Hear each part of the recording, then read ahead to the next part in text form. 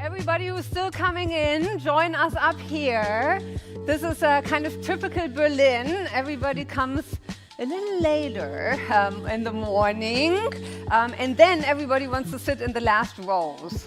As I said yesterday, this is not school, so most likely you're not going to be called on, so no danger in sitting up front. And up front here, there's more leg space. You're closer to our speakers. The air is better up here, so join us up here.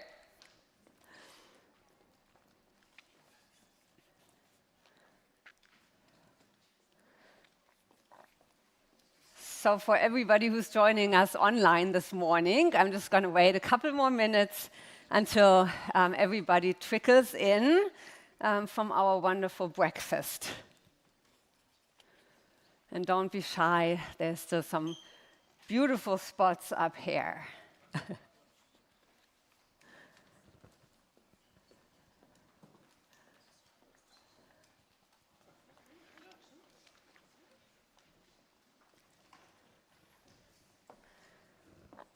So good morning, everybody, and welcome back to those who were with us already yesterday at our German-American Trade and Tech Conference here in this room as well as online. We are very happy that you are back. For all of those who are joining us this morning for the first time, happy to have you this morning. We are looking forward to a firework today of different topics important for the transatlantic relationship. We are going to look at trade and multilateral rules, the multilateral trading order, the global trading order, and what we can do about it and where to go. We are also going to look at defense cooperation in the transatlantic relationship. We are again going to revisit issues like new technologies, AI. We are going to look at supply chains. We are going to look up into the sky. We are going to look into the sea. And we are also going to cover the issues of global health and health in the transatlantic relationship.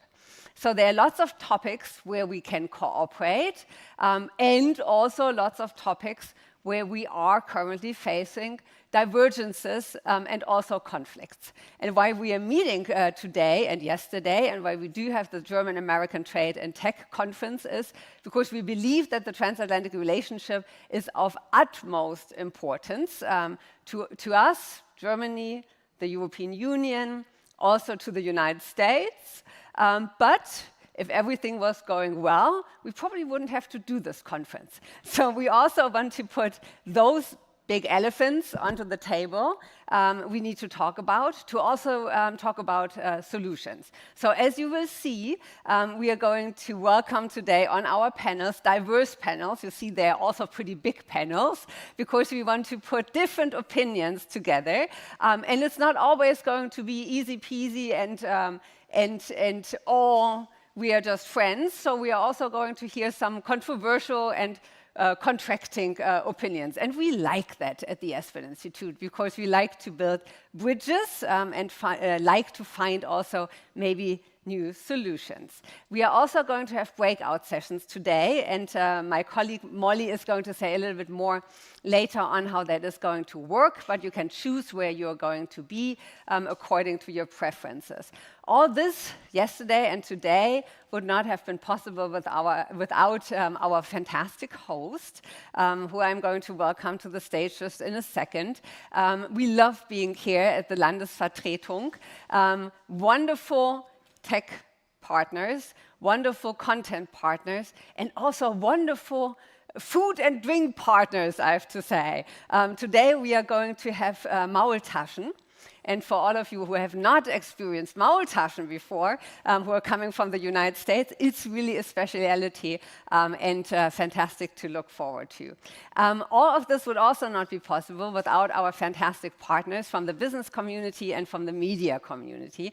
So a big thank you to the U.S. Embassy here in Berlin, which has supported our endeavors over the last 4 years already, to the Robert Bosch GmbH, which is also a member of our Friends of Aspen, the Friedrich Naumann Stiftung, also a good partner over the many years we have been doing the conference. A big thank you to also Meta, a big welcome and thank you to our new cooperation partner, Northrop Grumman Corporation. Very happy to have you also on board.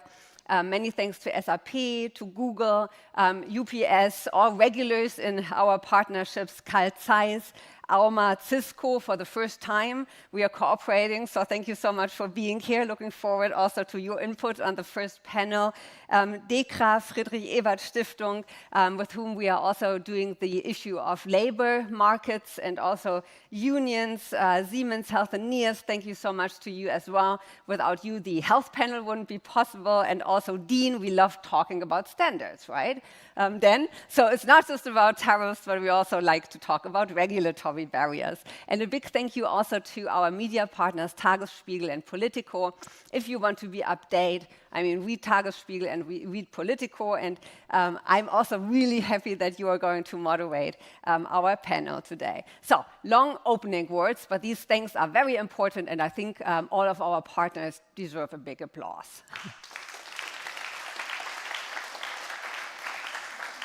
And with this, I would like to ask our host to come up here. Rudi Hochfliet, maybe you join me up here. and give him a big applause. You're going to move over to the desk in a second, but can we have a mic very quickly?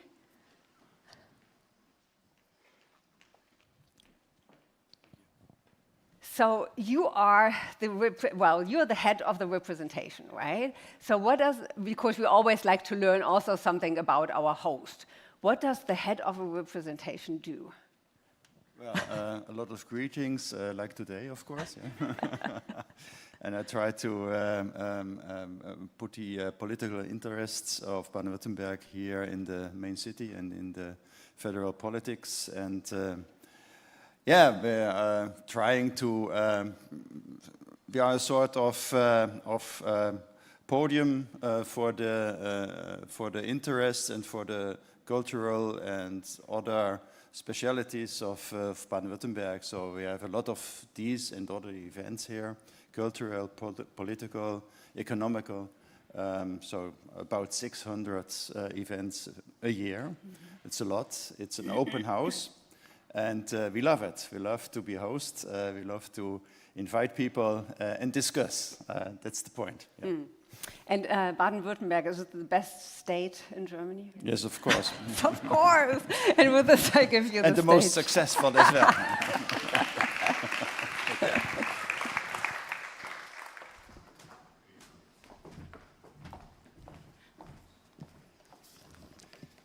Dear guests, ladies and gentlemen, dear friends and partners from Germany and the United States, it's really a pleasure to welcome you today to this representation of the state of Baden-Württemberg here in Berlin for the second day of this year's German-American Trade and Tech Conference.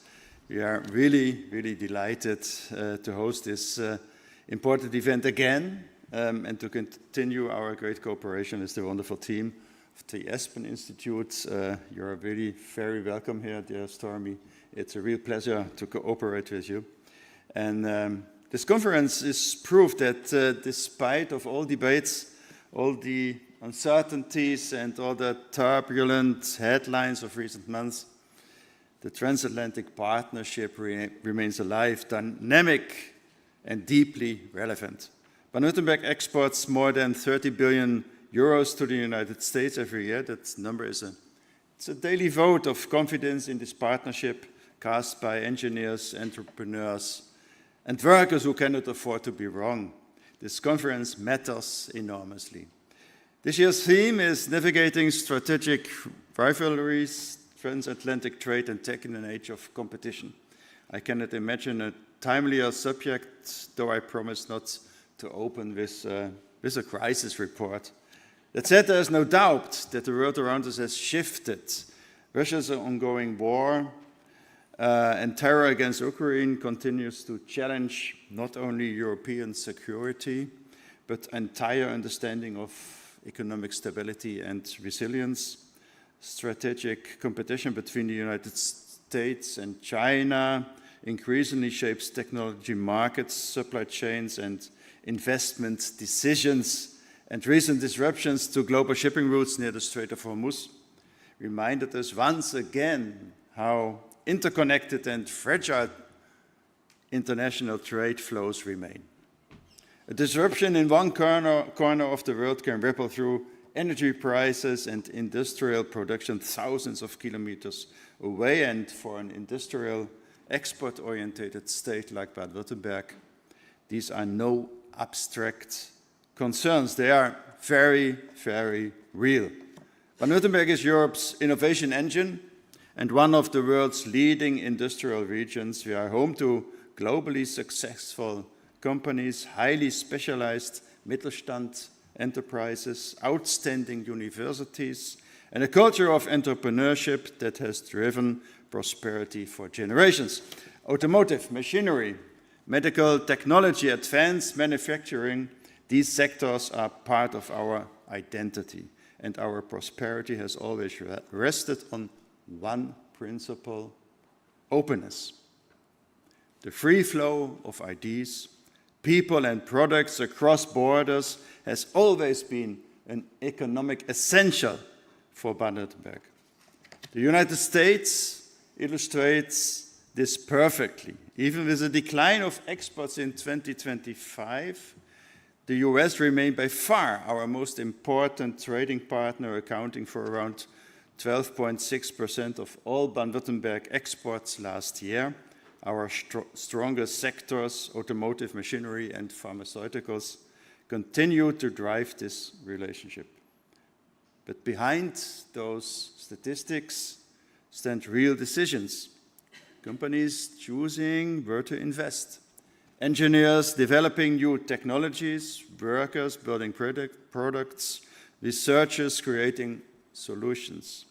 And this relationship is also far from one-sided. Baden-Württemberg imported nearly 19 billion euros in goods from the United States last year. Transatlantic trade is not a zero-sum game. We grow together, we can innovate together, and ultimately we succeed together. We should also speak honestly about current pressures. Trade uncertainty affects investment decisions and long-term planning.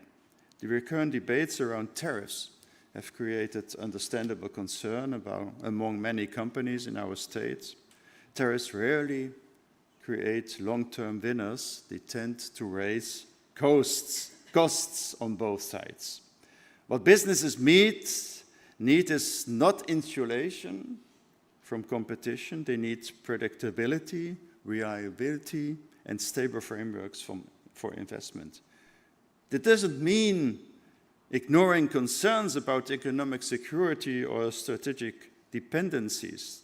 Those concerns are real and deserve serious responses, but strategic resilience must not become strategic isolation, because innovation rarely emerges behind closed doors. It thrives where people collaborate, ideas compete, and partnerships deepen.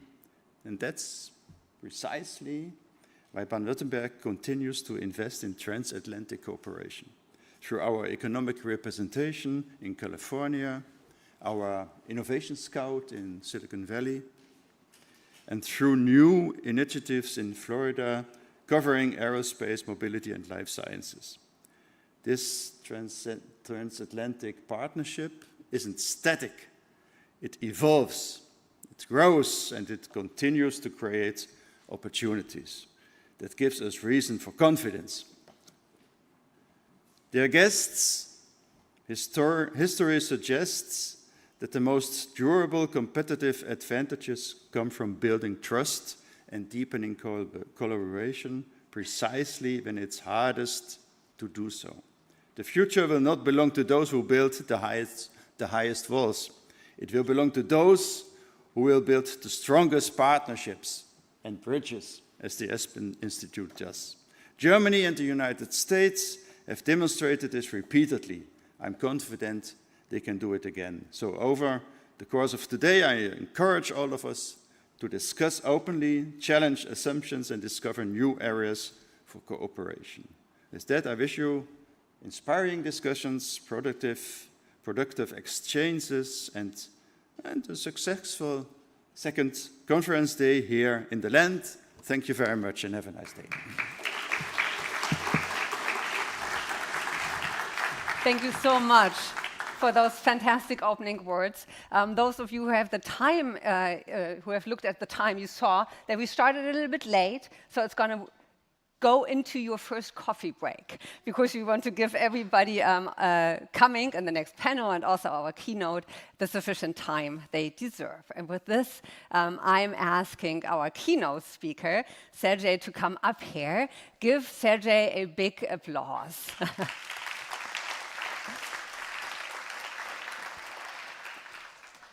So you're running away again, but that is okay.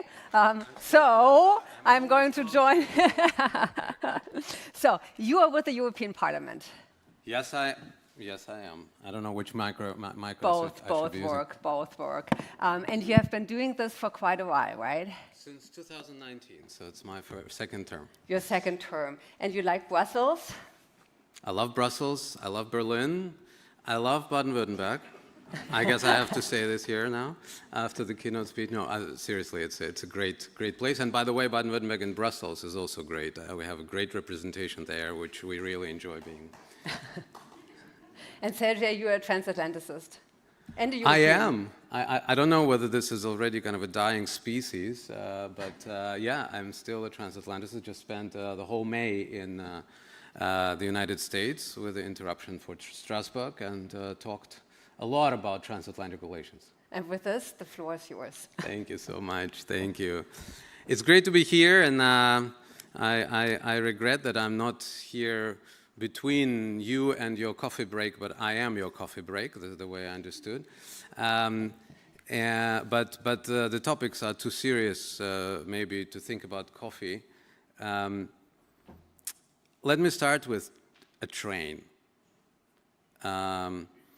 You all remember in 2022 when the war started and Russia attacked Ukraine, many asked whether the Ukrainian army would survive and would hold. Few asked whether the trains would keep running. But they did. And while missiles were falling, and while people were oppressed and pushed away and cities were occupied, the trains were running. And they brought a lot of people away from danger. They brought a lot of equipment. They brought guests like ourselves. Many of us use those trains, going back and forth from peace to war, from Brussels to Kiev. And this is what our new world is about. It's not just about missiles. And it's not just about soldiers. It's about engineers. It's about people who operate the trains, the people who program the trains, people who program the drones. It's about much more than weapons. It's about mobility, it's about connectivity, and it's about infrastructure. And this is the old new lesson that many of us have forgotten. The lesson is not so new, but in the European Union we decided at some point for ourselves, maybe detached from realities of this world, that geopolitics and economy exist in different worlds. That economy is for prosperity, that economy is for markets, and that power and geopolitics is for armies.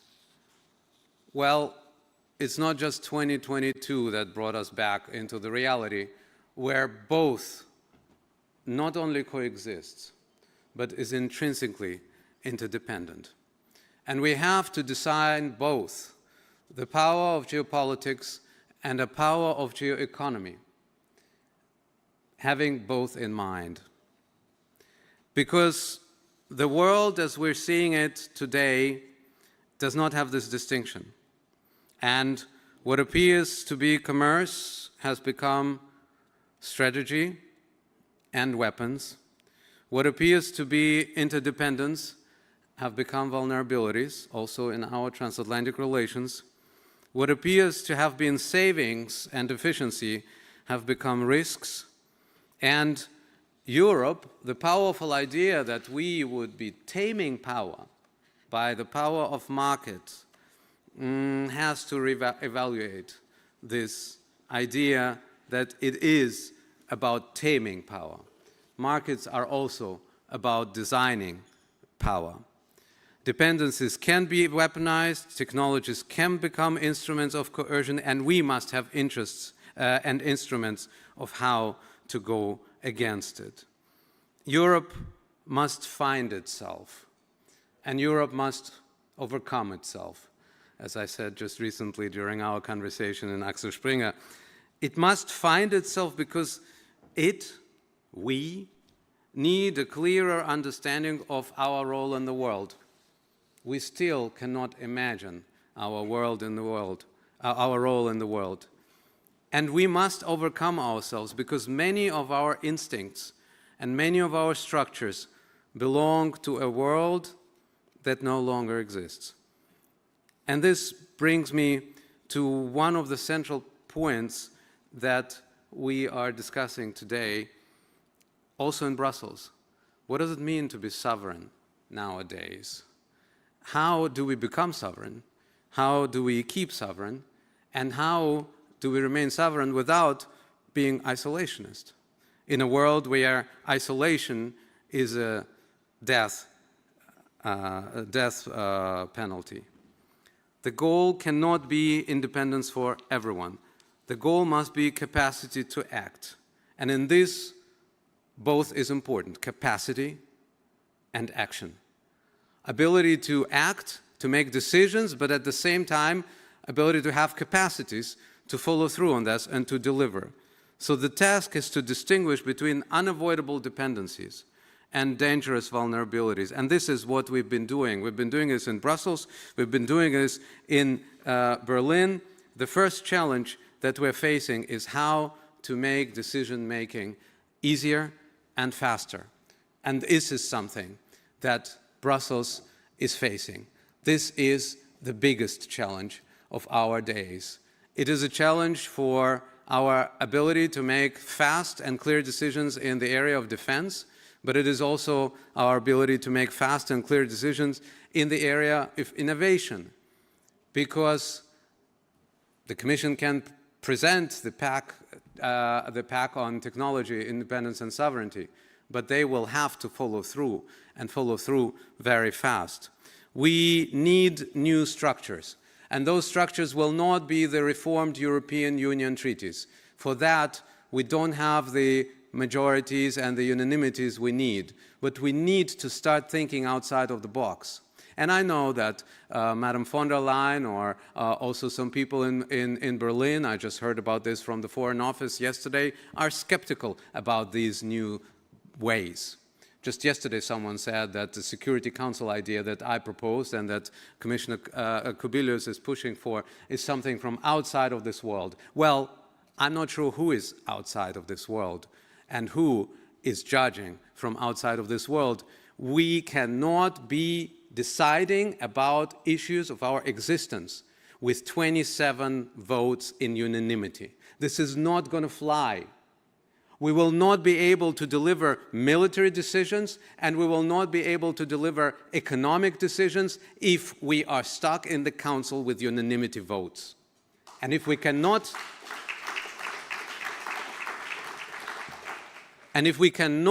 reform EU, then we have to complement EU with additional tracks. And then it is about intergovernmental decisions, about those who want to join additional structures. These structures should not be in competition with the EU, but they should make EU more agile. And yes, it is not just about EU countries. If we need, we must integrate United Kingdom, we must integrate Canada, we must integrate Ukraine, because we have a lot to learn from those countries and a lot to face with those countries together. And there we are with the second challenge as how to operationalize the sovereignty that we're talking about. The tech package that we have been seeing and that we have received is a great step forward. It's not perfect, and we have a lot of criticism to talk about. But this is the first step. This is a realization that we need to become more capable in the area of technology. It's not something, and I know that our American partners, some of them are probably here in the room, are a little bit wary about this. And when I was in the United States, many of them asked, surprised, how can this be that a German technology company suddenly does not want to join projects together with an American technology company? Well, everything has consequences. And the way how this American administration is destroying our mutual trust is not contained to the White House. And if the big tech companies are bending the knee in front of this administration, then the relationship becomes toxic and is not contained just to politics. And that's why I've been saying it during my May trip to the United States.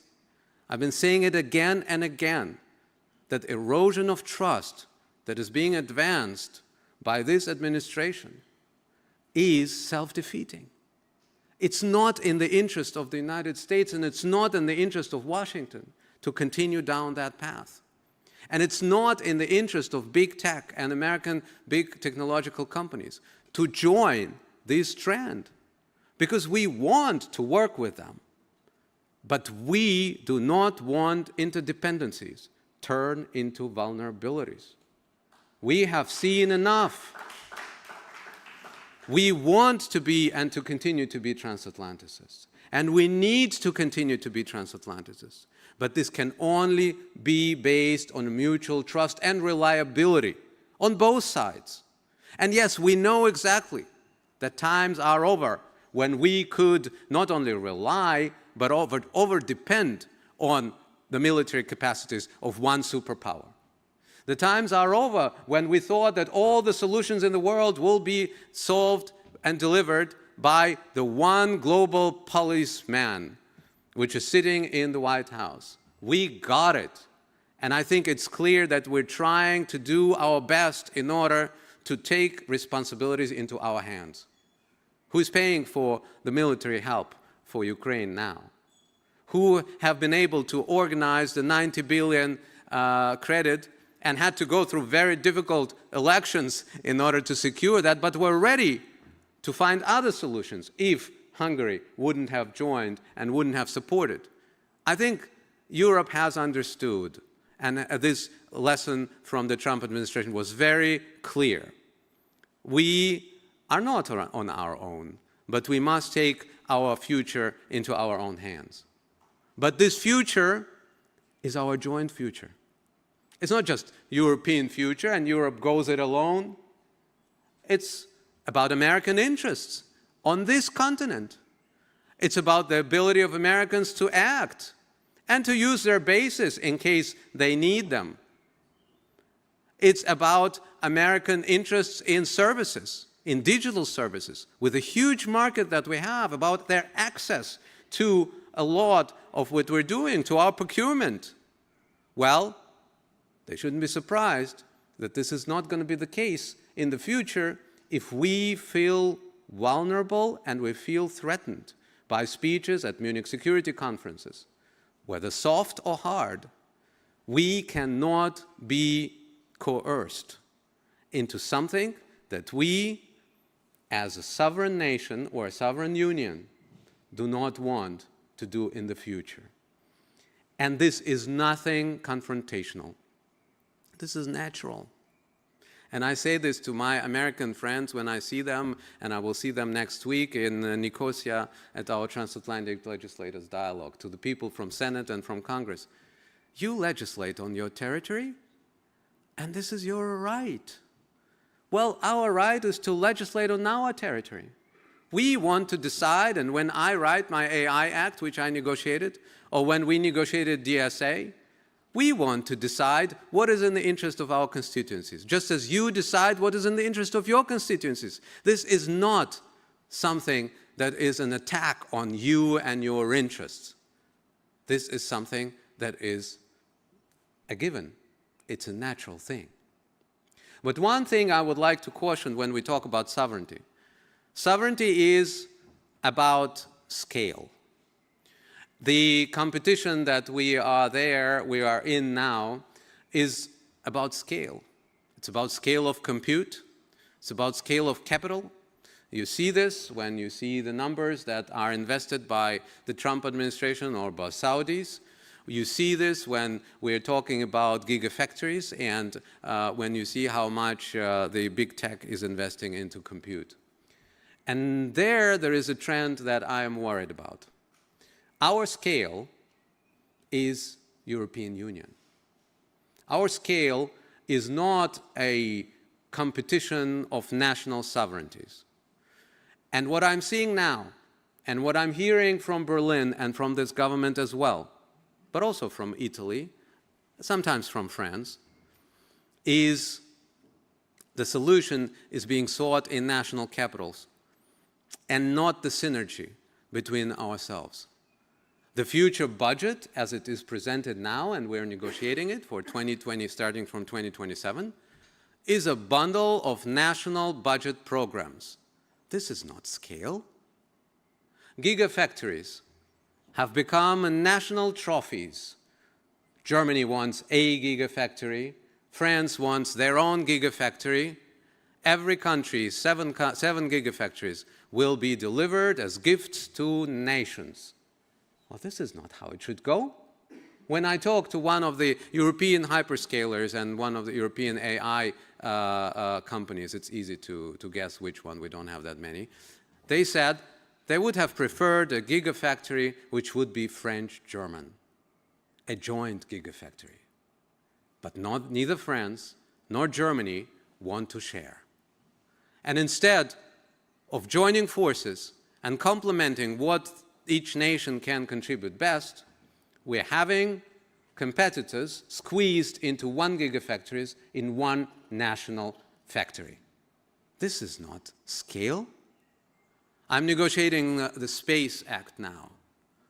In space, we will only be able to compete with Elon Musk and with SpaceX, but also deliver on many other things. We're talking about data centers that will be installed on the orbit now. We will only compete with them if we have European solutions. Instead, this capital and Italy are doing everything to destroy the original Space Act proposal that we decide things in a European way and want to keep it in national hands. And these are just several examples of how we're missing the sovereignty scale that actually would bring us forward internationally and globally. We are doing mistakes, but we are going in the right direction nevertheless. But the third point that I wanted to make, and this will be the final one, is something that we're still missing, and I don't see this yet. Imagination. We don't have the power to imagine ourselves and our role into this new world. We don't know what we are. What are we going to play?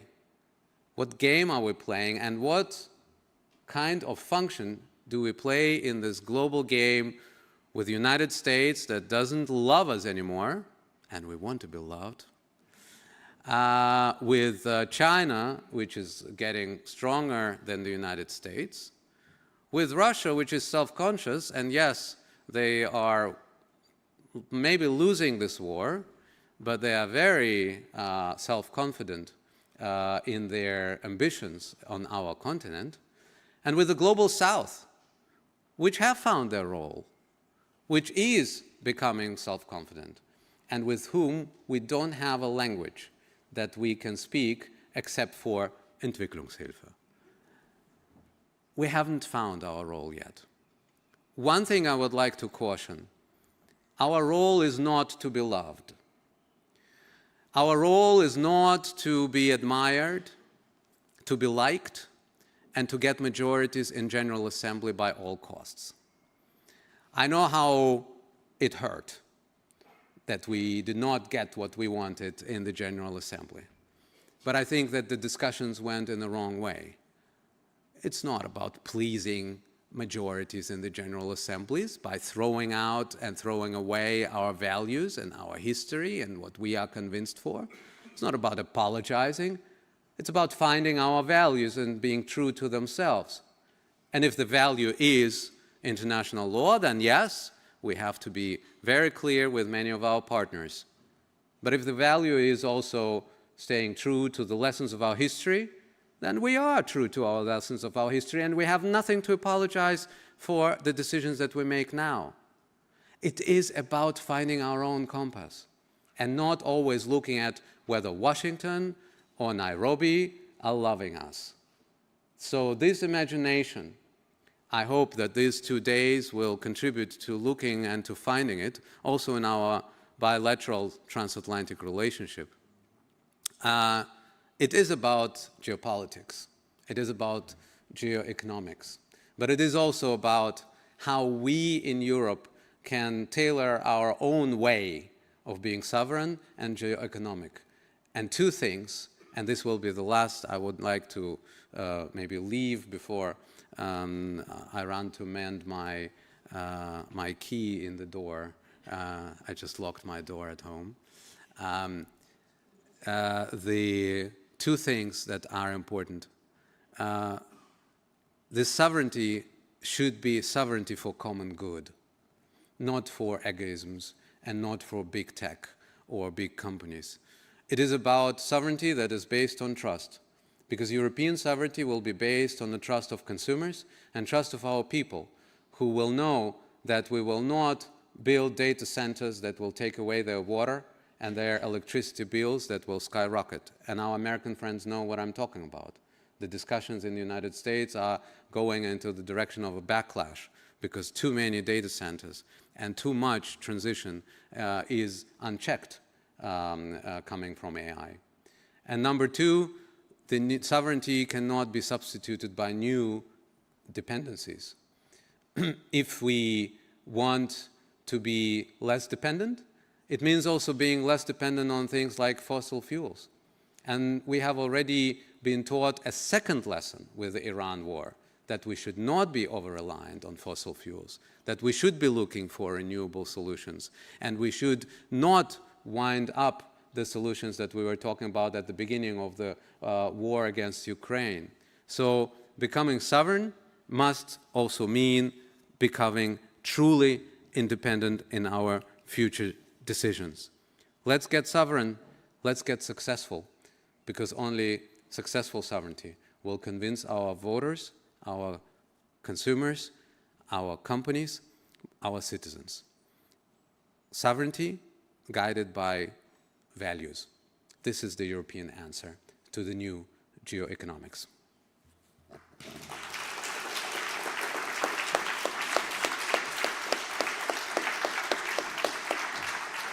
Thank you so much, Sergej, for these wonderful words. You gave us a lot to chew on over the course of the day, and I'm pretty sure that there is a lot which we are going to pick up on and to discuss.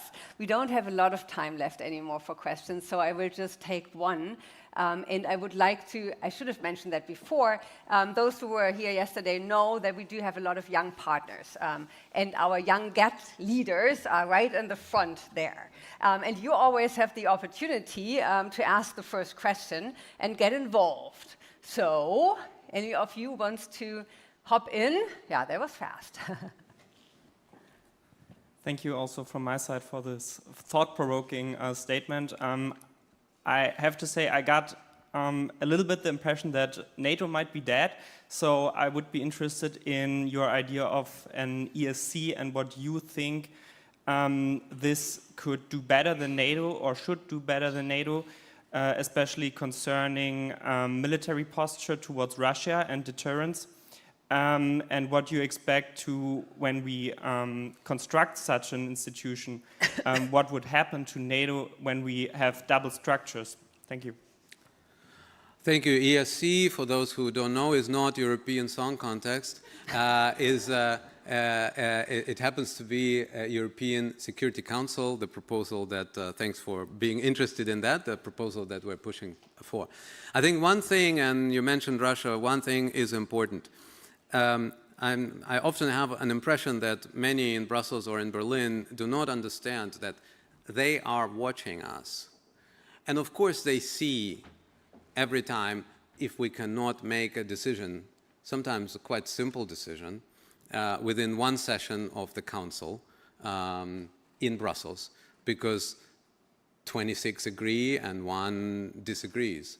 And I think simplifying the decision-making structures by having a Security Council where a number of countries would voluntarily delegate their decision-making capacity to a smaller number of countries who will be in responsibility, and by the way, I would also say should be re-elected, all of them, on a regular basis, because we don't have foreign policy continuity anymore in our countries and our government, something we used to have in the 80s and 90s.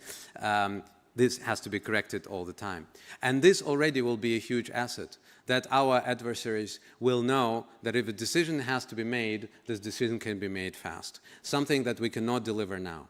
This is not competition to NATO, because it's not competition to the EU, because we make sure that there is no competing competences. And this is, by the way, also not a solution for someone to move armies.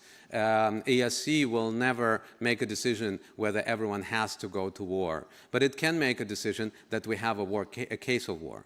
And based on that, then the Bundestag and other national parliaments could make the decisions they need. So the main asset will be faster and clearer decision-making capacities, and also more strategic decision-making capacities. Now, with 27 members sitting every month and trying to decide something, we do not deliver.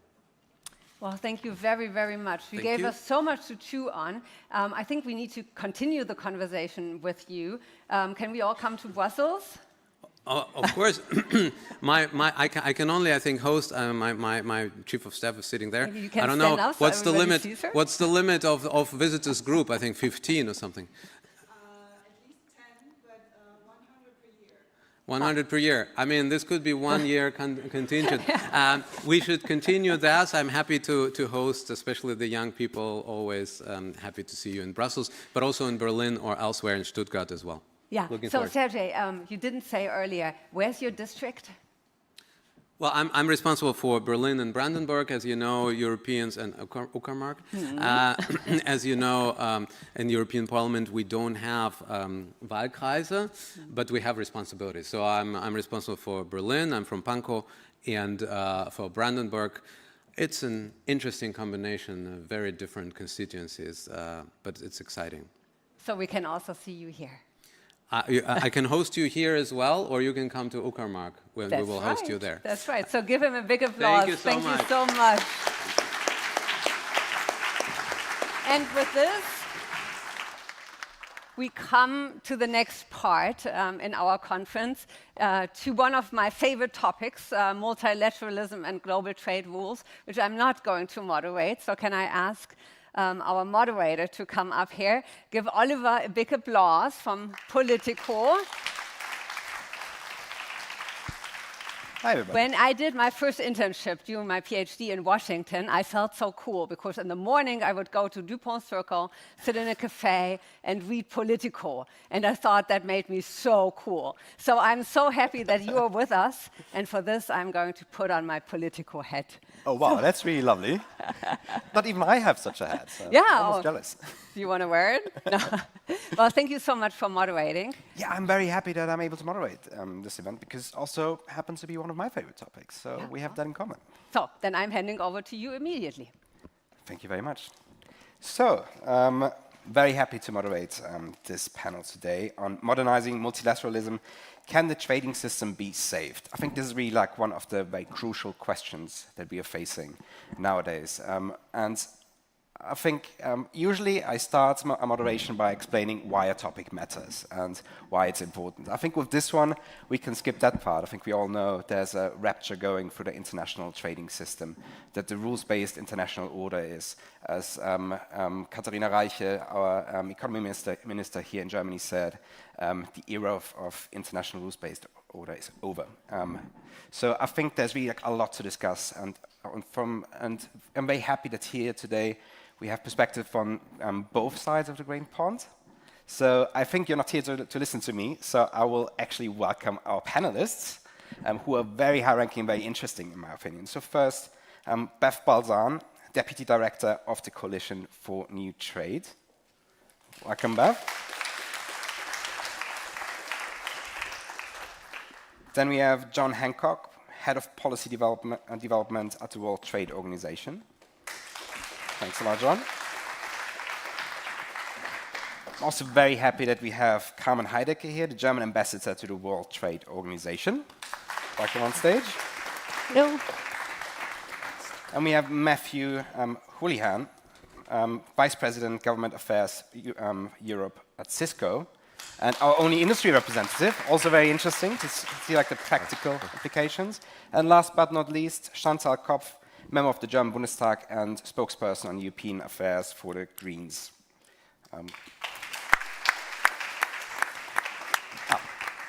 Sorry, and I almost forgot, not last but not least, Katja Krüger, Head of Government Relations at the German Standardization Institute, DIN. So, I'd like to start by setting the scene a little bit with a very short open sentence that every panelist can finish. So please read, just finish this one sentence, not 2 or 3 sentences, but to set a little bit the scene and see where we stand. So the first question that I would like to be answered is, in today's increasingly polarized world, the WTO is? Still relevant because we have to look at areas where we can still cooperate and talk. Standardization is one of them. Chantal? Yes, it remains the foundation of global trade. You know, a vast majority of global trade still takes place under WTO rules, but of course it's not the place where the rules of the 21st century are being written. Matthew? Thank you, Oliver. I would say in need of modernization, but not only because of the geopolitics, but because of the incredibly fast moving economy and technology environment that we currently find ourselves in. Carmen? Is still relevant and still the basis of the rules-based trading system, but needs urgently deep reforms. John? Yeah, I think Oscar Wilde said the only thing worse than being famous is not being famous. And I would say the only thing worse than the WTO is not having a WTO. And Beth? The WTO has an underappreciated role as a convener, but we should remember that it was a creature of 1990s economic thinking, and the paradigm is shifting. So the second question, second open sentence. In an increasingly polarized world, the WTO should be. Can we go the other way? Yeah, okay, that's the other way. Beth? I'm going to channel Pope Leo. The WTO should be reformed so that people are at the center of the economy. John?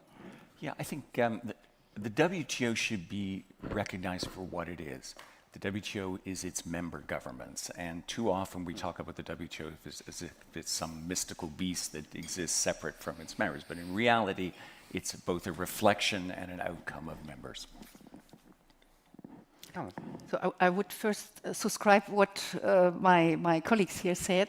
So WTO should face the new challenges of the world, should face the challenges of the century regarding the 30 years in the past, which changed. So looking forward and really adapt to what is now in the world. I would say be open to finding pragmatic ways of keeping, sort of pushing global trade rules that work for as many people and as many countries as possible, but also enter deep, close dialogues with businesses that are developing new products, new services, and understand the 21st century, the 2026 reality of where trade is going. Yes, in an ideal world, it should be the place where we discuss the challenges of the 21st century, geoeconomics, green trade, digital trading rules, but it is not, so it should be reformed in a step-by-step pragmatic way. Katja? Yeah, one way could be to look at the WTO, sorry, more as a tool to enhance trade than an organization or a regulator to regulate. Thank you very much. Beth, something you mentioned that I found very interesting is like the WTO is basically was established in the 90s. It's in the spirit of the 90s, right? End of history and all of these things were still very big at that moment. So nowadays, obviously, we have a very different environment, a very geoeconomic environment, as we also just heard from Sergey before. So now that the weaponization of the economy seems to be the new norm, like how can the WTO actually keep up with these shifts and still stay relevant in this kind of environment? So first, I heard only part of Dr. Lagodinsky's speech, but I loved what I heard. You talked about power. Thank you for talking about power. We don't talk about power enough. And there are Americans who love you and are rooting for you and are rooting for the single market. So I just want to assure you, we do exist. Maybe the quickest way to answer your question is to remember that there was originally a proposal for governance in 1948, of which the GATT was just a small piece. And it was essentially, if we're going to use shorthand, a Keynesian approach. The goal of full employment, recognizing the role of workers in sustaining democracy.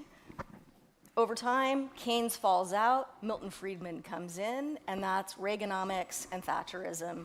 And that is the era in which the rules of the WTO were designed, which is why I say there's a paradigm shift. We are moving back into understanding where Keynes got it right and where Milton Friedman came up short. We have to recognize that the scope of WTO rules were around disciplining governments. The world is flat. We want to move away from recognizing sovereignty.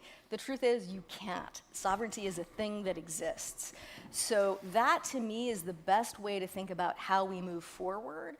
The risk that I see from the conversation yesterday is a real challenge for elites that was the same challenge we faced in the 1920s, which is, how do we save? How do we save the system? How do we save the gold standard?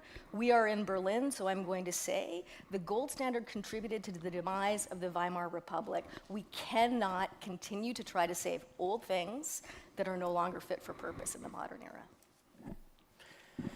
I mean, you already mentioned, also in a way, that divide that is happening between the EU and the US on this specific topic as well. What I often wonder, we just had Cameroon, the last minstrel of the WTO.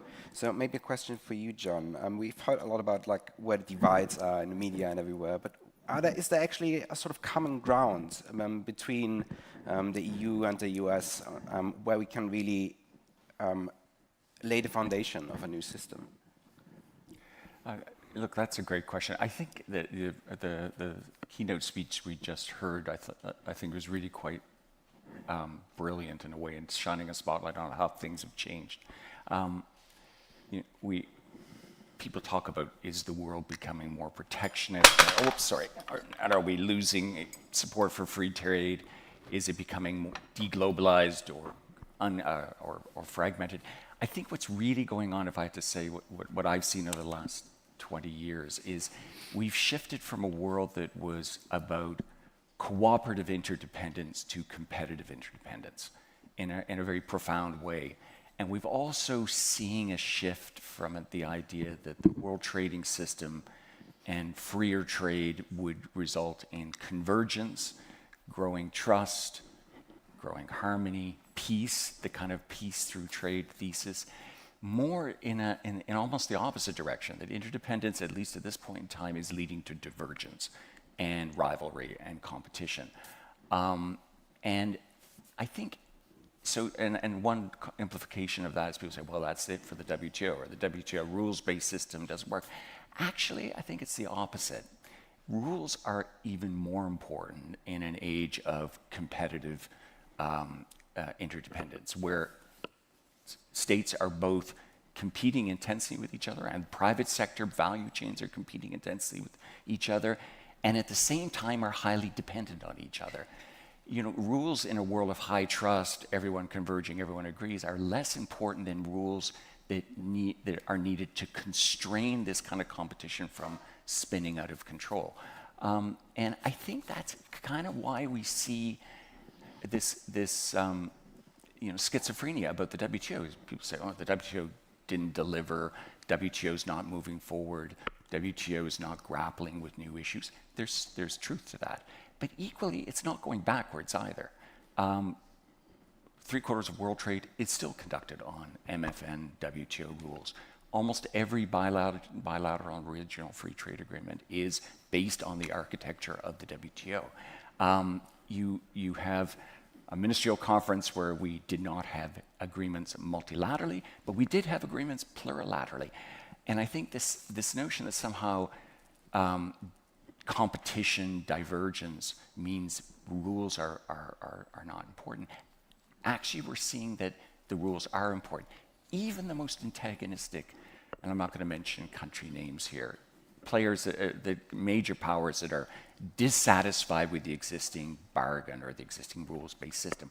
On the one hand, they'll say, I don't like this or X, or this is unfair, or this is unbalanced. But equally, they'll say, but we've got to preserve multilateral rules in this area. Oh, and by the way, I want to see the TRIPS agreement strengthened. And by the way, we need to move into a longer-term commitment to e-commerce moratorium. It's the dissatisfaction is with the existing balance and nature of the rules, not with the rules-based system itself. Very interesting. I mean, I think, like, from the European perspective, it's often perceived as Europe is now the savior of this. It should be the savior of this international rules-based system. It's the only kind of bloc that can really halt the rise of protectionism. That's at least what von der Leyen, I feel, says at every occasion, our Commission President. So maybe a question for you, Carmen. Do you think, what kind of role can the EU actually play in fostering like a new international rules-based system? I mean, the Canadian Prime Minister Carney recently said that the international order will be rebuilt from Europe. Is that something that you see actually happening? Is that something that's is realistic, or where do you see the role of the EU in this conglomerate? Yeah, thank you very much. Maybe just firstly, there is a lot of common ground between United States and Europe. In the rules-based system, and also in what is the objective of WTO and world trade. And I think this we should always have in mind. Even we have also different positions in some other issues. So regarding fairness, level playing field, we have the same points, and I think when we hear the business community, they will speak about industrial subsidies and state enterprises subsidies. So I think this is very, very important. And we have a common ground on the reform of WTO. And this brings me to your question, the role of Europe. Firstly, the keynote reminds me a lot for what we are facing also in WTO, of course, on a smaller point. Fairness is one point, and then agility, flexibility, decision-making, not blocking. So we must step forward, and this is very, very difficult because we have also the consensus on WTO. 30 years ago, we had less members. We have now 166 members and really, really diverse. So it's very difficult to balance all the interests.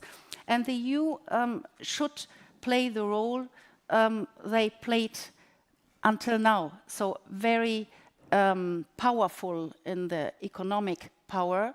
So it's a kind of push to show why we need the WTO rules, and the rules-based system is there and is also interesting for the United States. If not, they would have withdrawn. They are there. So all, and you mentioned it, all the plurilateral agreements, and a plurilateral agreement is not bad if it leads to a multilateral, and it's based on the multilateral rules. So we must go faster, and we must have concrete proposals for a reform. And I mean the areas like level playing field, decision-making, but also foundational issues must be discussed. I say discussed, but we must really see what we have, and we can't discuss in a way, oh, we don't need anymore, everything changed. So I think we have to be very sensible. We have also, and this is very important, the issue development. Development bridges to level playing field. When we speak about fair markets, we must have a look on this too. So it's very, very important. And I think the institutional reforms, what WTO is needed, is something we are stepping in now. We have now a lot of movements. We have the next General Council in July. I was in Yaoundé. I was as disappointed as everybody because we were really just a small step before reaching something, a package to say, okay, this is a path in the future. And then we have geopolitical reasons, like when Lula is negotiating tariffs with Trump, we will not have maybe an e-commerce agreement if it's depending of both. So the geopolitics is really influencing a lot, but nevertheless, I think this kind of wake-up call should be a little bit stronger, but we have it, and we have negotiations. And the US, for example, they are also looking a lot on notifications, transparency, which is a big, important part of level playing field. And we have other members who are working in parallel, as well as the EU, and the EU should come with concrete proposals and push for it. And I think this is very important. Chantal, I mean, we heard a lot now that there is actually like kind of a consensus that there should be international rules still, there should be still an international rules-based order. Like, how do you look at that from a European perspective? Do you have the feeling that the US is very constructive in these talks from a European perspective? Or where do you see the fault lines here?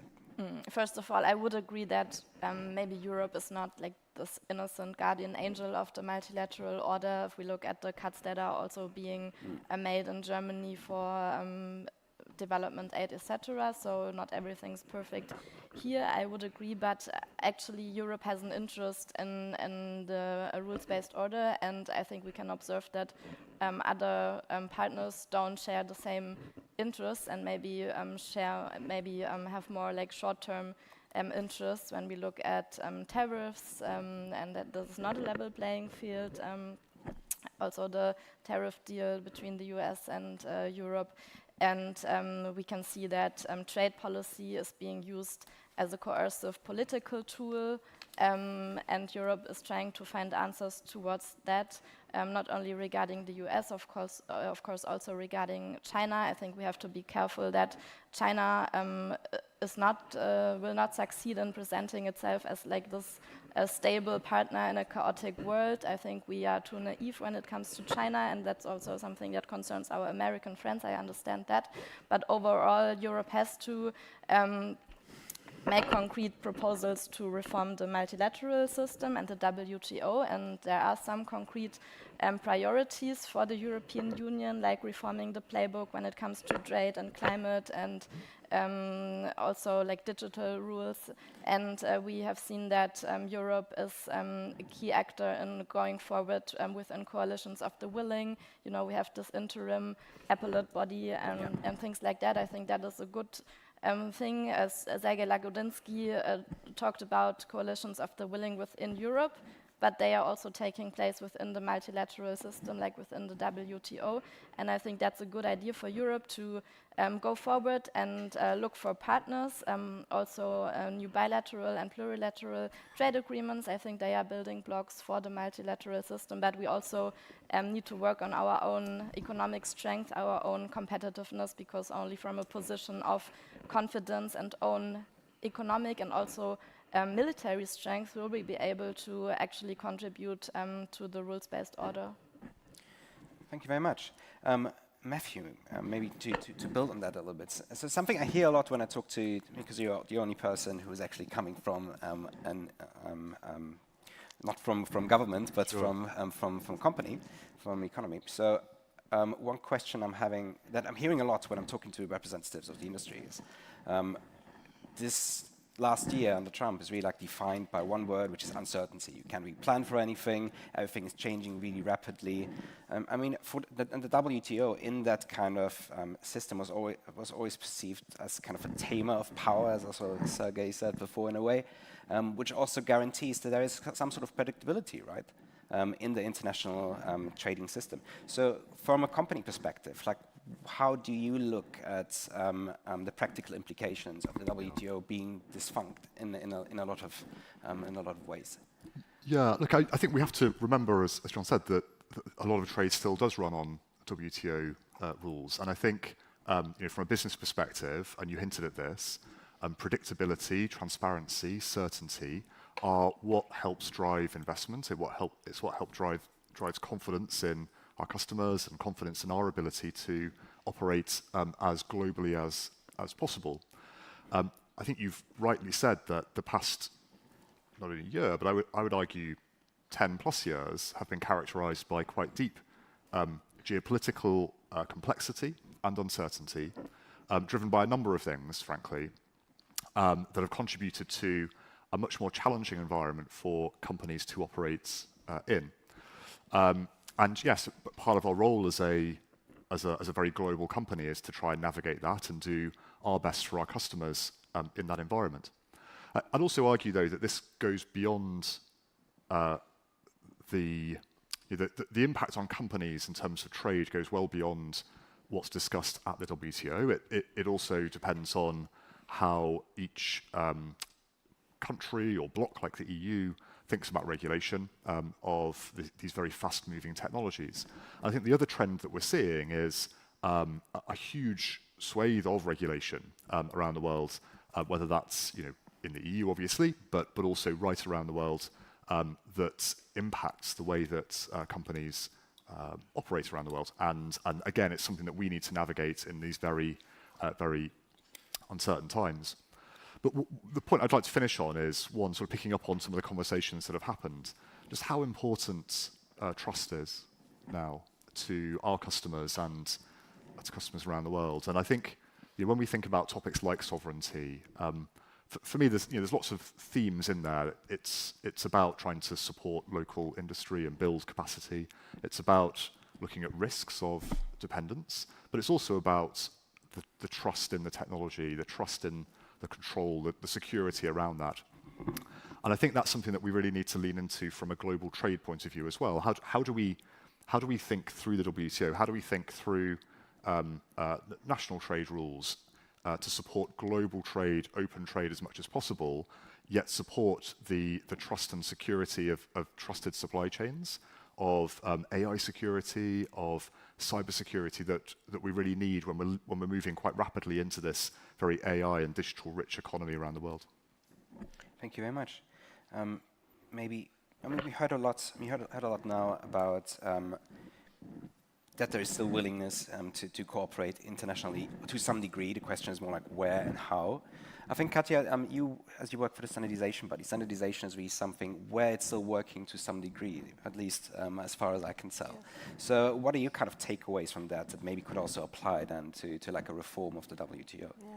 You just said that some points of the WTO are still working, and I think standardization is one of them, because international standardization, especially in ISO and IEC, is still based on the WTO TBT agreement, technical barriers to trade. And here we can see that multilateralism is still working. People, companies, social society stakeholders come together from all around the world trying to find a common ground on technical standards that help every one of us. I mean, interoperability is just there sometimes, but we know we notice this more when it's not there, and it frustrates us. So that is kind of something that is still working, but it's becoming more and more geopolitic, and we see that different regions are using standardization as a geopolitical instrument, as a geopolitical power, trying to open up markets on the one hand, but also trying to shut out other competitors on the other hand. Some examples you see in China, especially with the Belt and Road Initiative, on the one hand trying to bring national standards into the region, keeping out other competitors from especially Europe or the US. And I think this is something that we should look at more closely, because it is a way to bring our values that we still share on a transatlantic scale into the world and into trade, all across the world. We already heard a lot about like this approach of multilateralism that's becoming bigger and bigger on the WTO level. I think like the first time I really realized there is a shift taking place was when in the first Trump administration, actually, when the appellate body when the US basically blocked the appointment of new judges on the appellate body. And I think the EU at the time did something very interesting with the party interim appeal arbitration arrangement, multi-party interim arbitration arrangement, where they implemented kind of interim agreements that covers, I think, the majority of international trade. So do you think, Carmen, that this is like kind of a way forward, that the coalition of the willing, so to speak, go forward to really keep the system running in a way? Or is this something that is an impasse in a way, and that doesn't really help because you have maybe a competitive disadvantage to people who don't, to countries who don't subscribe to this interim agreement? Oh, this is really an excess, and the correct name, if I remember well, because I forgot always, MPIA, Multi-Party Interim Appeal Arrangement. Yes, thank you. So it's very complicated, so we stay on MPIA. So MPIA is insofar successful as we have now 61 participants, including China, including Japan, including United Kingdom, including a lot of Australia, a lot of other members. So I think the outreach is very important, very successful. We have more than 50% of the global trade is under the MPIA. And the MPIA settled decisions, settled disputes. So we have several disputes, EU-Colombia, I think EU-Turkey, so several which are settled. This is one part. The other part is, of course, it remains important to have a fully functioning dispute settlement system for everybody in WTO. So this objective we should never lose. But we should be also realistic. The US will not change soon their mind for the appellate body, and they didn't do it under Biden government too. So this is something we should also realize. Nevertheless, we should work on this, and we have always to be creative in solutions. I think what is important, we have a first track in the dispute settlement. Never forget that the first track is also a dispute settlement. It's the only international organization with a dispute settlement. And it's not that all members who are not yet member of the MPIA would say, oh, we don't care, we do the first track and we don't follow. No, there are also decisions which are followed without an appeal body, which are maybe saluted before. So I think this is also important to see. We have still a system, but of course the objective is a fully functioning system. And the MPIA is a plurilateral finally. We have other plurilaterals, I would say WTO rule plurilaterals, like the government procurement agreement, for example. And we had, and this I think is a kind of systemical change we are facing now, and this is good. This shows the reform movement. In Cameroon, we had, I would say, the best outcome of the multilateral conference was a plurilateral. It was the e-commerce agreement. Because the willings, and this were finally, I think it's also 61 or 62, say, yes, we will implement, even though the objective is to have a consensus for the implementation. But we don't want to wait. And this is, I think, very important. We can't keep on a still stand. To turn around, to wait, the whole arguments repeating, no consensus. We must work. We must show that the objective should always be the multilateral agreement. But a multilateral starts with a plurilateral. We have a lot of partners. We have the like-minded. We have the so-called CPTPP. And don't ask me now what is the whole name, because this I would have to look. But they are willing to go forward for the rules-based system. And I think this is very important, but we must be creative. We must maybe squeeze a little bit the rules, but we must base our measures on the rules. And therefore, plurilateral is not bad if we don't forget the objective, the multilateral, others can join, and we should look for the decision making. There's this kind of responsible consensus to say those who don't who are not hurt by the rules will not oppose. You can have opt-outs. You can have maybe also the question, do we have to put everything under consensus, even a procedural decision like a chairmanship of a committee? Must there be consensus of 166, or can we have a kind of substance?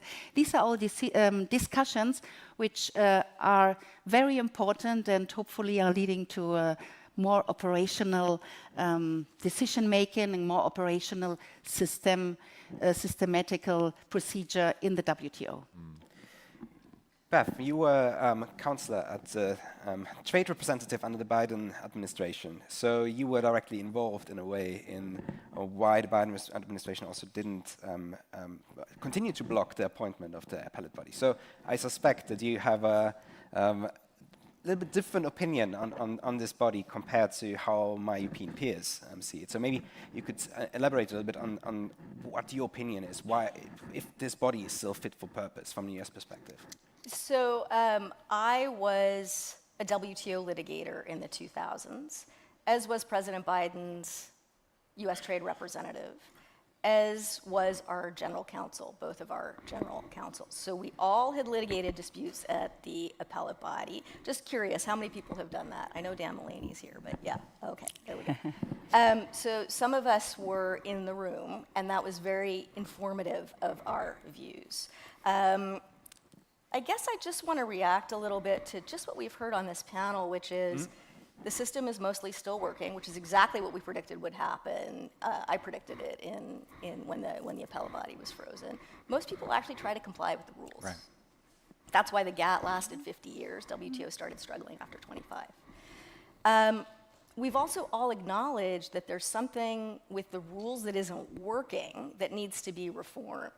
To boil it down, the focus on the appellate body is essentially we really better enforce these rules that we all know are deeply flawed.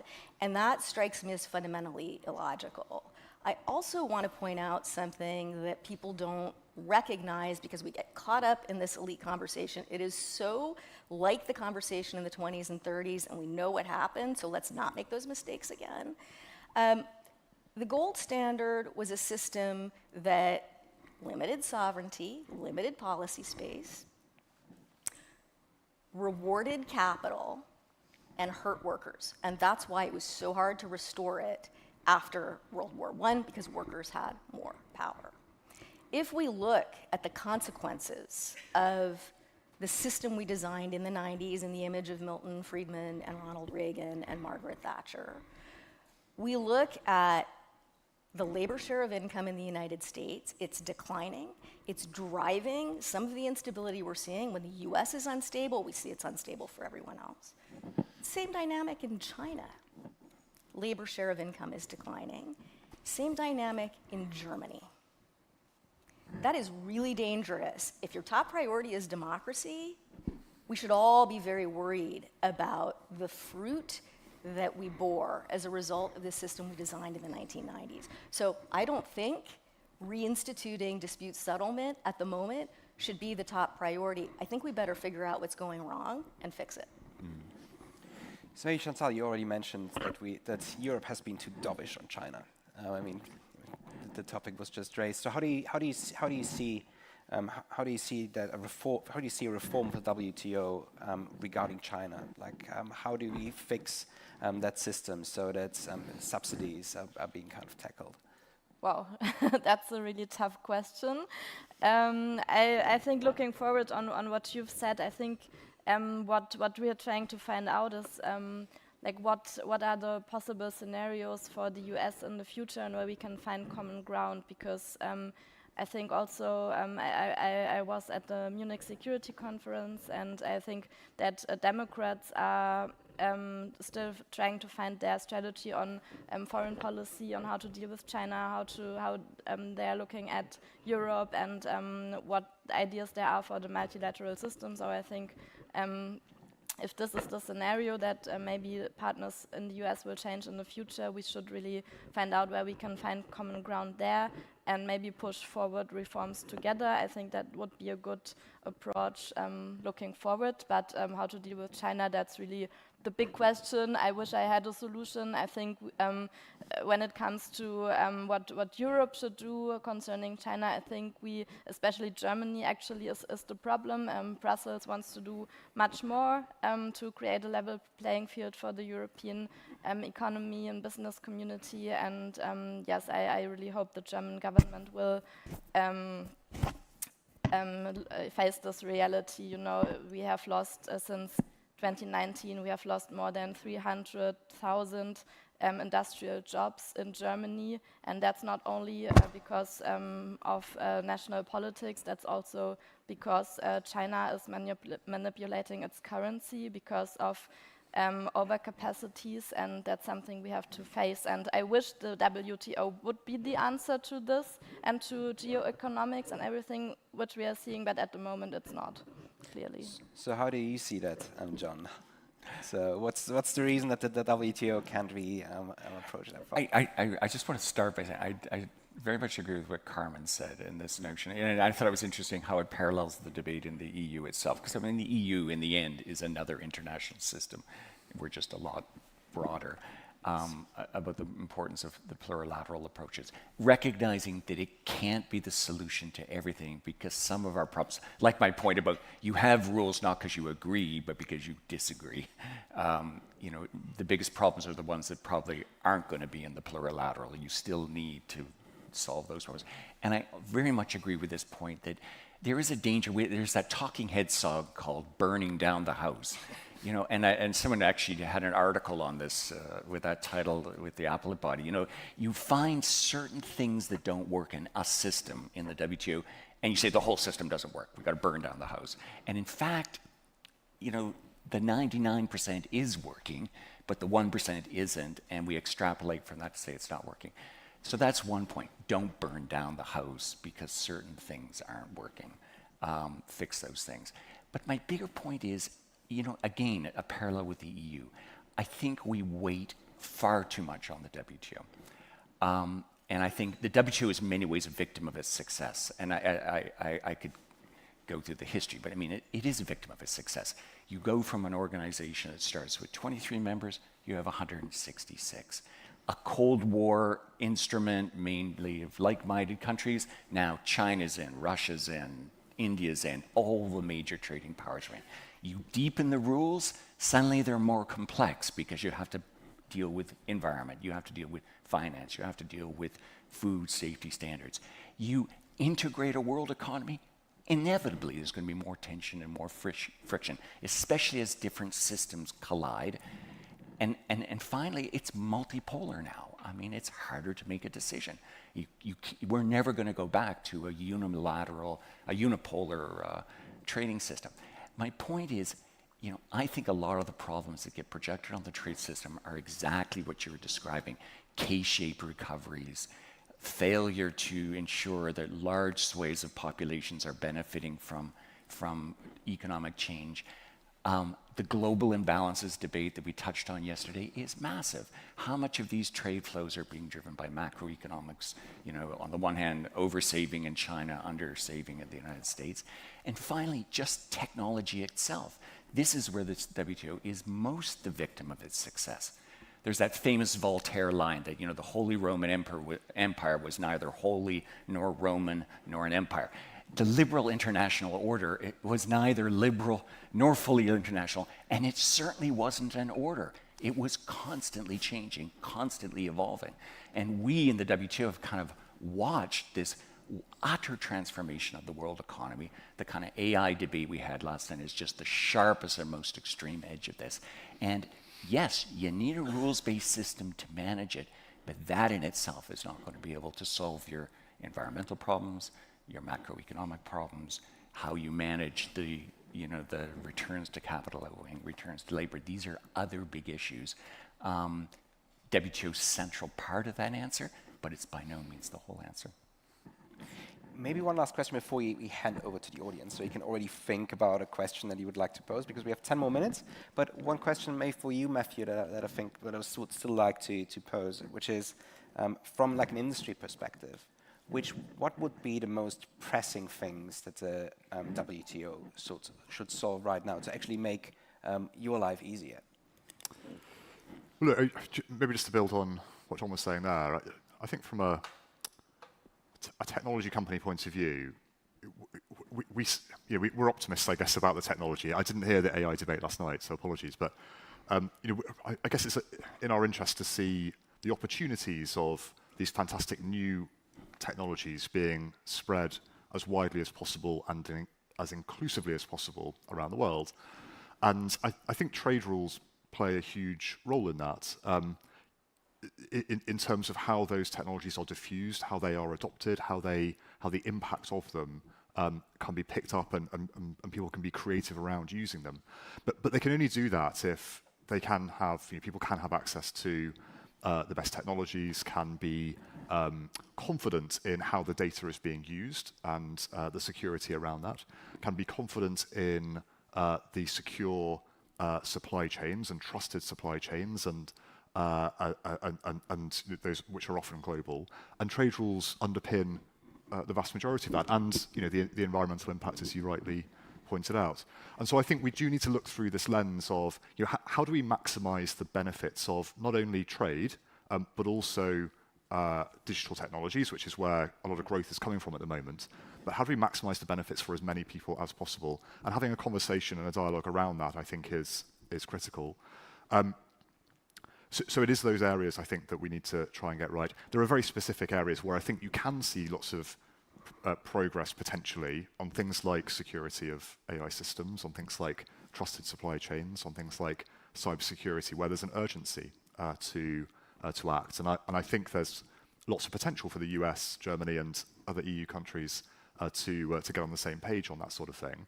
I also think on the plurilateral debate, we had the e-commerce agreement as well, which is a good example of a plurilateral agreement that helped to advance many topics that are very relevant to that digital trade piece that I just talked to. And I think we should look for ways to encourage that. I mean, that did take 5 years, though, from start to finish or something, to get agreed. But nevertheless, I think we should look at ways to encourage more thinking around that, but also to encourage ways of those plurilateral agreements, to your point, Carmen, being stepping stones to multilateral, because that's the bigger prize here.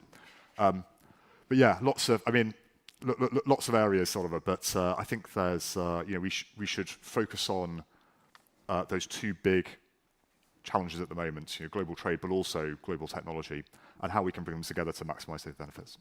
Excellent. So with that, I will hand over to the questions from the audience. I already see a hand over there, 2 hands. Maybe we can collect the 2 questions.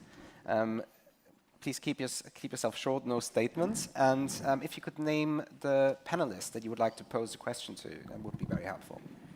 Sure, thank you. My name is Tushar Shetty. I work with the Diplomat magazine on South Asian geopolitics. And my question, I suspect, has to do with something that John can talk about, but for the panel in more broad sense. We talked about supply chain concentration risks, particularly in the name of for China. But I might note that many of the measures that the WTO has, for instance, its restrictions on certain kinds of subsidies and export subsidies, actively deny industrial policy for many nations wanting to supplement that. Just one example, China is taking India to the WTO for subsidies on photovoltaic cells, even though China produces 96% of that. So is there any thought or discussion in the WTO on how to adapt its regimen to industrial policy initiatives by different countries? Thank you.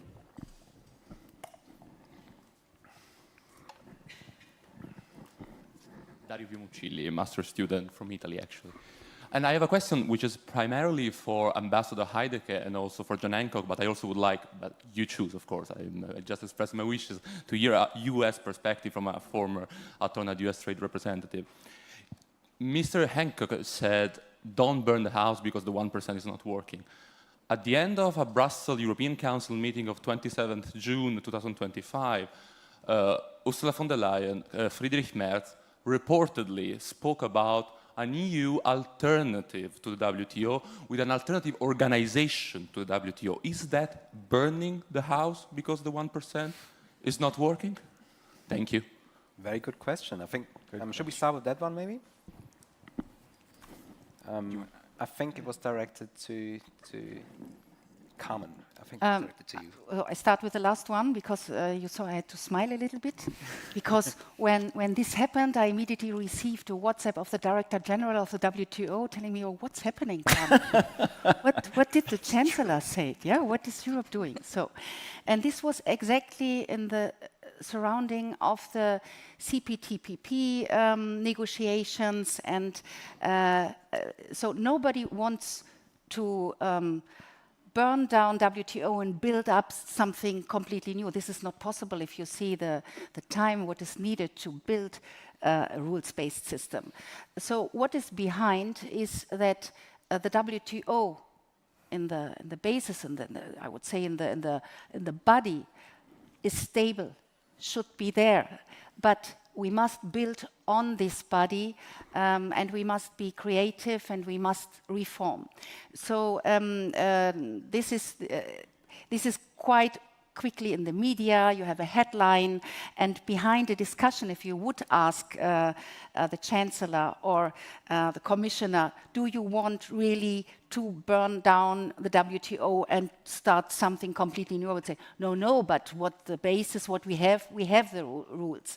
So I think, but it's very important because this gives us a push for the discussion, and we need this push. And we need also to push a lot of members who are in WTO who are thinking, yeah, we stay like this, we don't move a lot. I think it must be very clear. We must all move and work together to face the challenges we are facing now, geopolitical challenges, one-sided measures, the trade policy, which is a little bit falling on our heads. So I think it's very important to see there's an urgency. We can't continue like this, but we want to continue with this good thing what we have, but we need to do it in a way to fit for purpose, creative, flexibility, agility, and all these points we mentioned are all points to move with this. And there are a lot of members who say, yeah, we want to do it together. And therefore, it's very important to have the like-minded and to discuss with the others, which are at the moment maybe not in all point like-minded, but we find common points and we must go forward. And we should not forget, of course, our rights and our business community. So this everything we must bring it together, and WTO can't solve geopolitical problems. So if you have a problem with the non-market policy of one member, should speak with the high political representatives. But of course we are looking, and then that brings me just shortly to the first question. But very shortly, please. We have 1 minute left. I'm sorry. There's also like an answer for John Wayne. Of course, we have to look to the rules, to identify gaps, and to discuss how we can close the gaps. I'm sorry. So, John, I think very quickly. Just try to answer two of them. Back to the first point I made. The WTO is its members. You could get rid of the WTO and create a new WTO, but it'll have exactly the same members. And that's just not going to change, and that's the basic reality of how the system works. Or you might create a new system that doesn't have certain members, China. And you hear this debate, God, that was a huge mistake bringing China into the rules-based system. Really? Huge mistake? What was the alternative? Leave China outside of a rules-based system? Unconstrained? It just doesn't make sense. Unfortunately, WTO reflects the world that we have. And on the industrial policy point, I really take your point, but we have to remember, the whole world now is waking up to industrial policy, industrial subsidies, technology restrictions, export controls, all of these tools to help their own national economies. The problem is there's a prisoner's dilemma. If only one country does it, maybe it will work. But if everyone does it, it's not just a zero-sum game, it's a negative-sum game. Your industrial subsidy is my unfair export competition. Your industrial policy is you've distorted the markets in your favor and created an unlevel playing field. The WTO exists partly to restrain this prisoner's dilemma running amok. Everyone counterbalancing everyone else. I hate to be an historian, but that was the 1930s. Your tariff begets another tariff. Your subsidy begets yet another subsidy. Your currency devaluation creates a wave of currency devaluations. Everyone then is forced to do their own thing, and in doing their own thing, they destroy the collective good. That's what the system came out of, and unfortunately, if we go down that route too far, that's where we'll be again. I think those were very nice closing remarks. Hopeful. Yeah.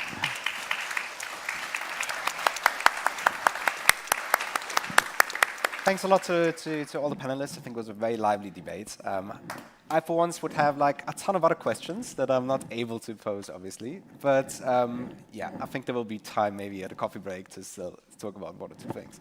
So then I hand over to you, actually. Perfect. Thank you so much. That was an amazing panel and also really great moderation with so many panelists. You did really, really well. So give the moderator also an applause.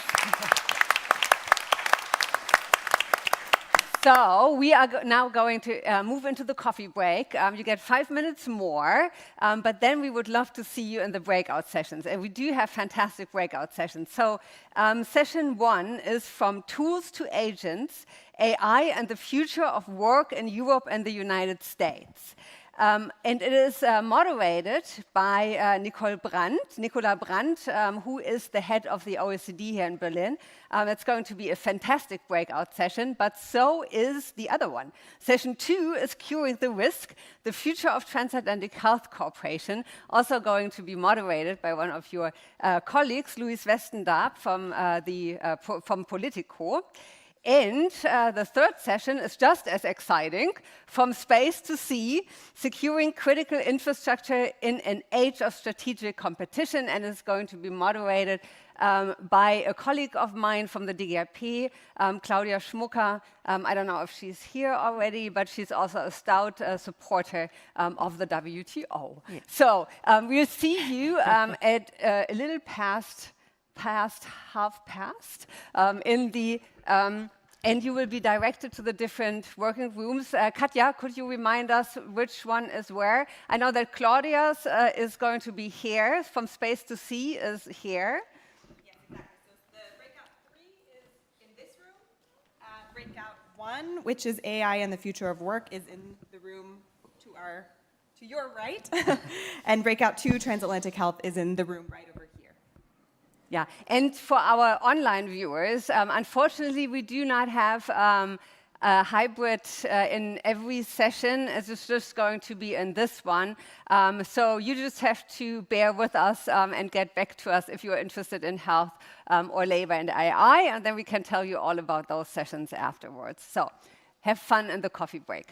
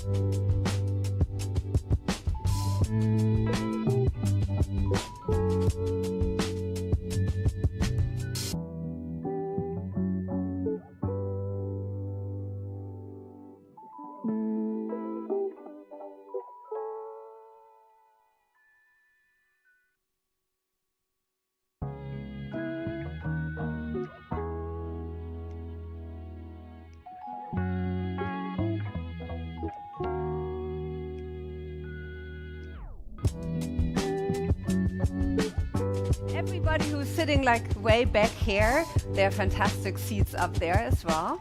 So,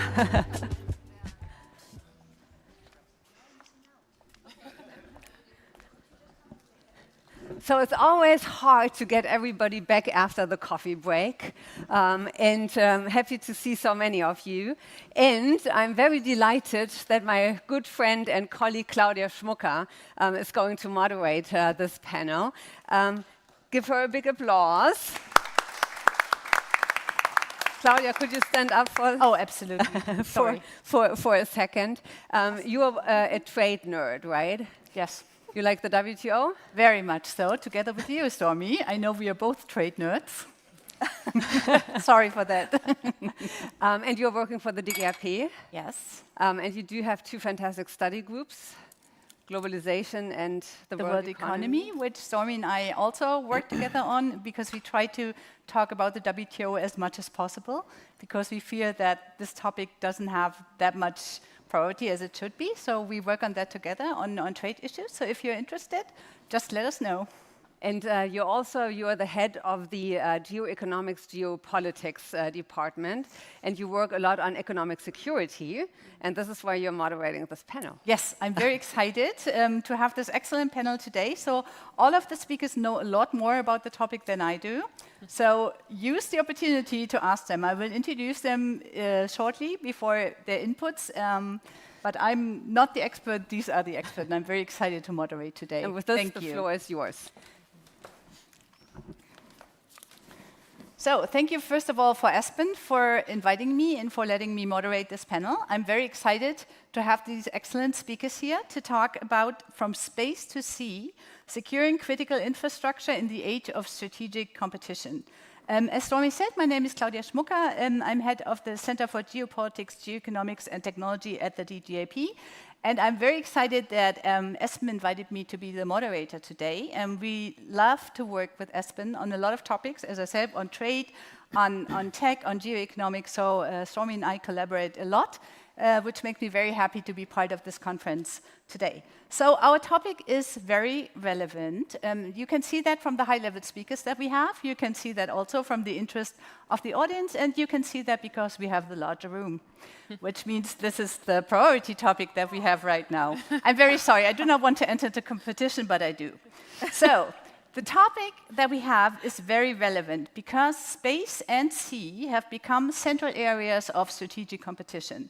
When you look at space-based infrastructure, satellites, navigation systems, and communication networks, they are the backbone of modern economies and modern defense capability.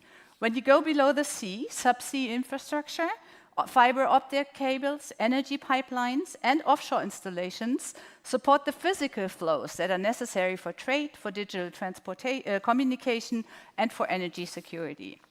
Their disruption would not only hurt individual sectors, but would have systemic consequences. for society and also for alliances. And what we see recently is that we have increased incidents which have exposed the vulnerabilities of these critical infrastructure in the sea and in space. We see a targeting of satellites, of space-based services. We also see sabotage against undersea cables and pipelines. And the problem is, what makes it so difficult to respond to that is critical infrastructure is very difficult to monitor. They are often privately operated and governed by fragmented legal and institutional frameworks. So this makes the protection and the response to these attacks very difficult. This is why we have this wonderful panel to answer all these questions. They will explore how governments, industry, and partners can strengthen the resilience of space and maritime assets in an area of geopolitical competition. And I also want to discuss if and how the United States and the European Union, which are deeply interconnected and which share the same challenges, can move from parallel approaches to more transatlantic approaches, if that's possible, to secure critical infrastructure. So, as I said, we have an excellent panel, and maybe before I turn to the panel, I want to tell you how we proceed. We will have 2 rounds of questions on the panel, and then I would very much like to open up to have at least 30 minutes for question and answers. And don't be shy, think about questions right now, because we would love to be very interactive. We have 90 minutes, so it would be around 1 hour with the panel and half an hour with you. And please feel free to use this excellent opportunity to ask the speakers difficult questions. So now I will start with the first panel round, if I find the correct slide. And my first question goes to Dr. Sandra Detzer.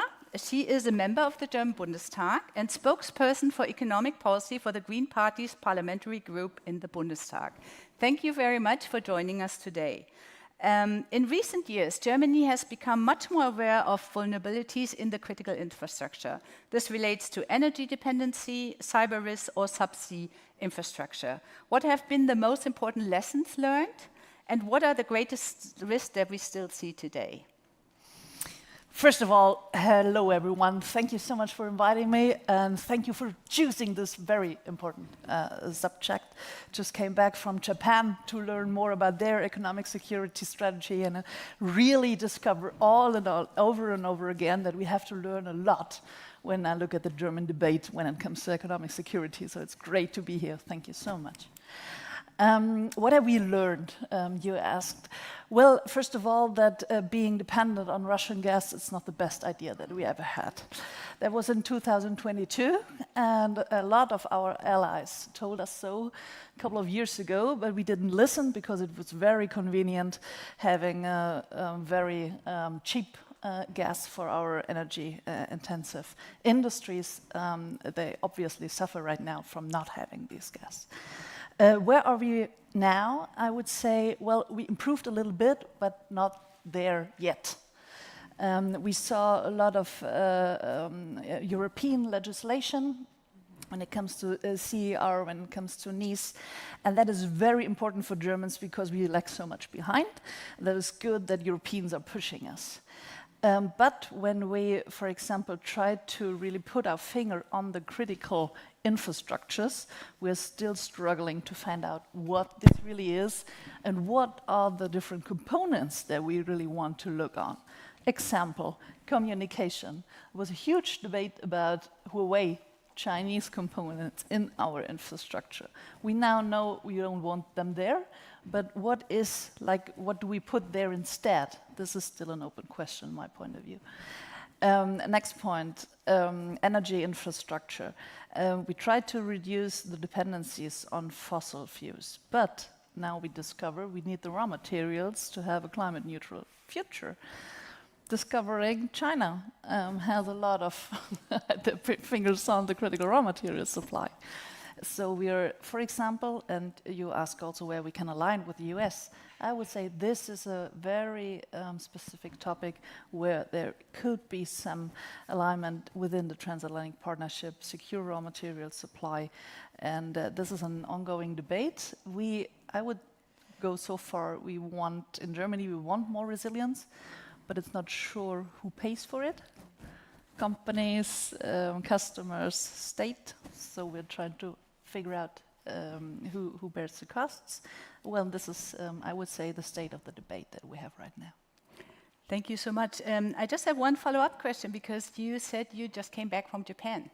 And Japan, I think, is one of the countries that started to look at economic security and the resilience of supply chain much earlier than European Union or Germany did. What did you learn from being there? Well, first of all, it's a long-term task, securing economic security. You need institutional anchorage of this topic. For example, in Japan, they have a minister for economic affairs, and I really envy them for that. You need some money and a very good cooperation between companies and the state. I would say these are the main factors that we should look up on when we want to learn from the Japanese, which I would very much welcome from a German perspective. Thank you so much. Our second speaker, Dr. Fabienne Beeth. She's head of DEKRA Representative Office Berlin, but so much more. So you need to let us know. Thank you also for joining us today. My question would be, DEKRA operates at the intersection of safety, standards, and industrial transformation. As critical infrastructure becomes increasingly digital and interconnected, where do you see the biggest vulnerabilities emerging across sectors, such as transport, energy, and communications? And I know that you also have a strong focus on geopolitics, so if you could let us know about this angle as well, that would be very helpful. So thank you also from my side for being here. I think lots have been said also from you. So what for us is really important, or what we can see is, and also the cybercrime report 2025 of the Federal Criminal Police Office, they also outlined how difficult the situation also is at the moment here. And as you know, we have 270,000 cyber attacks on space infrastructure. So this is, I think, we are acting in a really vulnerable environment at the moment, and as we all know. And so therefore, I think a special thing is the interconnectivity between the different kind of operators. And so this is, and between the critical connectivity and critical operations. And on the other hand, we have the issue that cybercrime is also becoming more professionalized and also commercialized. And this is another part what our clients are dealing with at the moment. And what is really important also to underline is that we all know that the institutions, the multilateralism is declining, and therefore such institutions like the ISO is super, super important, because there are a platform for international, multinational actors to have a view on the international standardization, which is indeed the nucleus also, or one of the nucleus of the economic politics. We talked a little bit before this panel about that, and so I think those kind of institutions are really important, especially in our times also when we think about the UNECE. And so this is really important, and so what we are trying to do is to build up digital trust, when we bringing AI, cybersecurity, and functional safety together. This is one important thing what we are also providing at DEKRA. And when we look at the procurement processes at the moment, we have to speed it up, especially in Germany, because we have this catch-up period here. And we all know that the peace dividend time is over. So, and I do not think that sovereignty does not mean we are not open anymore. So as I said, referred to these international organizations are now more important than ever. Yeah, and so this is a few words just from my side. Thank you. Just a follow-up question. I think you're absolutely right in an area of geoeconomic competition. International institutions, international standards are more important than ever. You talked about the importance of standardization, also about digital trust. Where do you see partners for us to move this issue ahead? So what do you mean with partners?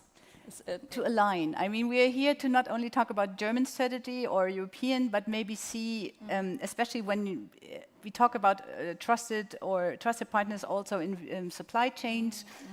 Where do you see partners where we can approach these issues together? I think I mentioned it for before, this kind of international institutions. This is like ISO, yeah. This is one standardization organization which is also including the Americas, for example, yeah. This is worldwide. Also the UNACE, this is quite focused on automotive sector. But so let me just come a little bit back also to Germany for sure. We need and we are in this phase of the mindset shift here, and I can see that we are really in a good way acting with each other, like startups, like also the politics. It is super important that we are speaking in a like more open way here, and so I think this is. Yesterday, this was this FCIS program. Yeah, we all are aware about that. But nonetheless, we have to work also across Europe. Yeah, I think this is super important, and also this kind of, it's a little bit another part. But when we look also at the, as you also said, the cybersecurity topics, regulation on NIS2, on CSR2, and so on, and like also institutions like ENISA are super important to execute the international or the European law. Yeah. So, and I think there are partners, but we have to take the chance together. Yeah, and sometimes it's not. Maybe we have to also look. I would say, also, and also at the working level for sure. Yeah, it's not also always about the high level issues. This is also what we are on the working level. But anyways, there are, I think, some institutions to, which I mentioned, which are important. Yeah. Thank you. I think my question, but that's maybe for the second round, is: are we fast enough? Maybe I will ask that to everyone, because I think Germany and Europe, we maybe came a bit late. Are we fast enough in our new approaches? But this is for the second round, because I'm very happy now to reach across the Atlantic, as we are also trying to look at approaches from the United States and for possible, for common approaches. And I very much welcome Tobias Siegler. He's a partner at Stinson LLC in Washington.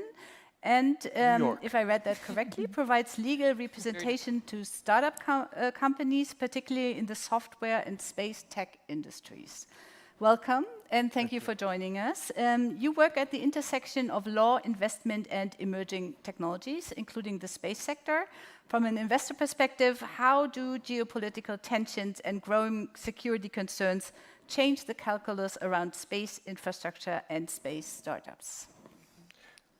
Yeah, so from an investor, I'm a lawyer, but I'm also a venture capitalist, and I happen to be the chairman of Astrolab, which is a space tech company. So you're asking me about the investor angle. You know, the venture capital playbook has changed dramatically in light of those geopolitical tensions that you mentioned. You know, it used to be that startups involved in deep tech and space tech technology, they would really try to race towards a technology solution as fast as possible, and there would usually be a, you know, immediately addressable market essentially waiting for them, right? That has changed very much. I would say, for one, a lot of capital flows into dual use technologies. meaning that in the space tech area, for instance, that I'm involved in, as opposed to just thinking about commercial solutions in orbit or on the lunar surface in our case, you want to look at technologies that can be seamlessly integrated in defense technologies, national security systems.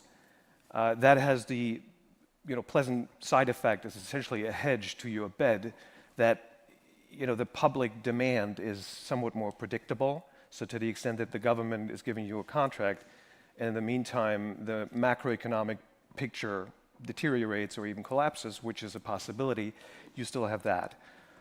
So there's a lot of dual-use technology that we see as a result of these tensions. Supply chain is obviously a major critical factor. From an investor perspective, you're really auditing to what extent, for instance, components that are part of the technology you're building come from regions that are subject to geopolitical tension. If that is so, if that's the case, your valuation is immediately heavily discounted. So here again, you want to have dual source, you want to have backup sources, and from the very get-go, we're looking at what can you do if that source of your component no longer can deliver, right? And investors will pay a premium for that. They are ready to, put up additional capital expenditure up front if you can demonstrate as a target company that you have vertically integrated, redundant, localized manufacturing capabilities, right? So that's a big game changer. And lastly, as a venture capitalist, you think about exit strategy right away from the very get-go, and you structure everything around it. That has also changed in light of the changed regulatory environment that we're in the sense that, foreign venture investment, especially in these critical infrastructures, is much more difficult than it used to be. There are plenty of barriers now in the way, and that goes for M&A, acquisition, cross borders. You have similar barriers. We're sort of back to the 19th century kind of nationalism in that regard, when previously that was really not so much a subject. It was a much more globalized. The economists must have been, celebrating parties every day because we finally got into this fully globalized, highly efficient world. But ever since COVID, actually, and then the following, geopolitical tensions, which we're very much in the midst of still, have dramatically changed that. So I think, that may sound too negative, but you asked me about the impact of that. I'm very optimistic. This is a really fast-paced and really exciting environment, and as an investor, there's plenty to be happy about and abundant opportunities. But you have to be much more strategic in your approach. You have to know what you're doing, and you have to do it from day one. You can't catch up on these problems once you're invested and halfway along your business plan. So that's my sense. So maybe I ask a German question. As you said, we no longer have a global economy. We have geoeconomic competition, we have nationalism, which means an opportunity, as you said, but also the problem of predictability. You cannot rely on anything. Would you wish, or what would you wish, if anything, from the US government as a framework to make it easier to have some kind of predictability? Just within the U.S. or Or in general? Okay, so not the sort of transatlantic angle. So within the U.S., it is still very different from Europe in the sense that Americans are still on their perennial libertarian streak, in the sense that the moment they hear a regulation, they see King George and are ready for a revolution or something like along those lines. So there's much less of that, but there is of course regulation. But still, my sense is, philosophically speaking, I think Europe has a tendency to look at an emerging technology and try to immediately think what could happen, right? And then we're going to sit down and go through all these eventualities and address them through regulations. I'm not so sure that that's how it works, especially with these technologies that are now emerging, that are so fastly, so quickly evolving and so fast-paced.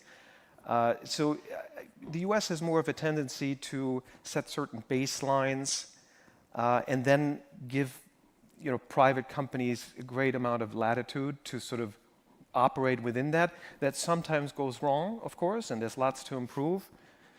But overall, the regulatory environment is not as burdensome, it strikes me, as it is in Europe. And I personally think, because Europe has so much talent and so much potential innovation, that it's perhaps time to unleash that a little more.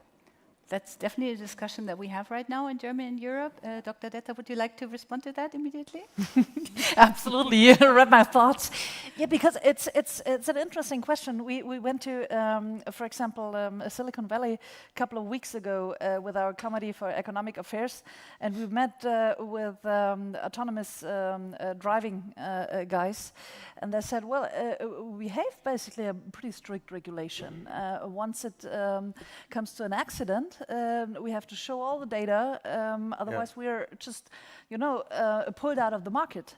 So, and that is, on the other hand, I mean, that we are discussing a lot when it comes to digital sovereignty, because Elon Musk doesn't want to be like, you don't want to have a lot of people like him in the European sphere.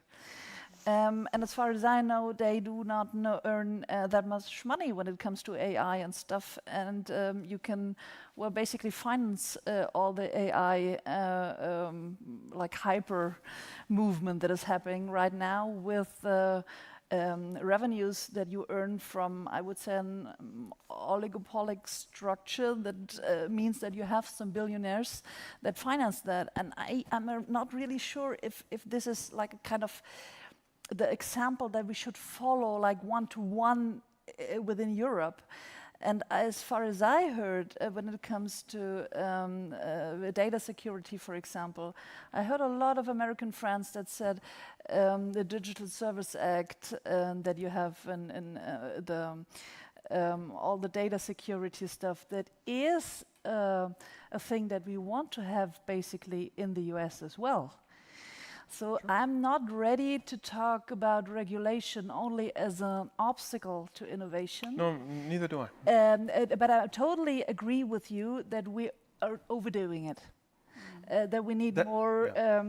That was exactly. The fragmentation of the internal of the market, of the European market, is much too high to have all the benefits that we could have from it. This is absolutely true. You're right, but especially this kind of digital regulation that we have, I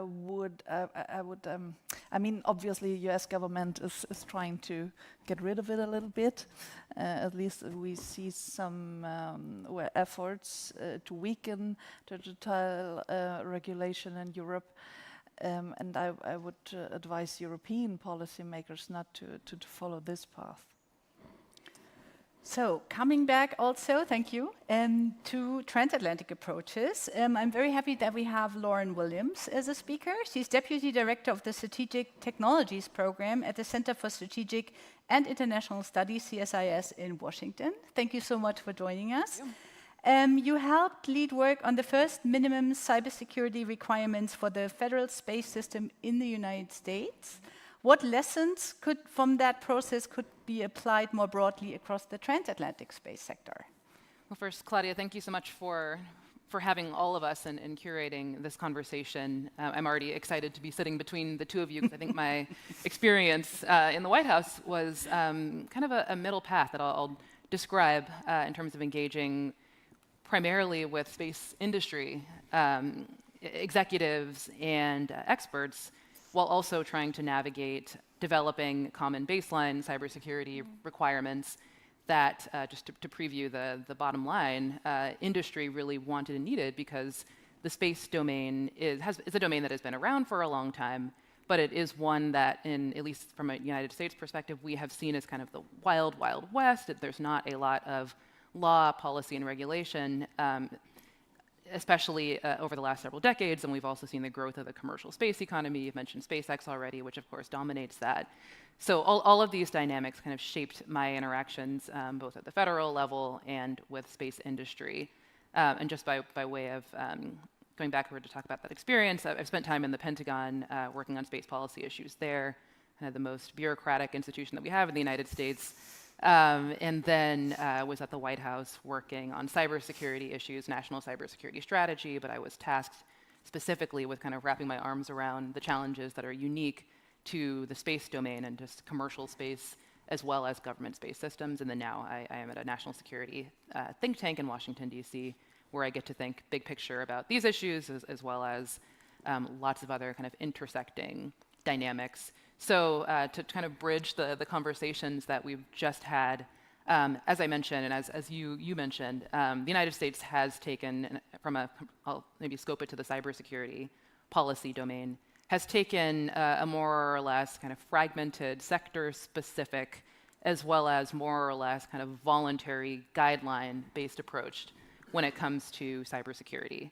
And it's interesting when you talk about space systems, because even within that kind of voluntary, sector-specific approach, the United States has 16 formally designated critical infrastructure sectors. Space systems, the space sector being kind of one of a newer technology domain, at least relative to others, is not a formally designated sector. So that even lends itself to more challenges when it comes to addressing the threats that we see specific to that sector from a cybersecurity perspective.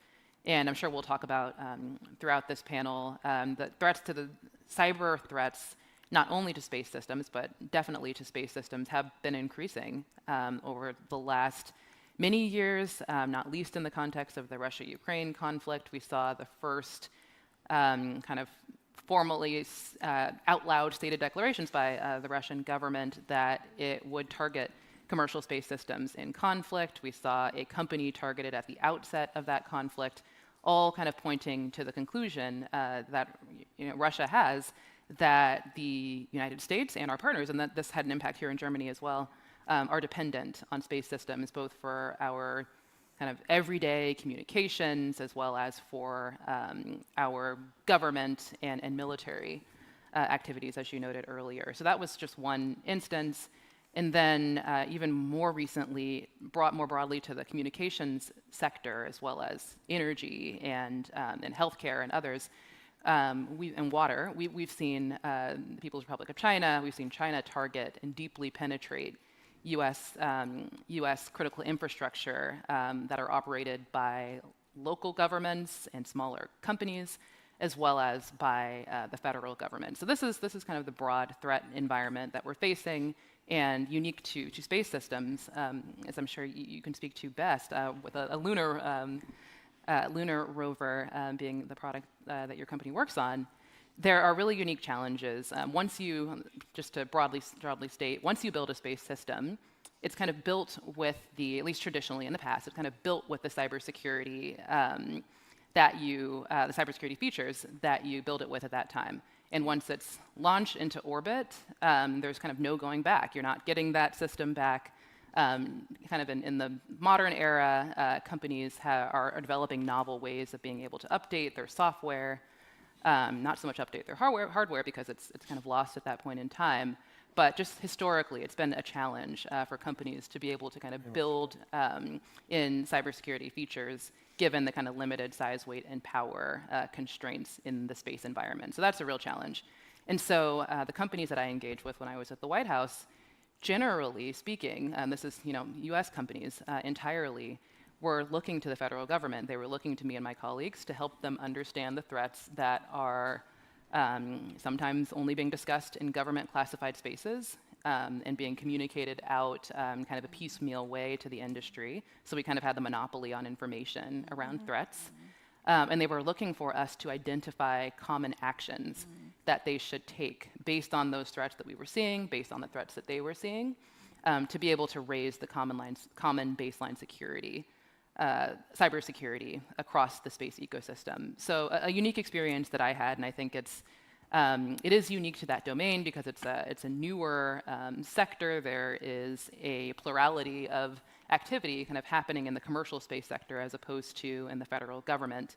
But kind of across the board, there was really this appreciation by government, stakeholders, civil and national security and intelligence community, as well as the commercial space ecosystem about the need to identify common cybersecurity requirements. And I say requirements as opposed to voluntary guidelines, because even my industry partners that I was speaking with would often say that we as an industry are not going to be incentivized to do these things if they're not required by the federal government. If they're just voluntary, then they're going to be just that, voluntary. And so at the end of the day, the requirements that I and my colleagues incorporated into an executive order that President Biden signed at the end of his term last year were based on all of those discussions with hundreds of industry partners and what they thought were most important, and based on the threat environment, as I mentioned, to be incorporated. And those are going to be baked into kind of federal procurement processes. That's kind of the stick that the federal government will use. So I'll pause there. Thank you so much. I believe we face similar challenges in the European Union. Do you see options for cooperation in this field, or is this too much related to defense and security issue, which might make it difficult? No, I absolutely now see a lot of opportunities and commonalities across our approaches, but even during my time in the White House, I was very invested and very interested in learning from and being informed by the approaches that our European Union partners, Germany included, were taking in the space domain and the cybersecurity domain. So we were, of course, following closely NIS2 requirements. We're following closely, continue to follow closely the EU Space Act, as was raised earlier, and its emphasis on cybersecurity, which I was really pleased to see. So very much so, we were interested in learning from, but also explaining to our international partners, and Germany included, what we were looking to do in the United States based on those conversations with US companies and internal to US federal agencies.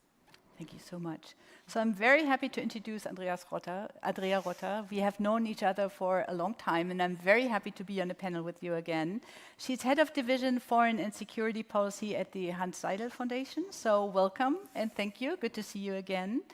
My question is, recent years have shown how vulnerable critical infrastructure can be to hybrid threats and sabotage. I think you also mentioned cyber threats. In the space domain, what are currently the most concerning vulnerabilities? Okay, thank you so much. It's a pleasure to be here. Thank you for the invitation. It's always great to share a panel with you. Regarding our vulnerabilities, I, of course, would not single out one vulnerability, because what we see is that the space domain is undergoing a really drastic transformation. We've talked about our increasing dependencies on space-based services, be it in the military, but also in terms of our societies. This, of course, is also embedded in our strategic competition that we see going on, also with regard to congestion and contestation. So we have more actors, we have more orbits, more objects in space, which of course enhance the potential for conflict. At the same time, we see that international regulation is lacking or is not being sufficiently implemented, what we already have, which of course is of major concern. And at the same time, and this is something that you referred to, we see the proliferation of counter-space technologies, which of course can target both military and civilian systems. And at the same time, and I will go briefly into that, we see various dependencies, be it from commercial actors, be it from, as someone, sitting in Germany and being part of the European Union, from partners and external actors, but also in terms of supply chains, in terms of launch capabilities. So how fast can we, for instance, reconstitute our capabilities if anything happens up there? So we have a wide variety of vulnerabilities. And perhaps something that I think is worth mentioning, since the space domain in many regards is also now more or new to the public and the political debate, at least in Germany, it's necessary to look at the whole space system. So probably one will either think about satellites in space when thinking about space systems, but of course we have to think about user terminals, we have to think about ground segments, we have to think about the data links, cloud infrastructure. So there's a lot of things that need to be considered, and when we look at different discourses, be it in Europe and in Germany, we see that this is not fully the case yet. So perhaps in terms of vulnerabilities, when we think about counter-space technologies, and something that has already been mentioned in this regard, so what we see right now also used in the war in Ukraine, and which is of course the most likely vulnerability or threat or challenge to our satellite systems, are either cyber attacks or electromagnetic attacks, which often occur, or most of the cases occur, below the threshold of a military armed conflict, so this is in the hybrid zone, but which we see can affect military systems and civilian systems. You mentioned Viasat, the cyber attack, but we also see it now in the Baltic Sea region when we think about our aviation, which is impacted by jamming from the Russian side. At the same time, and this has already been mentioned by Lauren, when you think about perhaps the most ambiguous vulnerability and threat in terms of co-orbital systems and proximity operations, because here I think really the dual-use character of space systems being able, meaning that you can use it either in a civilian or in a military manner come to the forefront. So of course you have systems being developed which have let's say, a legitimate civilian purpose in terms of inspection, in terms of perhaps in-orbit servicing at some point, but also space debris removal, which of course then can be used in a military manner. So that's why it's for us, at least in Europe, way more important that we invest in our capabilities of space situational awareness, but also then get a better picture of what's happening. So space domain awareness, being able to interpret what is going on. Is it hostile? Does it have a context? So here I think lies a lot of vulnerability, but also things of cooperation where we can cooperate with the United States in this regard.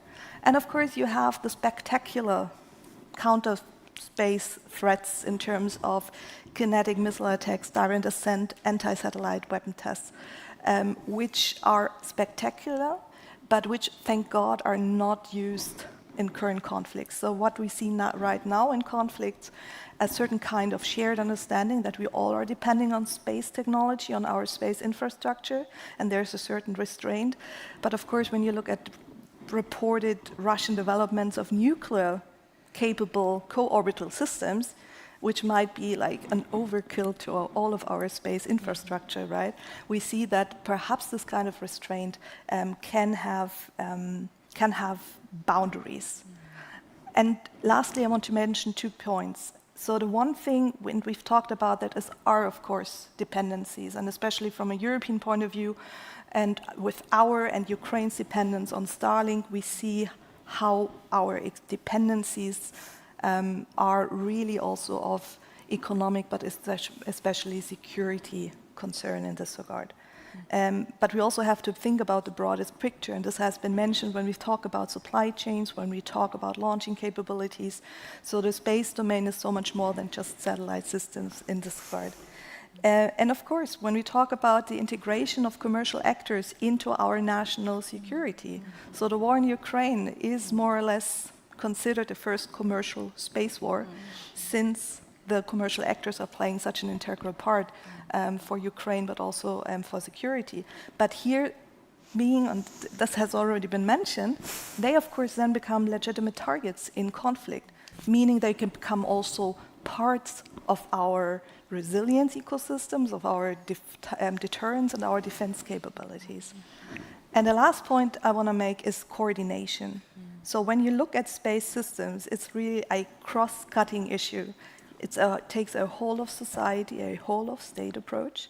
And this is something I think, when we think from a European and especially German point of view, which so far has been highly fragmented, is a huge challenge. To coordinate national, European, transatlantic, public, private, and how to really get that done. So you have also a structural vulnerability that we need to overcome in this regard. Thank you so much. It's complicated, it's dangerous, there are many threats. Do you think we're on a good way to work together on this? I fear space we have realized a bit too late how important space is. I think this has come up also at the Munich Security Conference as something that is now very relevant. Do you think we are on a good way there?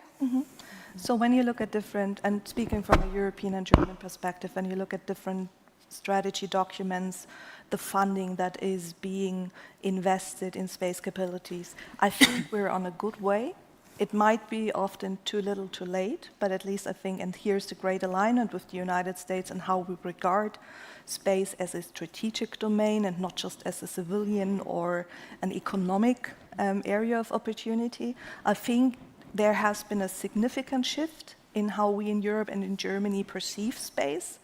But of course now the devil lies in the detail and in implementation. So I think we share the same threat analysis, but now the hard part begins to implement that, meaning on a national level, when we talk about procurement processes, which in the space realm need a overhaul of our systems or of our processes we've known so far, be it on a European level, because no single European state will be able to significantly make progress in space to compete in this geopolitical climate unless we do it on a European scale. And then, of course, we need to also think about our partners in the United States, where, on the positive side, no matter the administration on a working level, cooperation has been great. Thank you so much. We will have a much briefer second round because I want to leave time for questions. But I will have pose the questions briefly, and please feel free to comment on what was said before. So I have a difficult question that we all ask ourselves to Dr. Detzer. We have debates around resilience. It's increasingly intersects with industrial policy, digital sovereignty, and the defense and security tech. How should we, and I think this is the question that everybody is asking themselves, balance the need for security with my maintaining openness, innovation, and competitiveness? You have only 5 minutes. Very simple question. And I shortened my time even further because Lauren said such an important thing I really want to stress. That is the question for good regulation, finding the balance between mandatory regulation requirements and the voluntary part of it. And this is basically part of the answer for part of the answer for your question. I think we need to find a way via coordination and a lot of talks, basically, doing the Japanese ways, to see what information we need on what choke points for what solutions. Because, to be honest, right now, the discussion is ongoing. We heard that the US tried the approach small yard, high fence. And as far as I heard, well, it is not like something that you can really pin down the wall exactly. And there is, of course, the danger that the yard isn't that small and the fence getting higher and higher.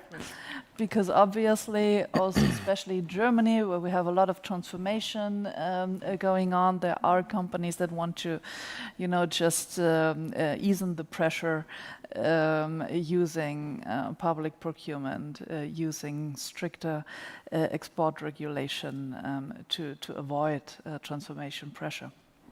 So I think this is a very important question.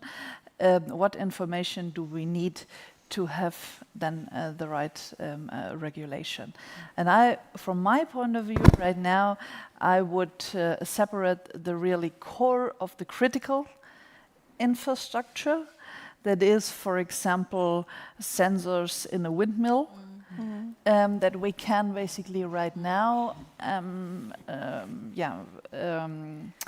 look at and say, well, we don't want third parties to have the power to switch on and off a windmill in Germany from wherever of the world. So I would say this is a case where we can pretty easily agree on this is kind of security that we want for our energy systems. And I'm sure you know the examples for space, because I'm not really into that so much. So I think we have in the CRITIS and in the European regulation, there are a couple of examples for having a strict regulation really regulation requirements, that you have to be sure what is in the components. And maybe not only have the information, but also have some production, at least like in Europe and with your partnering countries. And it's for me, it really hurts right now. I think, like from a German and European perspective, it's not really sure like what the U.S. role will play in the future in that kind of interplay, because we have strong transatlantic ties. We want to have as much partnership as possible, but we also have to accept that obviously the president, your administration, wants to use the resilience discussion to re-industrialize the US. So we see a lot of effort to have a production in the US as well. And this is obviously in this dangerous situation, we cannot just accept as a fact from a European point of view. So, well, back to your question, I would love to see as much openness as possible, and to have, despite this openness, a strong, resilient pillar on all the main critical infrastructure that we need to uphold public order, like for our societies. And we have to talk about what technology we need for either the one or the other point. And that is obviously a task that it's not easy. There might be different views on that, but we have to talk about this. This is the only way that I see. I mean, Germany was very strong advisor for WTO rules. Keeping the WTO rules is important for this country, export-oriented. But for example, we now have to make sure that we are also protecting the fair trade systems against the overcapacity from, well, somewhere. And I would really hope that especially United States do align with us in that effort, and that we can have a cooperation on that side, because that might solve some issues for the resilient question as well.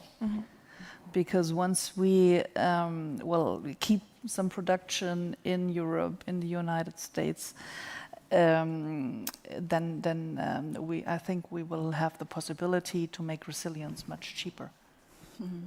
Tobias or Lauren, would you like to comment on that directly? Otherwise, some of you would. Tobias? Go ahead. No, you want to start? U.S. perspective? You don't have to. I would just say that, as we talk about things like sabotage and espionage and so forth, I think it's not solely about, safeguarding, protecting, firewalling, and so on. I personally believe that the ultimate resilience resides in the dynamism of your industrial base. So there's a long history to technologies leaking. If you take the Manhattan Project and the nuclear context, it didn't take long at all for that to leak to the Soviets. It was perhaps a good thing, because we didn't have a sole nuclear power in the world for a long time.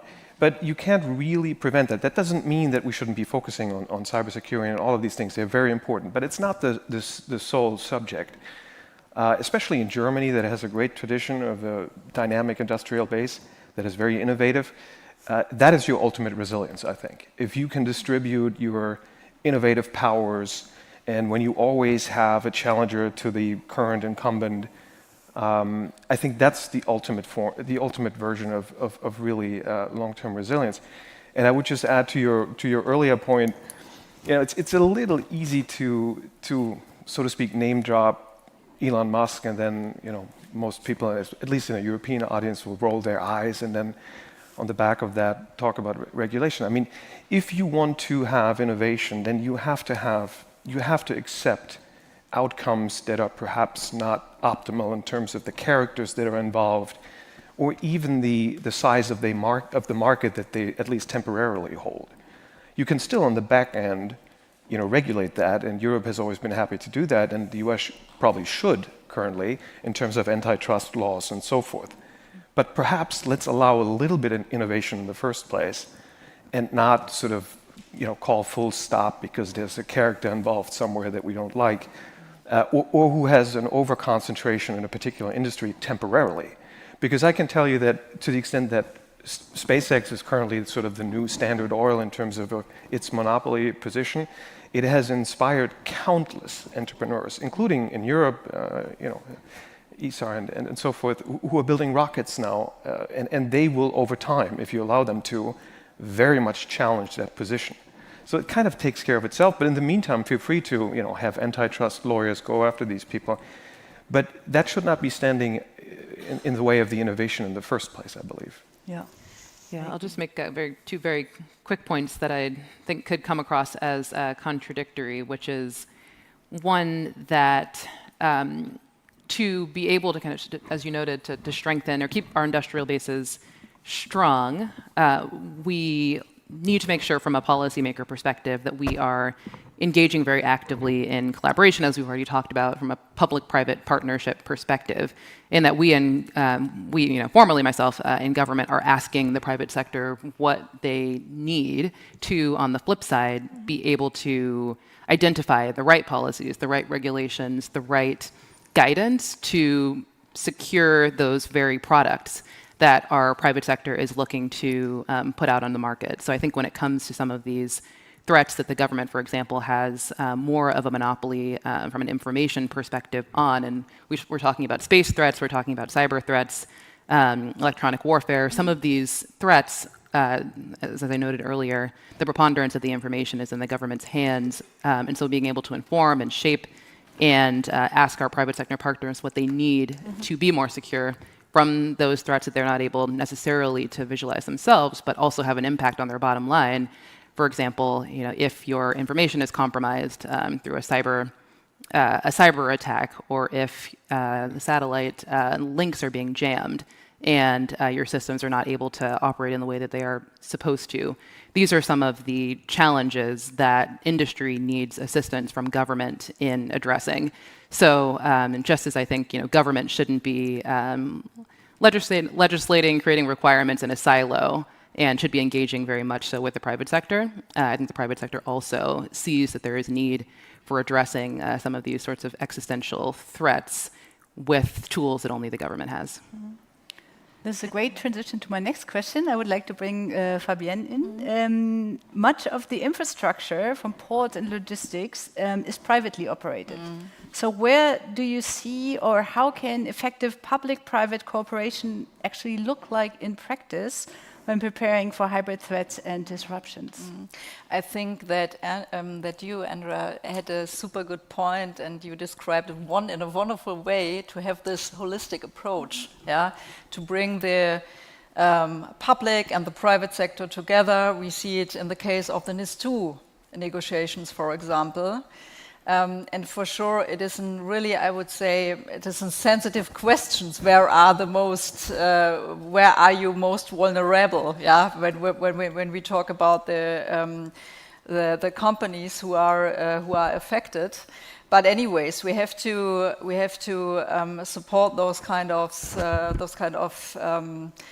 platform approaches, and also this. Support also this continuation of the mindset shift, because you have to be a little bit open and have a kind of I would say, mistake culture to say, oh, maybe we have to secure one and another thing at our supply chain. Yeah, we have to be better on that, and therefore you have to be a little bit open and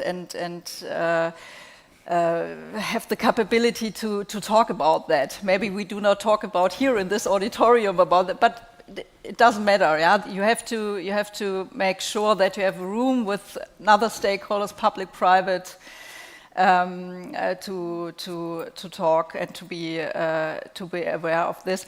I would raise another point here. This is a thing that we are also facing, is that the SMEs are coming more and more into the sector, especially in the defense sector. When you see the Federal Association of Security and Defense, they have now 600 members and 400 are SMEs. So we have to also ensure that their supply chains, or they're acting as a suppliers, that they have safe products and also kind of processes, also in terms of cybersecurity. And this is, I think, really important to look also on this point of view, or this point here. Thank you so much. So final question of the second round to Andrea. I think we touched upon this a lot already, but maybe more to the point. Do you believe Europe and the United States are sufficiently aligned in their approach to space security, or do you see divergences in areas such as regulation, which we touched upon, procurement, or strategic priorities? So I think we've touched upon that there's ample common ground and shared challenges when it comes to space, but certainly to other domains as well. When it comes to adapting to a changing security environment, when it comes to, and this is something pretty new to Europe, to a comprehensive security approach to space, to think about the broader picture in this regard. We certainly share also to a certain degree a shared understanding when it comes to, let's say, sustainability issues, because we have a common interest to keep space usable for as long as we can. But I think it's very important in this regard that we have to acknowledge that Europe and the United States are not starting from the same position. And they have not the same strategic outlook and objectives in this regard. So when we look at the United States is still the unmatched global super space power with unmatched capabilities, which is also reflected in the funding in this regard. And of course, when you look at objectives of the recent strategy documents, there is the objective to remain the leading space power, to have and retain the superiority in space. And there is not such a fragmented approach, so there is an integrated vision of what needs to be done and how we can do that. When we look at Europe, pretty much the contrary is the case. So we are still more like a user than provider of space capabilities. We're heavily dependent on the United States when it comes to space capabilities. And the European approach is very much fragmented. And we've talked about that, which makes things very difficult in a way. Although I think we can also be proud of our capabilities that we have, because we have great capabilities. When we talk about GPS, Galileo, the European version, when we talk about Copernicus for Earth observation. And it was also mentioned that we have the great innovative ecosystem in place, although there's still often a mismatch between the private sector and the public sector in terms of what is needed for national security, what is needed, how is the right approach to that. But I think there's still obstacles in a way, and some of them were already mentioned. The first one, I think, is certainly regulation. Lauren already mentioned the EU Space Act, which will be watched closely by the United States and which will be a very contested issue in transatlantic relationship. Because meaning the European Union wants, with this way, to have a harmonized framework when it comes to space activities within the European Union, which will also apply to non-European providers like Starlink, like other American entrepreneurs in this regard. And here I think will be a huge potential for conflict. Also, and this has been mentioned as well, on the one side, our dependence in Europe is something that we want to overcome, that the United States also expects us to overcome by reducing our dependencies. So there is this push for European autonomy in this field. But at the same time, we feel, especially with the Trump administration, the pressure to invest in the American industrial market. So there is, the tension in our relationship. How do we become a stronger actor? but also how can we continue the cooperation with the United States on such a good basis. There will certainly be clashes when it comes to norms in certain regard. So Europe is not so much bound in the strategic competition with China as the United States, so clashes over norms, be it in terms of climate change, be it in terms of sustainable issues, be it in terms of formats, when you think about UN bodies, so there is the real potential for conflict as well. And lastly, I think where we should really be working on, apart from that we coordinate how our approach is, so that we think about interoperability, is really data sharing, intelligence sharing. I know there are discussions in Washington that some things might be overclassified, but to have a common approach, you need to have a shared understanding, and this can only be done if we know what we're talking about, if we have the same knowledge. So I think this is also one of the priorities I settle on. Shared understanding, intelligence sharing, focusing on interoperability. But plenty of room for cooperation, but just really different starting points in this regard. Thank you so much, Andrea. I think we touched on many issues on critical infrastructure regarding Germany, Europe, United States, but also transatlantic approaches. We have about 20 minutes left, and I would really like to invite the audience to be part of this discussion. I will collect a couple of questions and then go back to the panel, and please briefly introduce yourself. You are first. I'm not sure that you have a microphone, otherwise I would give it to you. Oh yeah, perfect. All right, hello, my name is Elizabeth Press, and I am a blogger. I run research projects at the intersection of AI and space, and I also have my own startup in aerospace/defense. So I'm going to say I'm also a dual citizen, and I've been here for almost 3 decades here in Germany, but I have my roots in New York. So I have to say Europe is too slow in space. I mean, it's slow. We're at the summer, almost in the summer. I'm going to have to wait till like September to actually get anything done, and it's just you're not there. There is such a low sense of urgency in this country in terms of space, in terms of space and defense. And honestly, I go to the Nordics to get my funding because it's not happening in Germany. And I'm just saying it this harshly because it's sort of, this is the situation I feel like in my daily life. When I go, and diversity is an issue, and I'm saying this as a very privileged white immigrant. Okay, when I go to calls, and when I go to info sessions for the funding calls in Germany, I'm the only woman in the room often in aerospace and defense, and I'm probably the only person the only person not born in Europe, okay? You need to get better at really getting people like me and people who are maybe further away from the German culture, okay? If you really want the speed, so this is, I'm gonna end, but yes, sense of urgency, a healthy sense of fear, and really inclusion. Thank you so much. We had another question. Could you just pass on the microphone? We do it cooperatively. Thank you so much. Actually, before my question, I need a clarifying question regarding European space policy. Can you introduce yourself briefly? Timothy Chan, a doctoral candidate at the University of Constance. When we talk about European space policy, are we talking about ESA, which is beyond the EU, or are we just talking about the EU? Just a clarifying question on that. So my question pivots back to the the private-public relationship of state capacity and who bears the burden of de-risking? That's my question, right? Because there's one model which is advocated by, at least from the speech of Katharina Reiche, which is the private sector should bear the burden of de-risking. There should be no state money, in a sense. The second model is the state, right? So state capacity has been essential, especially when we talk about Japan. MITI, Meta has been an essential ministry, and the reason why Japan can do what they do is because MITI and Meta is the biggest ministry and the most well-funded ministry compared to other Japanese ministries. And then you have the US, where you have the powerful BIS that regulates export controls and whatnot. We don't see the same sort of state capacity that can coordinate industry at the EU level, right? Because you have many fragmented nation states, in a sense, and that creates confusion and uncertainty. So that's my question.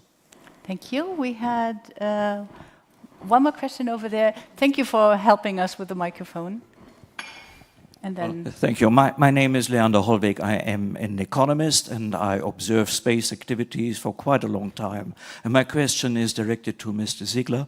I'm interested in whether your company explored and investigated in the possibilities and opportunities of space-based solar power. And the question to Mrs. Rotter, from your harmonic view of space activities, how aware are you of this technology, and how do you assess the consequences if this technology is available in the 1930s? Thank you. So We had one space-based, question. which kind of power? I'm sorry? Space-based solar power. This is Solar, okay. the opportunity to catch the power of the sun in space and transport it wirelessly to Earth. Hi, my name is Tushar Shetty. I work with the Diplomat magazine. I run their podcast that focuses on the geopolitics of South Asia and in the Indo-Pacific. My question has to do with a little bit of what Timothy said, which is in regards to private sector participation in de-risking. I wonder how you translate something that's as intangible or as long-term as geopolitical risk. I think Tobias is primarily for you, but also for Lauren. How do you translate that into actual strategies for investors that convince them that it's worth, diversifying? A lot of times what I hear about de-risking, for instance, say supply chains from China to India, is that yes, we're aware this is a problem, but as of now, it's not our problem. It's sometime in the future. And I wonder, how do you create actual strategies for that, private investors to pay attention to? And what sort of risks are they now taking seriously after all this global tumult? So, thank you. Thank you. Two more questions over there. Sorry. Yes, please. And one last. Hello, my name is Eugene Rhee. I'm an undergraduate student currently studying in Yonsei University in South Korea, but I'm here as an exchange student. So my question for the panel is, the People's Republic of China has invested a lot into satellite systems and undersea cables. Do you see this as a dual-use system? And what is the U.S. and what is Germany? What is the EU doing to combat this? Thank you. Thank you. One last question over there.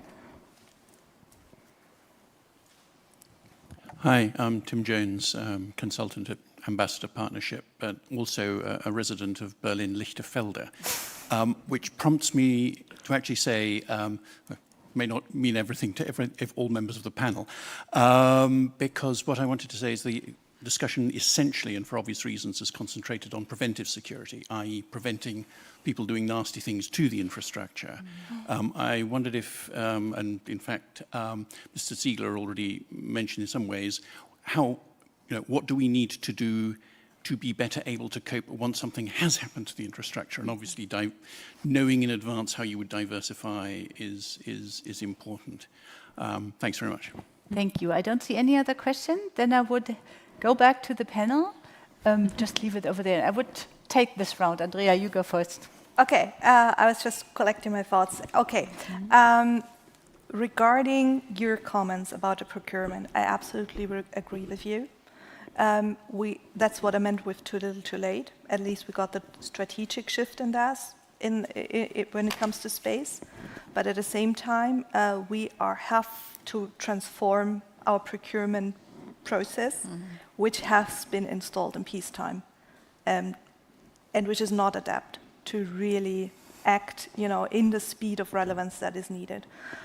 With regard to the sense of urgency, I think also here, at least from a German point of view, there has been a shift, which is indicated in different data and everything. There is just a real difference between do we support something in principle, and are we really willing to carry the costs for that when it comes to defense, when it comes to certain, activities, when it comes to burden sharing in this regard. And I think here we really have to translate the sense of urgency that is in Germany. Of course, not to the same degree as in frontline states or in the north, but we really have to translate that in knowledge, understanding, and in overall resilience. So I agree with you in this But at the same time, when we talk about new technologies, we also see that we have to think about new ways in terms of procurement.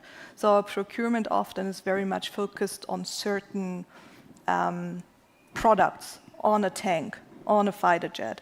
But we have to think more in terms of capabilities and what that entails. So we really need a, let's say, cultural shift, a cultural change in our mindset here as well, which will not be easy because this task will have to be carried out by the same people which have done their job for such a long time. So there's a real challenge in that. With regard to your question or remark regarding Europe, yeah, absolutely right. We have no European or no single European vision or policy when it comes to space. You mentioned ESA, you could mention the European Union. You have competing national interests that are still heavily dictating how far Europe can really go on about.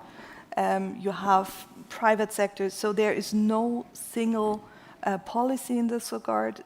That's what I meant with heavily fragmented. And I think this is part of the problem why, of course, the speed of relevance might be lacking in this regard.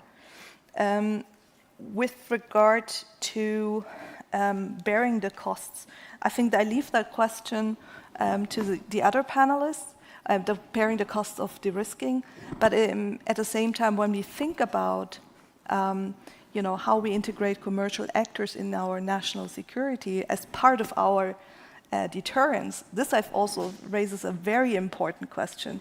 So right now, when we think about space system, deterrence is mostly by denial, meaning we harden our space assets in terms of cyber attacks, in terms of electronic warfare.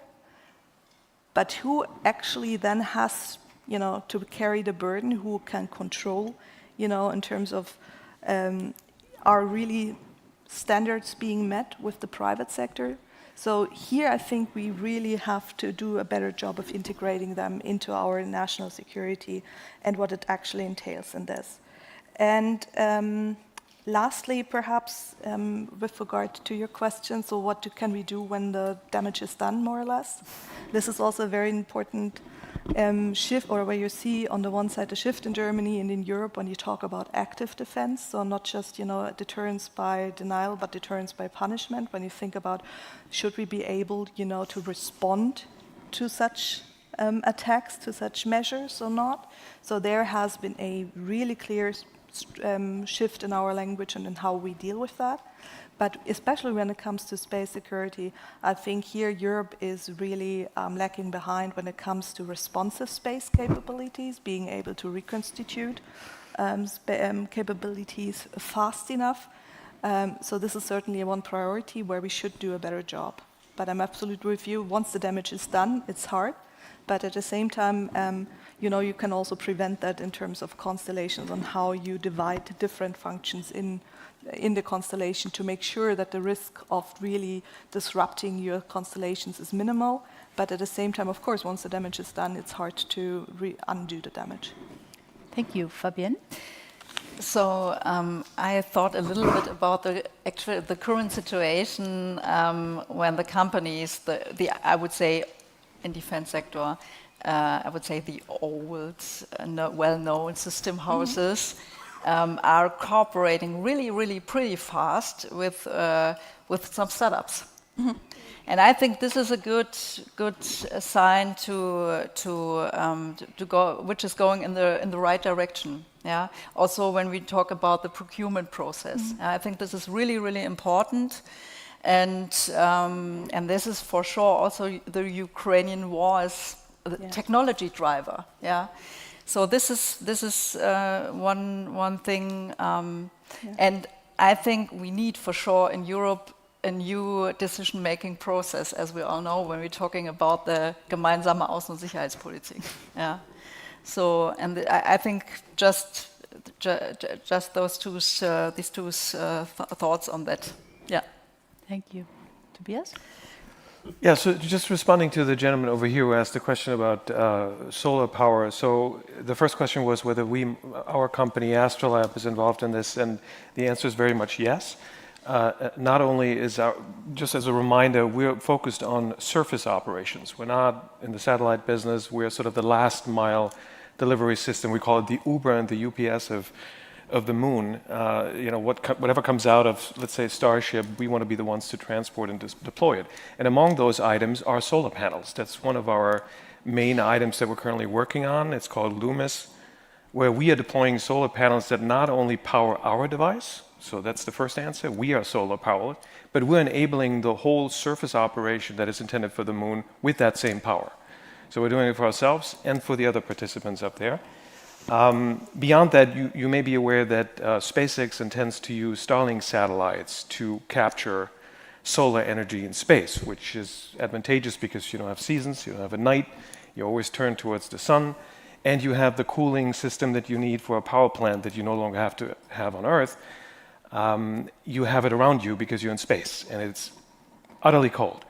So we're also very much involved in that effort. We're working with them on building the mass launcher that will launch some of these satellites, most likely from the lunar surface, and we're going to be involved in that. So in various ways, yes, solar power, yes, yes, yes.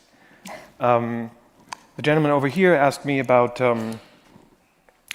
essentially the supply chain and the involvement of international partners. I think I commented on this briefly earlier. You want to be, when you're in the private sector, an investor will these days most definitely ask whether you have dual sourcing or even beyond dual, because of the geopolitical tensions that we talked about, there's the discrete possibility of, if you only have a single provider and supplier, that one may fall away and that you need to have an alternative. But if that supplier, there are certain countries where it's truly difficult. I will have to say, if it's coming from China these days, it's utterly difficult. But if it's, you mentioned Southeast Asia in general, and I think India as one example, that would not be a problem. However, you would still have to demonstrate to your investor that you have alternative options. And the same would be true for procurement. So when we work on government contracts, the U.S. government will ask us the same questions, and they will evaluate and grade sort of our application for a government program in light of our ability to substitute for a supplier that could end up not delivering for whatever geopolitical or other reason. But the door is generally open to these kinds of supply arrangements to the extent that you can show that you have a backup and that it's actually efficient and working. Thank you. Lauren? Okay, I'll be quick, and there were so many good questions out there, and if you just go specifically to the conversation around private sector de-risking, and what I would say there is, and translating geopolitical risk into actual strategy, and how we, how governments and private sector kind of look at these challenges more collectively. The way that I thought about things in government, and I very much so think about them now outside of government, is that there is a lot to be said for direct conversations like this, direct interactions between the government when it comes to these, broader meta questions around geopolitical competition. And so we in the United States are often kind of looking at things rightly or wrongly through a U.S.-China strategic competition lens, and that is when it comes to kind of threats, we're thinking about the threats primarily from China to our government systems, as I talked about a little bit earlier, but also to commercial systems, and as well as what are some of the opportunities for collaborating with partners, including in Europe, to counter what we view as kind of China's counter rise in these technology spaces. So that's a broad set of issues, and I think for any given company that is really just focused on bringing its own product to market or sustaining its place in the market, I think that there's necessarily not always that connection between that work and then the broader, bigger picture perspective that a lot of times we're thinking about in government or in policy spaces where I live. So I think having conversations with industry sectors, with specific companies that, prior to the Russia conflict, space companies, for example, might not have seen themselves as potentially in the middle of geopolitical conflict. And so that's just one example of needing to communicate more with that sector so they understand how they might be targeted in the future. So that's a quick answer there. And then I'll just follow on that and talk about China's rise, the question around its investments in satellite and subsea cable infrastructure, something that I'm thinking about on a daily basis, including in terms of the challenges that arise for the United States, which right now is the preeminent global space power. Every way you want to kind of define metrics, companies, investments, breadth of market. But China is very much looking at the United States' dependencies and its leadership position in space. It's watching how we utilize space assets in conflict, including in Russia. Not in Russia, in Russia, but also in Iran, and is learning from those actions and how much we depend on it. So China is launching its own mega constellations. Starlink is the kind of preeminent mega constellation today. It is launching its own space stations. It has a competitor. We're talking about Galileo and GPS, a competitor GPS counterpart called Beidou, which is playing interesting roles in the conflict with Iran today. Only Iran and Pakistan utilize Beidou, and that's having positive externalities for Iran in the conflict. And then just overall, China is throwing a lot of investment in this space. So if we didn't already know that space was essential to our daily lives and to the military, our military uses, China very much sees this and is trying to catch up. Thank you, Dr. Retzer. I'll try to see how far I can go in 3 minutes. Elizabeth, you talked about diversity. Absolutely right. And there is no apology to that. We need to be better and get more different people on the table to have better decision. When it comes to, yes, and we know the European Union is too slow, Germany is too slow, but Germany was keeping the Union to move forward, I would say. Because we really we were very export-oriented. We cling to the paradigm. Open markets should be very open. No strong protection barriers. So the movements of the Union towards more resilient was stopped by the member states. So we have to grow together, like more. And we are 27. The European Union is not a nation state. When you look at the United States, how difficult it is right now to really, for example, find your way through the tariff policy that you have right now, you might see that getting 27 on the table is even more difficult. Saying that, we know we have to speed up. This is why the discussion of to speed up is so huge right now in Brussels and in Berlin as well. Who bears the costs of resilience? Well, I would say all the players in the game. That means companies, the state, and consumers. And the political task is to divide the burden like the most efficient way. How do we convince investors to reward de-risking? Tobias said a lot about this. My favorite way would be that markets do cherish de-risking and that they kind of internalize the external costs of accidents. For example, again, come to the 22 energy shock in Germany. We saw a lot of companies losing a lot of money because their value chains didn't work anymore. I think they need economic security departments in their company to really make sure that they have information about their supply chains and they really have a good strategy to cope with. That would be the way I want to see. China and strategic investment, huge topic. Just a small example, we changed the debt brake in Germany, the Schuldenbremse, just because of that reason, because we knew that we invested like not enough money for ages in especially our infrastructure. You know all the problems of the Deutsche Bahn, which is the maybe most famous example for that. So basically the answer is getting incentivize and using public procurement. If I may interject from an American standpoint, your trains are terrific. I mean, thank you for I that. wish I You're could too have. polite. I wish I It's could not have the true. Deutsche Bahn American. And the last topic I want to address: what do we do when accidents occurred already?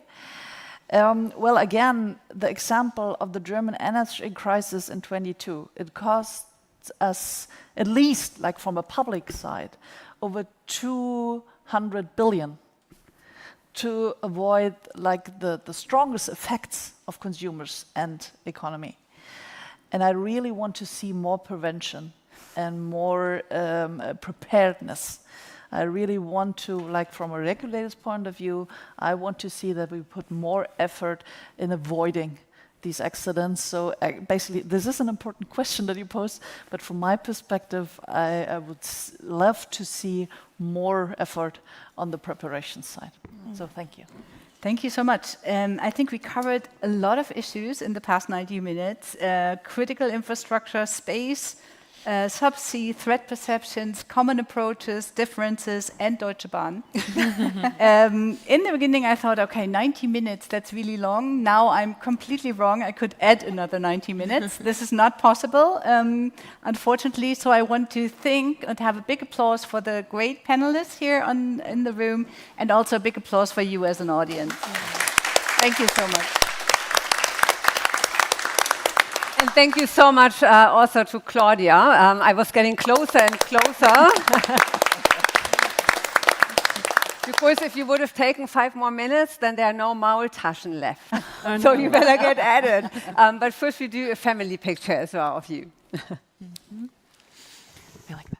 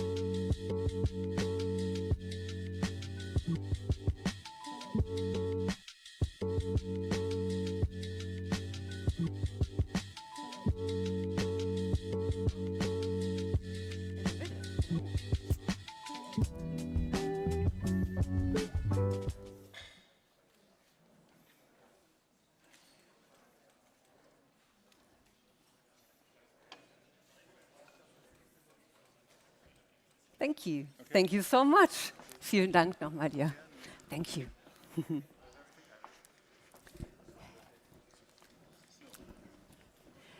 And with this, we will have a quick rechange of seats and water and so on. And while we are doing this, I already want to ask my next moderator to come up here. All right, give a big applause to Sascha Tamm. All right, Sascha. It's always, I know, it's always the difficult moments where you have to get rid of the last panel and welcome the next one up here. So we are very, very happy that we have you as cooperation partner, not just for the first time at our conference, but already for the third or fourth time. Fourth time. Yeah. Maybe we are going to move a little bit more to the center. Yeah, probably. So, all right. And what we are doing today is, or what we have been doing also in the past, is we are broadening our perspective, because the world is not just about the transatlantic relationship, right? Right. It's much bigger. Much bigger. We have very developed countries outside the transatlantic relationship, like South Korea and some others, and we have a lot of the world still to cover, like Africa, other parts of Asia, Latin America, and so on. And that's interesting. And you are responsible for international relations at the Naumann Stiftung. Yeah. We are a global organization. We have offices in 30 countries, working in 60 countries all over the world, among them South Korea, Kenya, and a lot of other countries. Yeah. I'm just, maybe we can close the doors. There's a little bit of noise coming in. All right. And with this, I would hand over to you. Thank you very much. much. We also get a few more minutes because we started late, so it's going to eat into the coffee break. Thank you very much. But I'm particularly looking forward to this discussion because, as we learned, yesterday and today, there are lots of global challenges, and technological developments are going so fast. Yeah. And it is something which we can't deal with alone. We also can't deal with it in the transatlantic relationship. No. And probably next year we have an AI moderator here and not me. Or not me? Ooh. Well, we will see, what happens. And with this, I hand hope over. for the best. Thank you very much. I hand over to you. We need the online panelists on this monitor. We need the online panelist, Chico, on this one? Oh. Yeah. There she is? Yeah. Oh, yeah, there she is. Hey, yeah, great. Can you put it on this one as well? I will take care of it. Oh, thank you. And just as a reminder, so that she can see you, you look into the camera and not onto the screen. Yes, great. We look into the camera, but yes, now we have.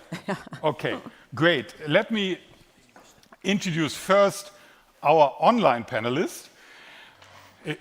Chico was scheduled to be here with us until Monday, but for some technicalities, she could not make it, but we are very thankful that she is with us online right now.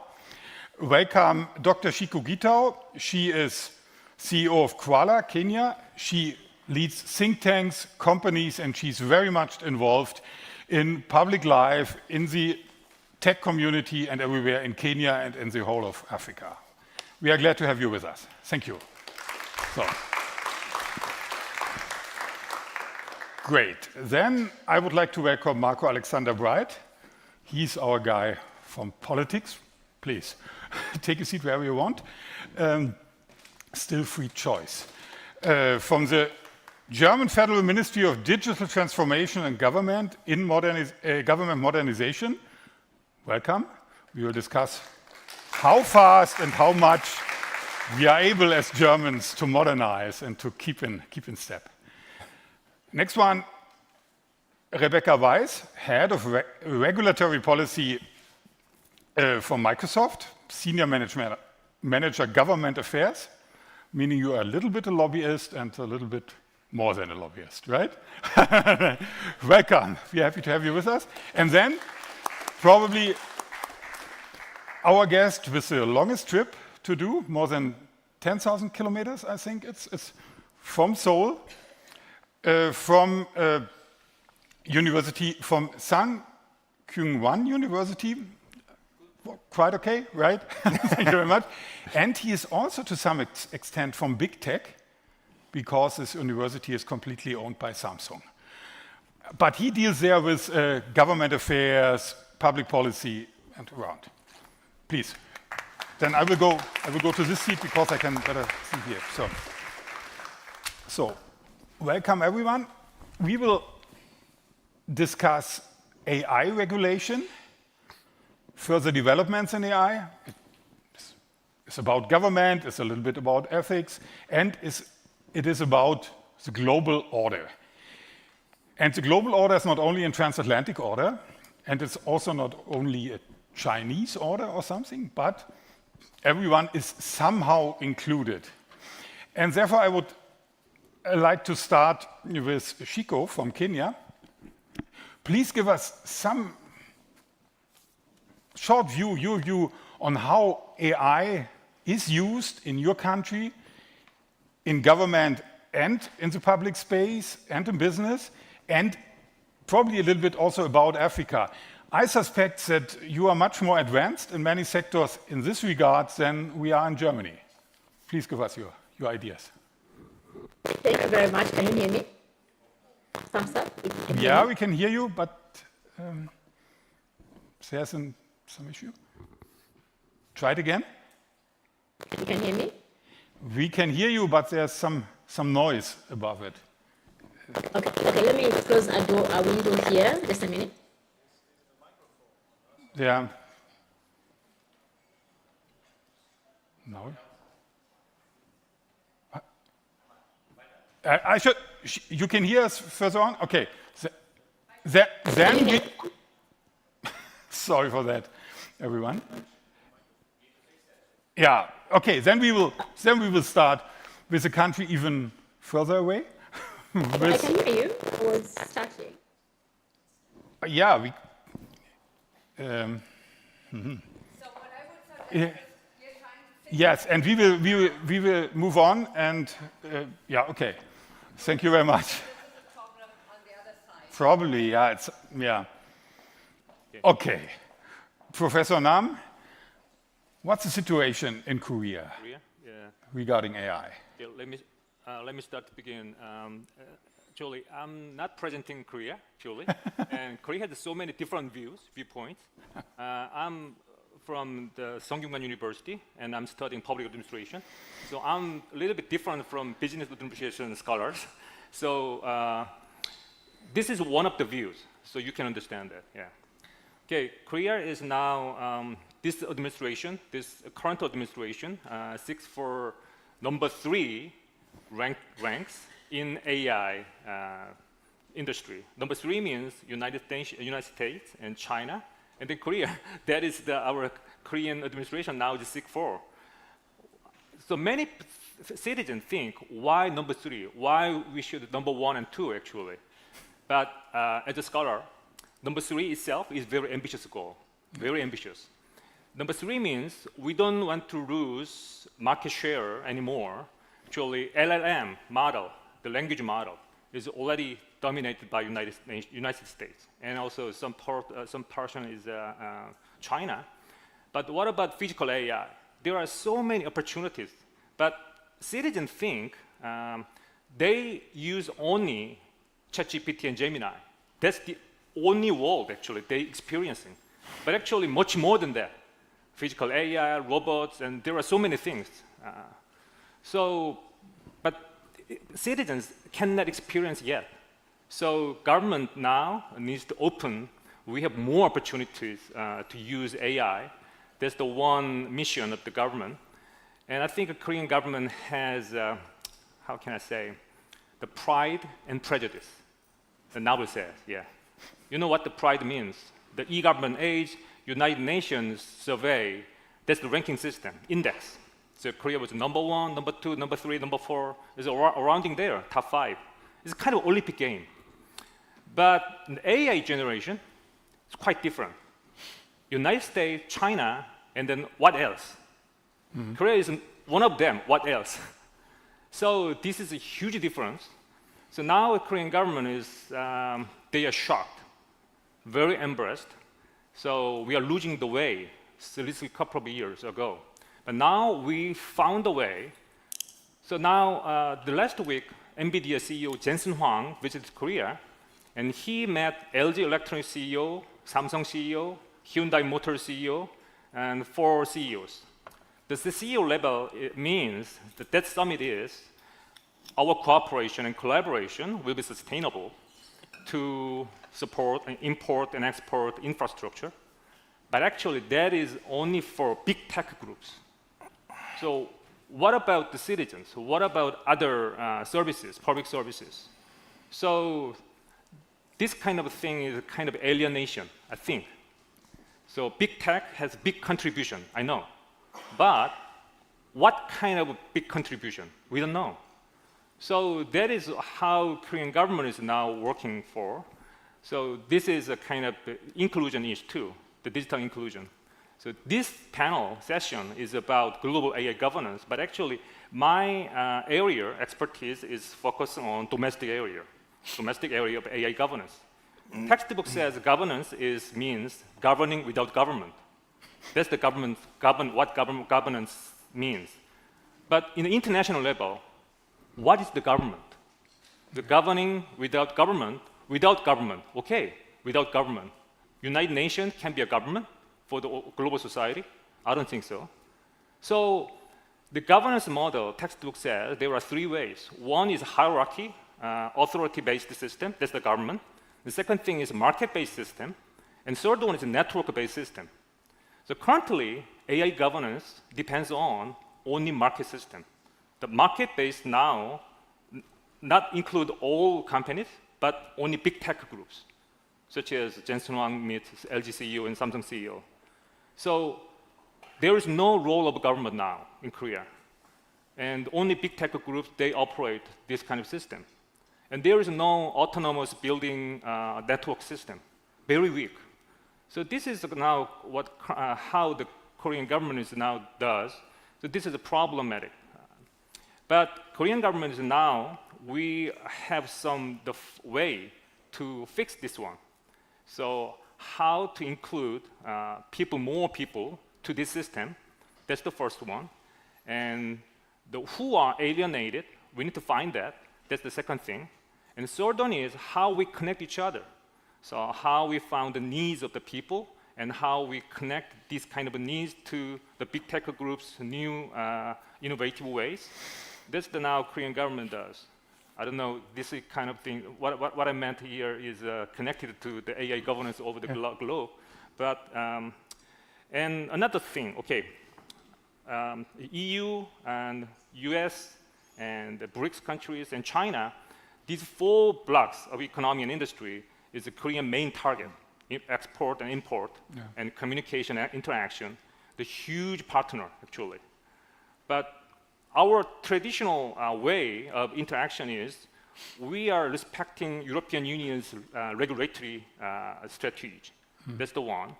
United Nations, we are following after their innovation. And BRICS country, that is our potential market. But what about China? They have their own way. So we are the kind of juggling every day. This is a very tired decision, actually, very tired. Korean industry and Korean government and Korean citizens, all Korean market and stock market is depend on the 4 different interactions. But Cold War age, actually, is very simple. United Nations and Soviet Union. This is the only way, binary point. But now, it's more than multipolar system, actually, more than multipolar. So I'm a professor, so I don't know how to teach the students to deal with this kind of system. Too multipolar, too multiple, and even BRICS countries, their interest is not easy. It's not simple. It's very complicated to understand. So this is a kind of, we open the Pandora box, actually, based on the AI governance. So AI is a starting point of a new thing, but governance is very far away now. So how to build the governance is our mission, I think. Yeah, thank you. Thank you very much. I have some questions about this, but we will deal with them later. Now, Shiko, can you still hear us? And we hope that we properly can hear you right now. I can hear you perfectly. Perfectly, great. Again, welcome. Now everyone can hear you as well. Please share your views, your insights on how AI is dealt with in your country and in Africa, in the business community and also in society and government. Awesome. Thank you so much. Thank you for having me. I feel bad I missed this one out. I love Berlin. I'm there a couple of times a year. So I feel bad I missed this one, but I had a personal issue needed to attend to. So in terms of AI, so just to give a background, color, we are Tree Innovation Lab. We are headquartered here in Nairobi, but we cover all of Africa. And we've been working on AI since 2020, before Gen AI, before the ChatGPT moment, yeah? And we've seen literally front row in understanding and seeing how AI is being, first of all, everybody was frowning on it, thinking it's another of the fuzzy words that we give. As a technology person, we give to technology and we hype it up. But slowly people are coming to realize that it's a consequential technology. And this is where I want to anchor my answer at. When I hear these conversations here and in the US and in China, AI becomes this productivity tool to enhance productivity in people. But for Africa, most of Africa actually, AI is a life and death tool. And I'll say this, just to give you some numbers. In Kenya, not even the rest of Africa, in Kenya, which is a well-doing African country, to put context, there is one doctor for every 17,000 patients. Let that sink in. And then there is 3,000 pathologists on the whole of the African continent. So say if you get sick today and you're feeling a bit off and you go to a clinic, and yes, you're feeling off, they give you some painkillers or some fever medicine, which might be medicine or not. And you have and somebody said, okay, maybe you need to go to the next level of the hospital, and you're moved up one at a time. It takes you about 40 to 60 days to get a cancer diagnosis because it's just not enough people, enough tools to be able to do this. With AI, you can reduce this to 7 days. Why? Because you can slice up the specimen and send it out for a computer vision, first of all. But also, there's so many other doctors out there who are able to actually provide their own insights. So these are some of the practical uses of AI that are happening on the continent. AI is being used in education. I've already mentioned in health, in agriculture, in government, and I know you mentioned about government. Just from a meeting around tax administration using AI, yeah? Because some of the people who are supposed to be paying their taxes, it's not they don't want to, it's just they can't, they're unable to, yeah? Is how do you optimize that process? How do you optimize birth registration or marriage registration using AI? And these are the practical things that AI is being used for. How do you help, like now we're working with a small county up in northern Kenya, and you're helping them optimize on their service delivery. We are able to critically analyze what needs to be done with their limited resources. So when I hear about AI as a product for increasing my productivity, getting my PowerPoint presentations out faster and better, getting better images, I always think about the AI that I'm using and the one that I'm having is actually being used for life and death situation. And I had the colleague from Korea talking about ChatGPT and stuff. Kenya is one of the highest ChatGPT users per capita in the world. So it is not about people not using. It's how people are using. They're using it for very practical reasons, for things that are moving the needle in their life, for economic mobility. And for me, that was what AI is for us. And people will ask, how do you do it with limited resources? We have introduced something called the minimum viable intelligence, which is basically saying, we can build AI in our own terms. And I think we'll come to that conversation afterwards. So I just wanted to just give a flavor of what AI in Africa looks like. It is not it's not the AI that everybody is experiencing, it's AI that is actually solving problems for our continent. Thank you very much. Thank you very much, Chico. One question directly.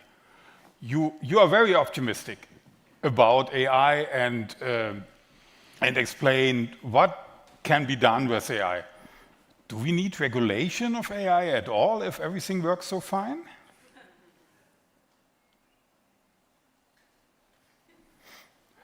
That is a tricky question for somebody who is in technology. As a technologist, I say we don't need regulations. Let regulations stay. We can deal it with ourselves. But as a responsible human being, we need safeguards.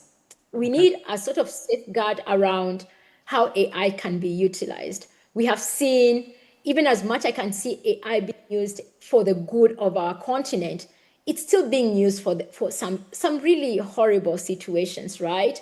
I mean, we've all heard about the use of what are they called? A war type AI in Libya and in Ethiopia, yeah? And the procurement of this AI by other governments across the continent, we need to be more responsible. And for me, regulation is more from a regulatory, from a responsibility and safety point of view, more than from limit of use point of view. And how I think about it as, you know, the McKinsey quadrant, the four quadrant. I think of regulation in those 4 boxes, yeah? On one hand, innovation, and on the other hand is limited use. And if we are going to push Africa towards innovation, we need to be able towards increased use. It needs to be at a place where innovation is we are optimizing towards innovation while safeguarding our people. I know EU is in this box where EU is looking at, let's safeguard our market, let's safeguard our people, let's safeguard our people. Africa at this point is not able to cannot afford to be able to do that. We need to innovate and innovate fast, but we cannot innovate blindly. So whatever regulation is coming or is being thought of needs to be able to put in context the idea of we need to innovate. And that's why I say we need principles, we need guidelines, we need guardrails for AI. We don't need to limit how fast it can, it is being built and innovated. Yeah. Okay, thank you very much. Professor Nam made 2 observations. One is that at the moment, there is regulation only by the big players in the world, not so much government regulation of AI, and that Korea and some other countries always look at Europe, Germany for good regulation. And unfortunately, Europe is not a leading force in the AI competition, in the global AI competition. I would like to ask first our colleague from the ministry, can Germany and can Europe meet those expectations that all of the world is looking for us for proper and good regulation of AI and of something else? Well, I think that we certainly can regulate more intelligently and better than we did up to now, and this is why the German government has had a very innovative, friendly stance at the digital omnibus that has been negotiated in the last few months that was aiming at kind of solving some questions that the AI Act regulation had in favor of less bureaucracy and more innovation. I still think that whatever we heard, or everything we hear when it comes to kind of weighing sovereignty, weighing innovation, weighing safeguards, it's pretty easy to solve in theory, but hard to do so in practice.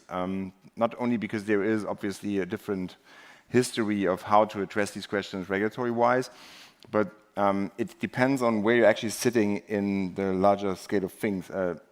Europe is trying to be a challenger in the AI world, which means that the challenger should actually emphasize innovation.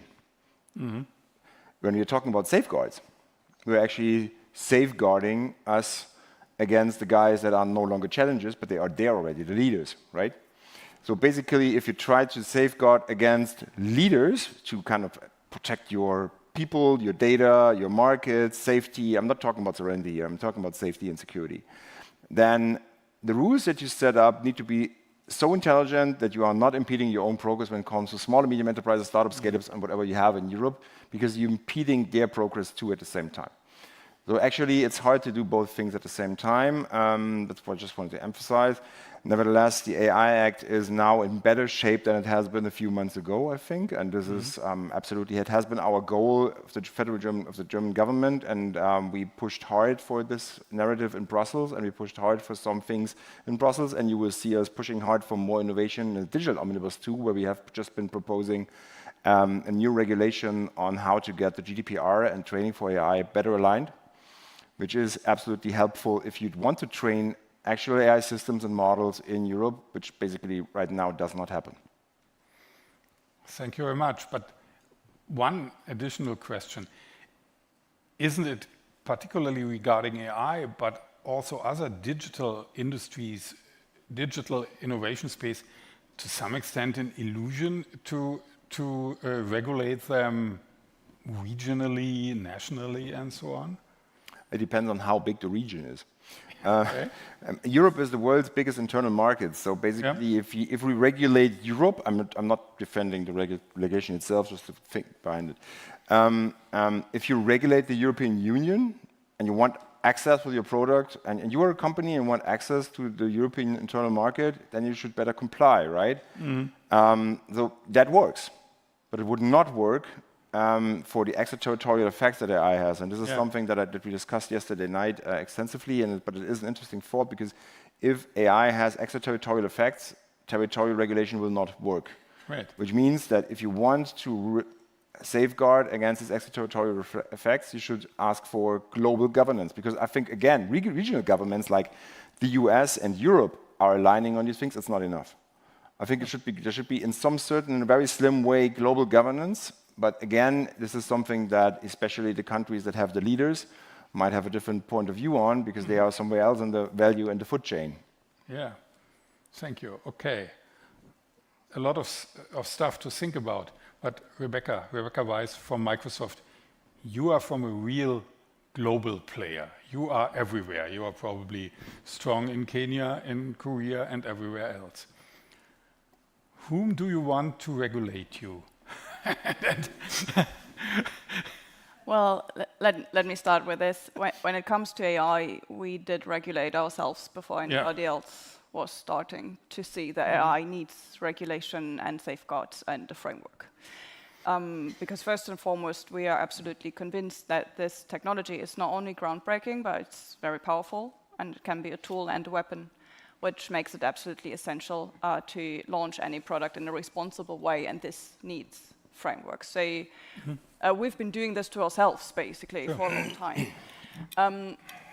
Which is also why I think we were glad to see that especially the EU AI Act followed the risk-based logic that we apply ourselves, because I think, as we all know in this room, and I think you're using AI, as probably I do too, every day, there are so many different use cases. Not two things are alike. I mean, we're talking about the highest risk use cases, and then we need global governance.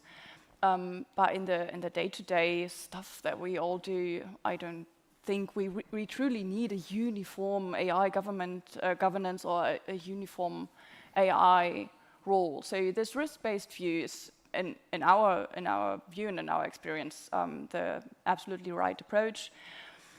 And then, I mean, as you said, we are a multinational corporation. So what we definitely see is that more and more countries and regions are building their own AI strategies, and that often encompasses certain principles and also regulations. What we also see is that it's probably kind of futile to hope for one global framework. I mean, we see the divergent geopolitics has shifted. I think that's simply the state we are in. But that might not be the baddest thing, because especially when it comes to regulatory approaches, interoperable approaches can still lead to a framework that works in whatever region you are active in. And for us, I mean, we have to follow the rules in the countries where we operate. So if Europe has one framework and the US has another, and India has still a third one, and Korea has one, then it's our job to account for all of these rules. And I mean, this is not easy. The more fragmentation there is, the more costly compliance becomes. Say, in the end, fragmentation is a burden on everyone who builds. On us, on every company from Germany, on every company in Europe. So the less fragmentation, the better. But if we can agree on certain principles, especially for the highest risk use cases, I think we're basically on a good path to find some rules that apply to every tool and to everybody, but leaving certain other use cases basically alone or with very broad safeguards to enable the innovation that we all want to see when it comes to this technology.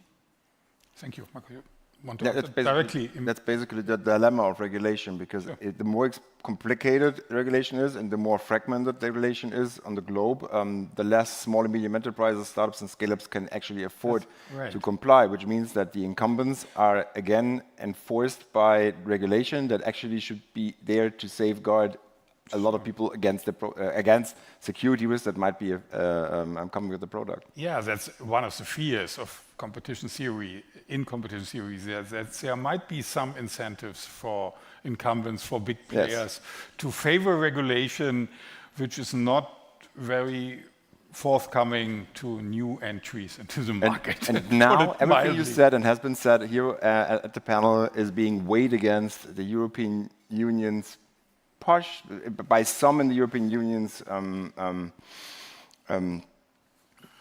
pushed narrative that regulation is good for competition. Okay. There's even a theory of the competition of regulations, and some sorting out then will take place. But probably this is not a good theory regarding AI, because the jurisdictions are simply overlapping and you cannot even define them in many cases. Professor Nam, did that convince you that we are on a good path toward a better regulation? Good path for better regulation? For AI regulation globally, that we are on a good path, which is also useful or good, beneficial for Korea and other countries? I definitely agree with what Rebecca said, actually. The fragmentation, more fragmentation means we have very different level of compliance cost. In Korea, we already complied so many regulations before. So compliance cost for new regulation is easy and cheap. But other countries, they don't have any experience, so their compliance cost will be very high, I think. Which means they will not comply.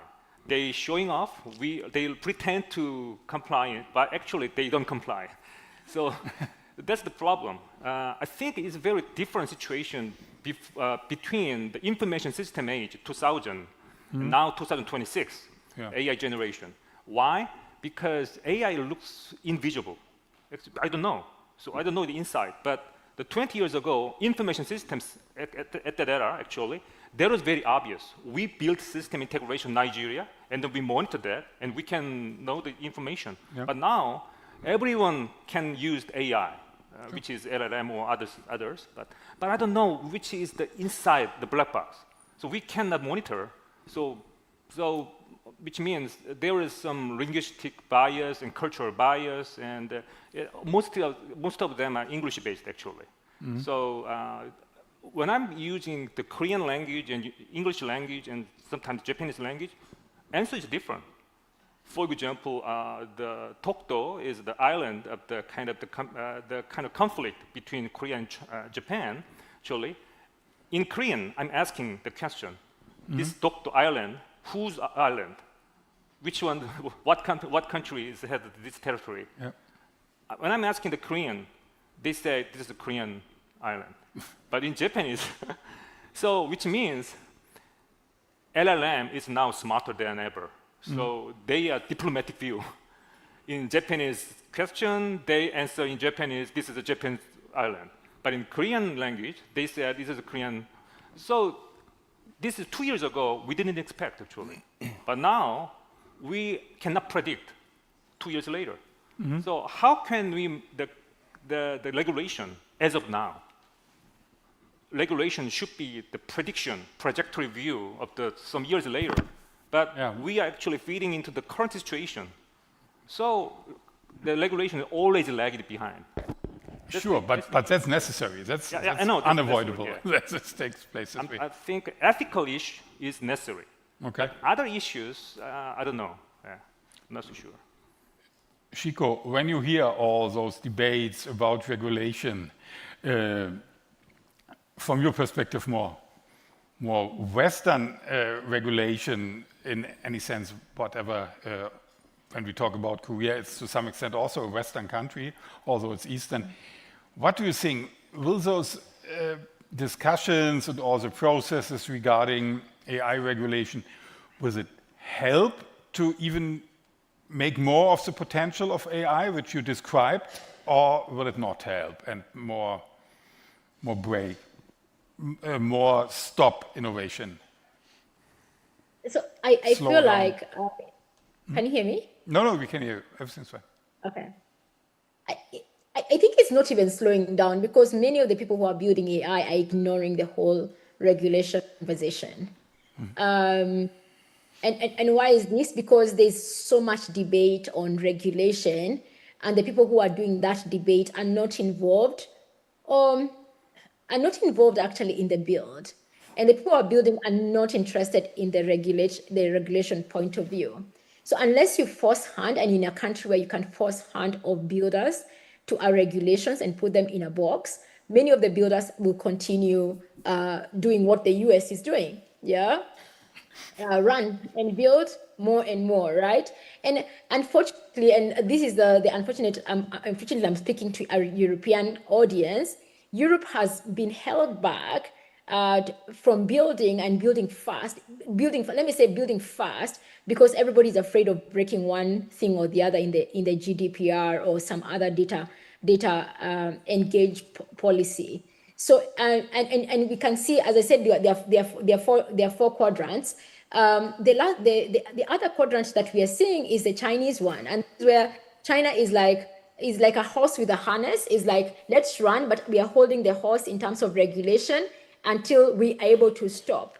And in Africa, we are saying, which one do we go? At this present, I'm happy that we are still running with innovation while we are borrowing and listening to what everybody else in the world is doing. There will be a time when regulation will be a conversation, but at this point, we are saying, let's create guardrails. Let's safeguard ourselves. We have still a lot to offer to the AI world. Our data sets are still 98% unexplored. Our culture, 99% unexplored. Our talent is not fully utilized. So we have a huge bargaining chip. Energy, we are going to be the remaining frontier of AI energy very, very soon. We have a lot to bargain on. And when you think we are listening to all the regulatory conversation, they've moved from AI as kosher AI to AI and energy to AI and climate. There's always a new flavor of AI regulation. But honestly, most people are just focusing on building, and the policy people who do regulation are focusing on regulating. And eventually, as somebody said, the innovation outpaces regulation so much more. What is the middle point? Where is that middle point where regulation and policy people and builders come together to have that conversation? And what is that lightweight, what you call minimum viable governance of AI that allows builders to build, but also keeps everybody safe? Because eventually AI regulation is about keeping people safe. What is that? And it's a conversation that we need to have as a world, but it does not mean limiting the innovation part of what we are doing. Thank you. Okay, thank you. Now I would like to open the floor for questions, comments. Yeah, there's one. Yeah, Teresa. Hi, I'm Therese Monahan, Head of Public Affairs Germany for Axel Springer, a media company. And so I just want to touch on one area of regulation that we maybe haven't talked much about, and more specifically, how do we protect the industries that are contributing to the value and the success of AI by using their data, whether it be for training or for RAG? How can we make sure that those are protected either through business initiatives or regulatory frameworks? Because I think when we talk about innovation, it's also important to remember that innovation and intellectual property are not mutually exclusive, and there are plenty of other industries that really look to AI and are incorporating AI, such as our company, but also still see great risks for other industries. So how can we make sure that all of us are benefiting from AI as well? Thank you, Teresa. In certain aspects, that's a question to everyone on the panel, but probably I can Microsoft start. first. Say absolutely a necessary discussion to have. I think, and let me start maybe with a European framework, because with the introduction of the text and data mining barrier, basically, or the exception, there has been introduced a guardrail to legislation a couple of years ago that can be a very important building block to ensure that innovation can happen and text and data mining can happen, which is absolutely essential for AI. But also, obviously, copyright law includes safeguards for copyrighted material. What we see from the business perspective, and I think this is a very relevant development, because it also shows, again, that probably industry will find a solution before legislation will do, that our collaborative approaches, and especially content platform licensing approaches with publishers are getting so much traction with your company, but also with a lot of others, obviously, to basically find ways to ensure that both sides get the protection that they need, but also will be able to innovate, and that we can see AI being trained on great content that is obviously produced by certain content providers. So with that in mind, I would say I'm quite sure that we'll see additional legislative approaches in this area. I know that Brussels is already talking about it. We also see a lot of legislation and ideas going on the US side. But I'm very confident that business will find a solution to be basically to ensure innovation as quickly as possible while also safeguarding copyrighted material. Thank you. Is government interference necessary in this regard, or do you think businesses find a solution? Can I ask a question before I answer? Yeah. Sure. What exactly is Microsoft doing at the moment to kind of protect the IP and the copyrights of the authors, musicians, creative people in the world that fed their data and creative work to the models? We build a dedicated content platform for providers, where we are basically engaging in a dialogue, say that we create the contractual framework together with the publishers to get to a licensing model that works on both sides. And that is something that has been championed also by the publisher side. It's something that is active in the US. We are exploring how we can leverage these types of ideas also in Europe, because we also see, if you think about the search environment of the discussion, that generative engine optimization is basically the next big thing. So 5 years ago, we talked about search engine optimization to ensure that content providers make their content basically known and it can be found on the internet. Now we are from SEO to geo. And also there are a lot of partnership models that really work and ensure that search is developing, but also content can still be found. Thank you. You want to comment on that? Or sorry. Up until 2 years ago, I was responsible for both sides of the coin. I was responsible for culture and creativity at the same time what I was responsible for AI in the German Ministry of Economic Affairs. And it's a tough debate to have, because again, it's the same process that we just discussed before. If you want to regulate, which is why it's always about regulation, it's a pity.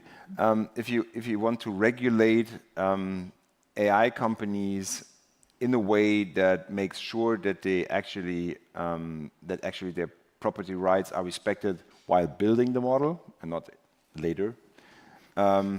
It's very difficult because a lot of the incumbents already have taken the lunch of the creative people. So if you start regulating now, you kind of keep your own small and medium enterprises, startups and scale-ups, which I mentioned like 10 times before, again, from competing. Because now everybody else has to adhere to rules that have not been there before. And the rules that have been there before, they got sometimes ignored, and sometimes they have been used in the way they are. And I perfectly see that the text and data mining, as it has been negotiated, I don't know, 10 years ago, has not had AI in mind, has not had a lot of other things in mind. And basically, I agree with Rebecca for one thing. That is, I think the future of all this will be in the licensing market and not kind of doing opt-outs when it comes to training and stuff, because A, is too easy to ignore, and B, it is just not in the interest of the companies that want to build AI, regardless where they are from, be them from Africa, Europe, or from the United States or China. So in the end, licensing market and full transparency is probably the way to go. Thank you. Is that intellectual property rights and all the space, is this a problem in Korea, which has to be regulated by your... My point of regulation is a little bit different. For example, many people consider regulation as in an international level, national level, government level. But think about the users. I think AI users should be good user. If not, the regulation is useless. Because so I'm teaching the university students or some lecturers, the public servants. I always say our prompting should be sound and ethical. If not, so we have so many experiments. If, for example, how can I make a drug? I mean, the marijuana. They talk about it, actually. They can talk about it. They means the ChatGPT or Gemini. If actually, marijuana itself is not allowed, but I can avoid that kind of direction in the different ways.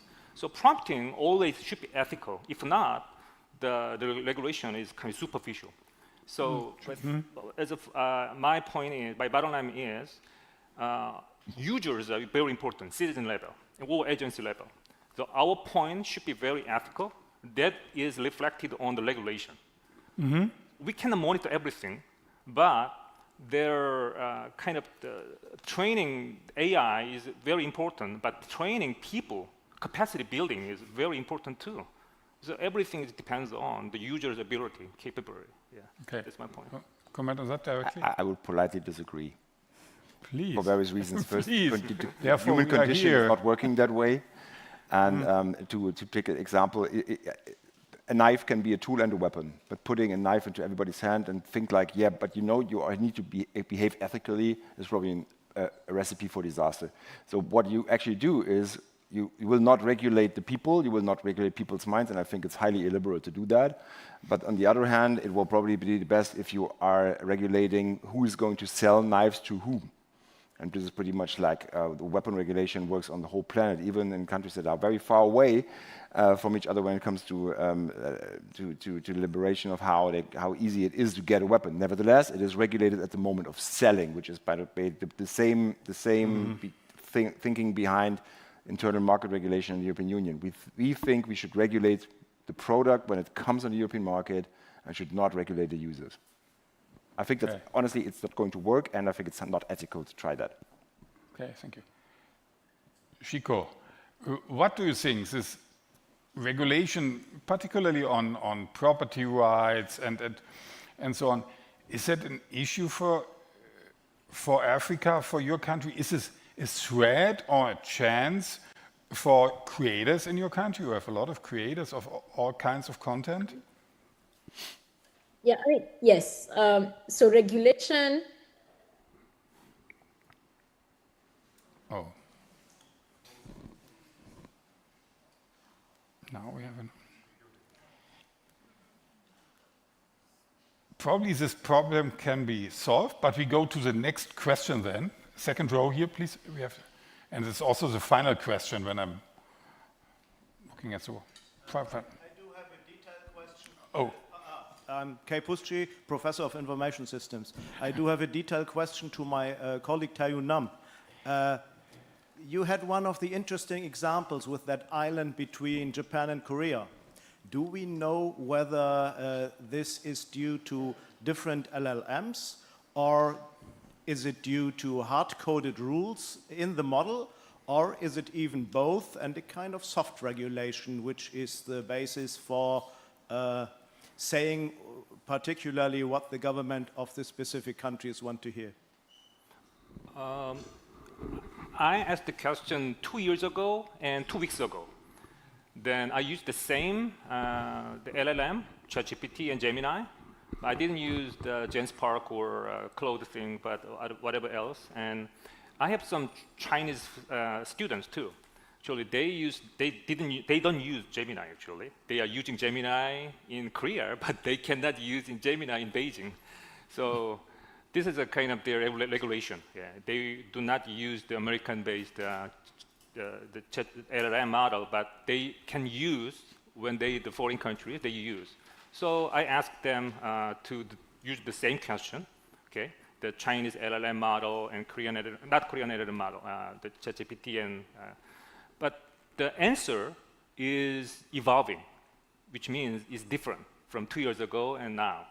Now is more directly. Yeah, I may say that like this, but 2 years ago I cannot say that. This is over my ability, actually. So according to international law. What country are you asking from? What country? Where?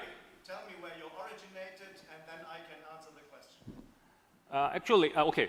Because it depends on. In Japan, I will answer that, and if you sit in Korea, I will answer the other thing. Very different. Actually, we have experiments. For example, I'm Korean. I'm from Korea, and then I ask the same question in Korean, or I'm using the Korean language, but I'm Japanese. Different answer. Okay. The same question, but the nationality is different. In the sense, in the setting, is different answer. So LLM model, they got a hint. So how can I answer this question? Very different ways. Yeah. Okay. Thank you. I would like now to give Shiko a chance to answer the question from before. We can again hear you, and you can hear us, hopefully. I can hear you. Yeah, great. I can hear you. We just experienced the constraints of doing AI in Africa. The power went in the middle of the conversation.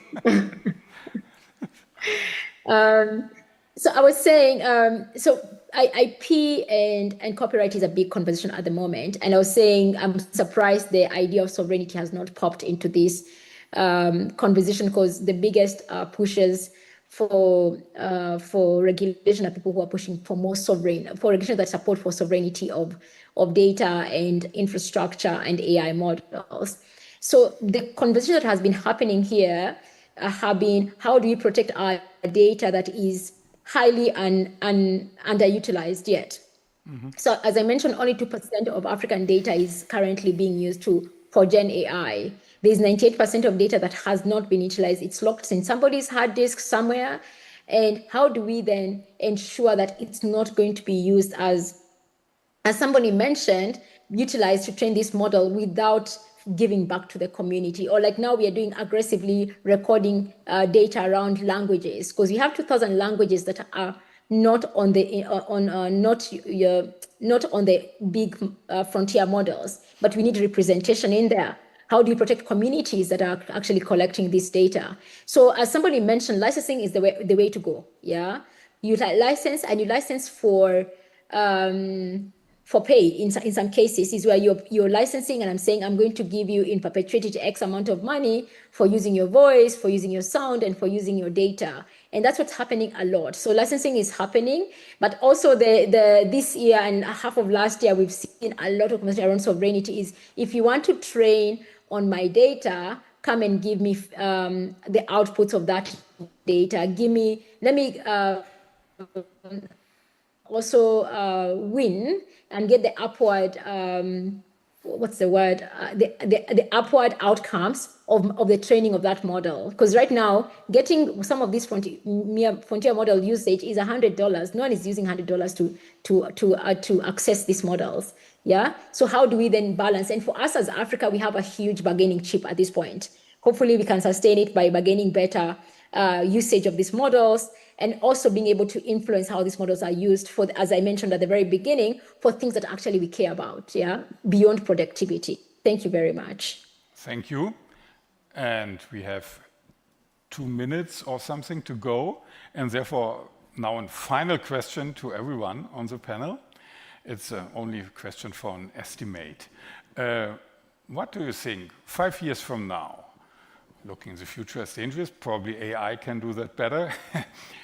In how many regulatory spaces, regional, transnational, national spaces, we will have globally? Will we have 1, which would probably not so bad? Will we have 2 and something American and Chinese and everyone is to follow? Or will we really have a fragmented world with a lot of regulatory spaces?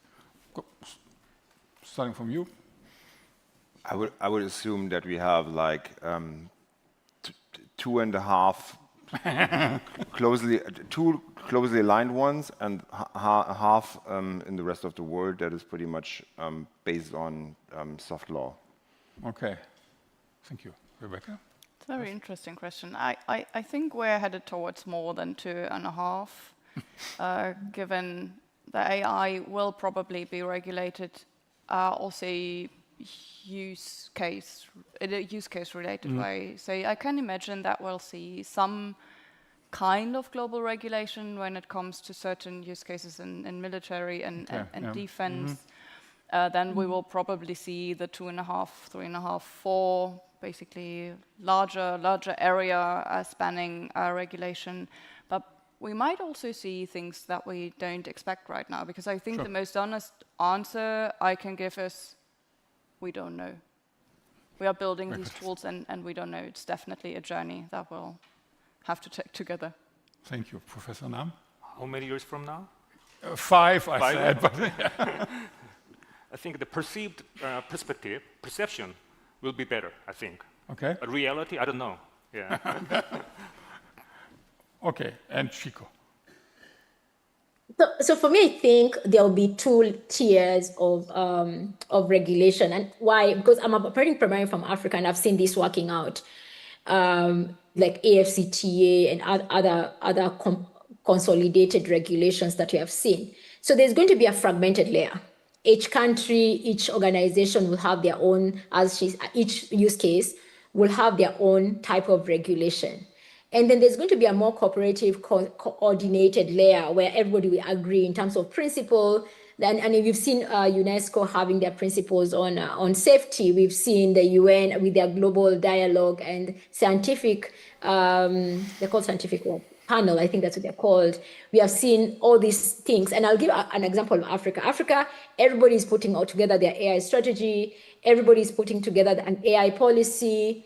Regulations not as assent, but then there is a global African AI strategy and a global AI African declaration that everybody is tapping from. So that's what we are going to be seeing, is because everybody wants, again, going back to the word of sovereignty, everybody wants to be able to know that they have self-rule and self-determination, but also we work in a global world where there are things that we have to must agree, things about human rights, human dignity, safety, the things that we must agree on as human beings that will bring us together at another layer.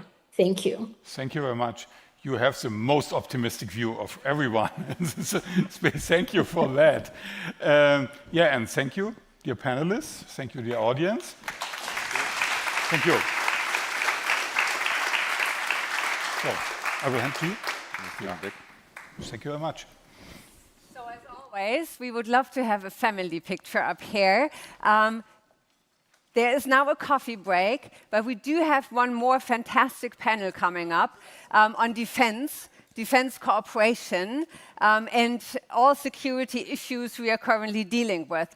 A highlight of the conference. So please don't run away, come back. We are very much looking forward to seeing you. And we will reconvene at 4. So please be back. Thank you so much.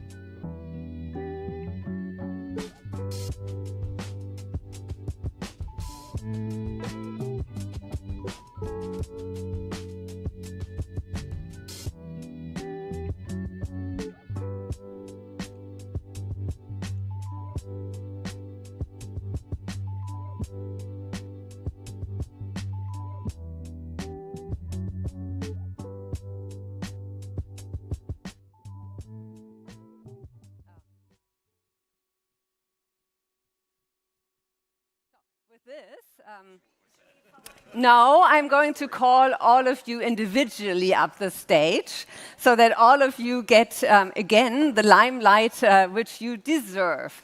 I'm delighted that so many of you are still here. It doesn't surprise me because this is one of the highlight panels of today. The best comes obviously at the end.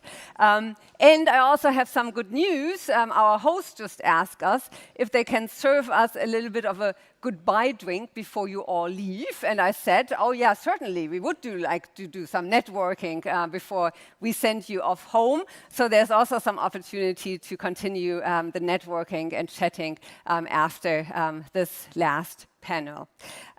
So it is a great pleasure to welcome the last round of speakers for today. And I've been looking forward to having all four of you here.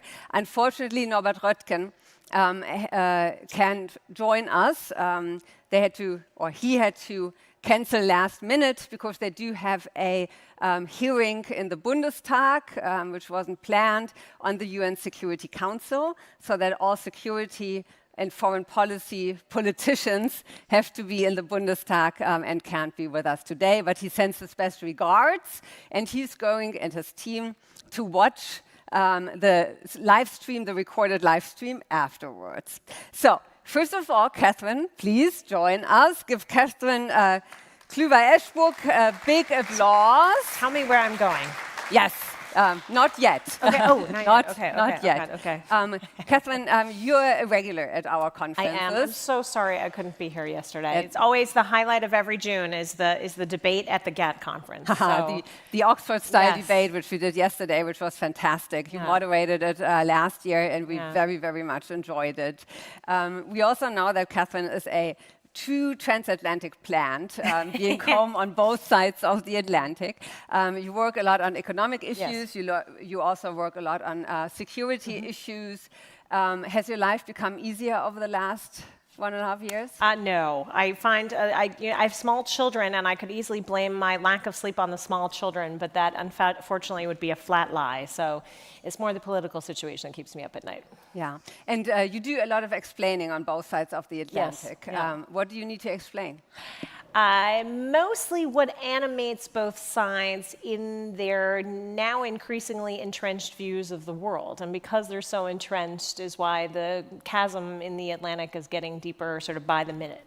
Mm-hmm. Thank you so much. And maybe you can also tell us where you work and what you do. Oh, I work at the Bertelsmann Stiftung. I'm senior advisor in our sustainable economics program, which is why I do a lot on economic resilience, the kind of innovation policies we'll talk about today. So I'm very excited to be here. Fantastic. And if you haven't read her new book yet, do so. It's very recommendable. That's for advertising. Not yours. You're too modest to do that, so I'm going to do that for you. So thank you so much. Thanks very much. Where would you like to have me? Maybe good. I'll sit in the middle. Yes. So Lorenz Lehmhaus, please join us. Also give Lorenz a big applause.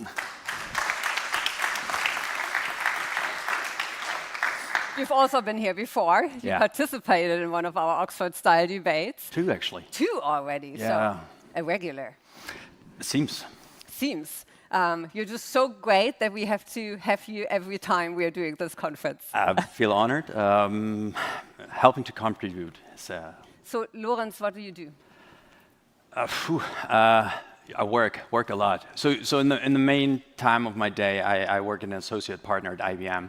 And then if there is time left helping the German Armed Forces integrating new technologies, I help young entrepreneurs to make a living in the defense industry.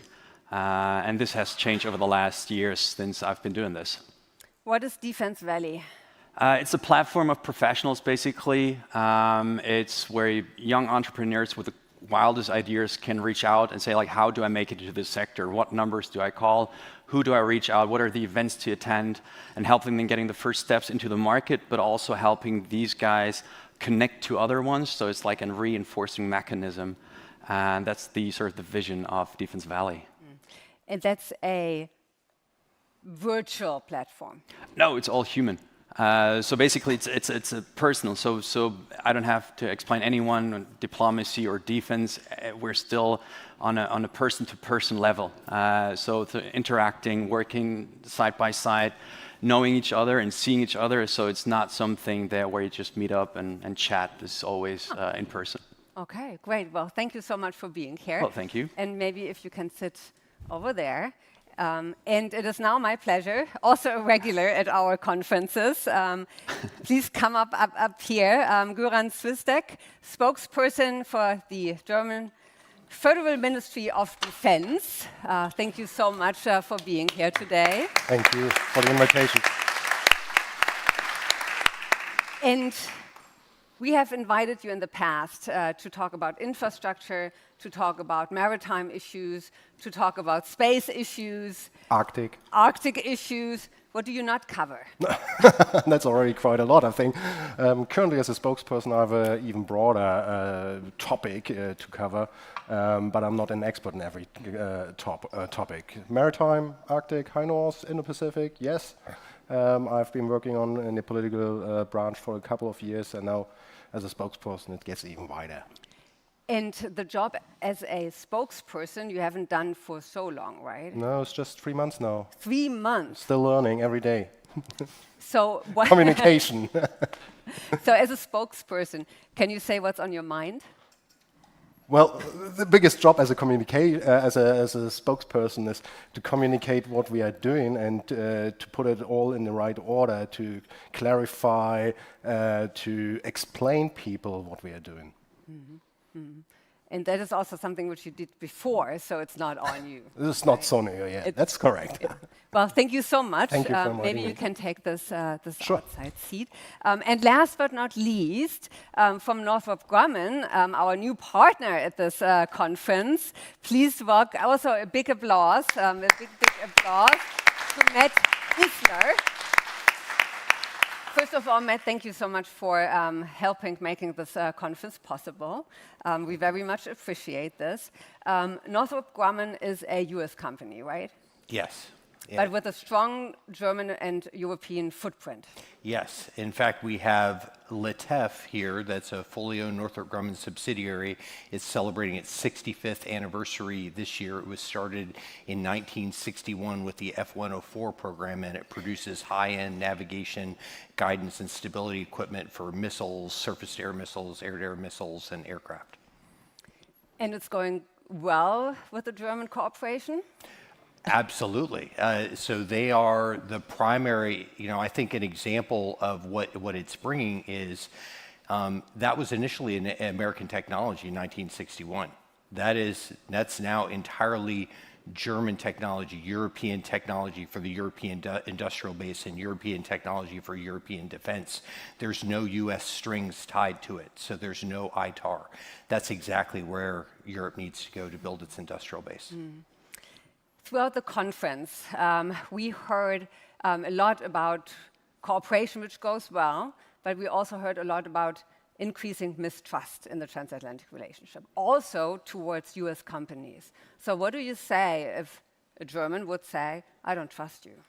So I think that there's many levels to trust. I think right now we have, at the policy level, a lot of discussion going on. I think at the industrial level, you have robust collaboration. If you use the F-35 as an example, we do the really high-end systems of the F-35, the radar mission systems, the integration of the technology there, and the center fuselage. When it came time to stand up a new production, increased production, we partnered with Rheinmetall. And so now Rheinmetall is producing 30 to 36 center fuselages every year. And so it's really that partnership that builds trust. And so I don't think that there's any lack of trust among the industrial partners. there are policy implications to every decision. I think that it's up to us at this level to be able to work through those policy implications. Great, and we are going to come this in our discussions. Thank you. Please. So for our Q&A with you as audience, we need one more chair, and maybe the team can then bring up another chair, because we are going to break through this invisible barrier and ask our speakers then to come up here instead of staying on that side. So you're kind of taking Norbert Röttgen's chair.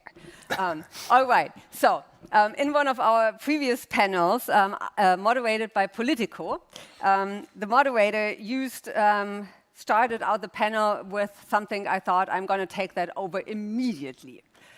Saying half of a sentence and asking the panelists to conclude that sentence. And I'm going to try it out right here. So, if I may start with you, the biggest security threat our societies are currently facing is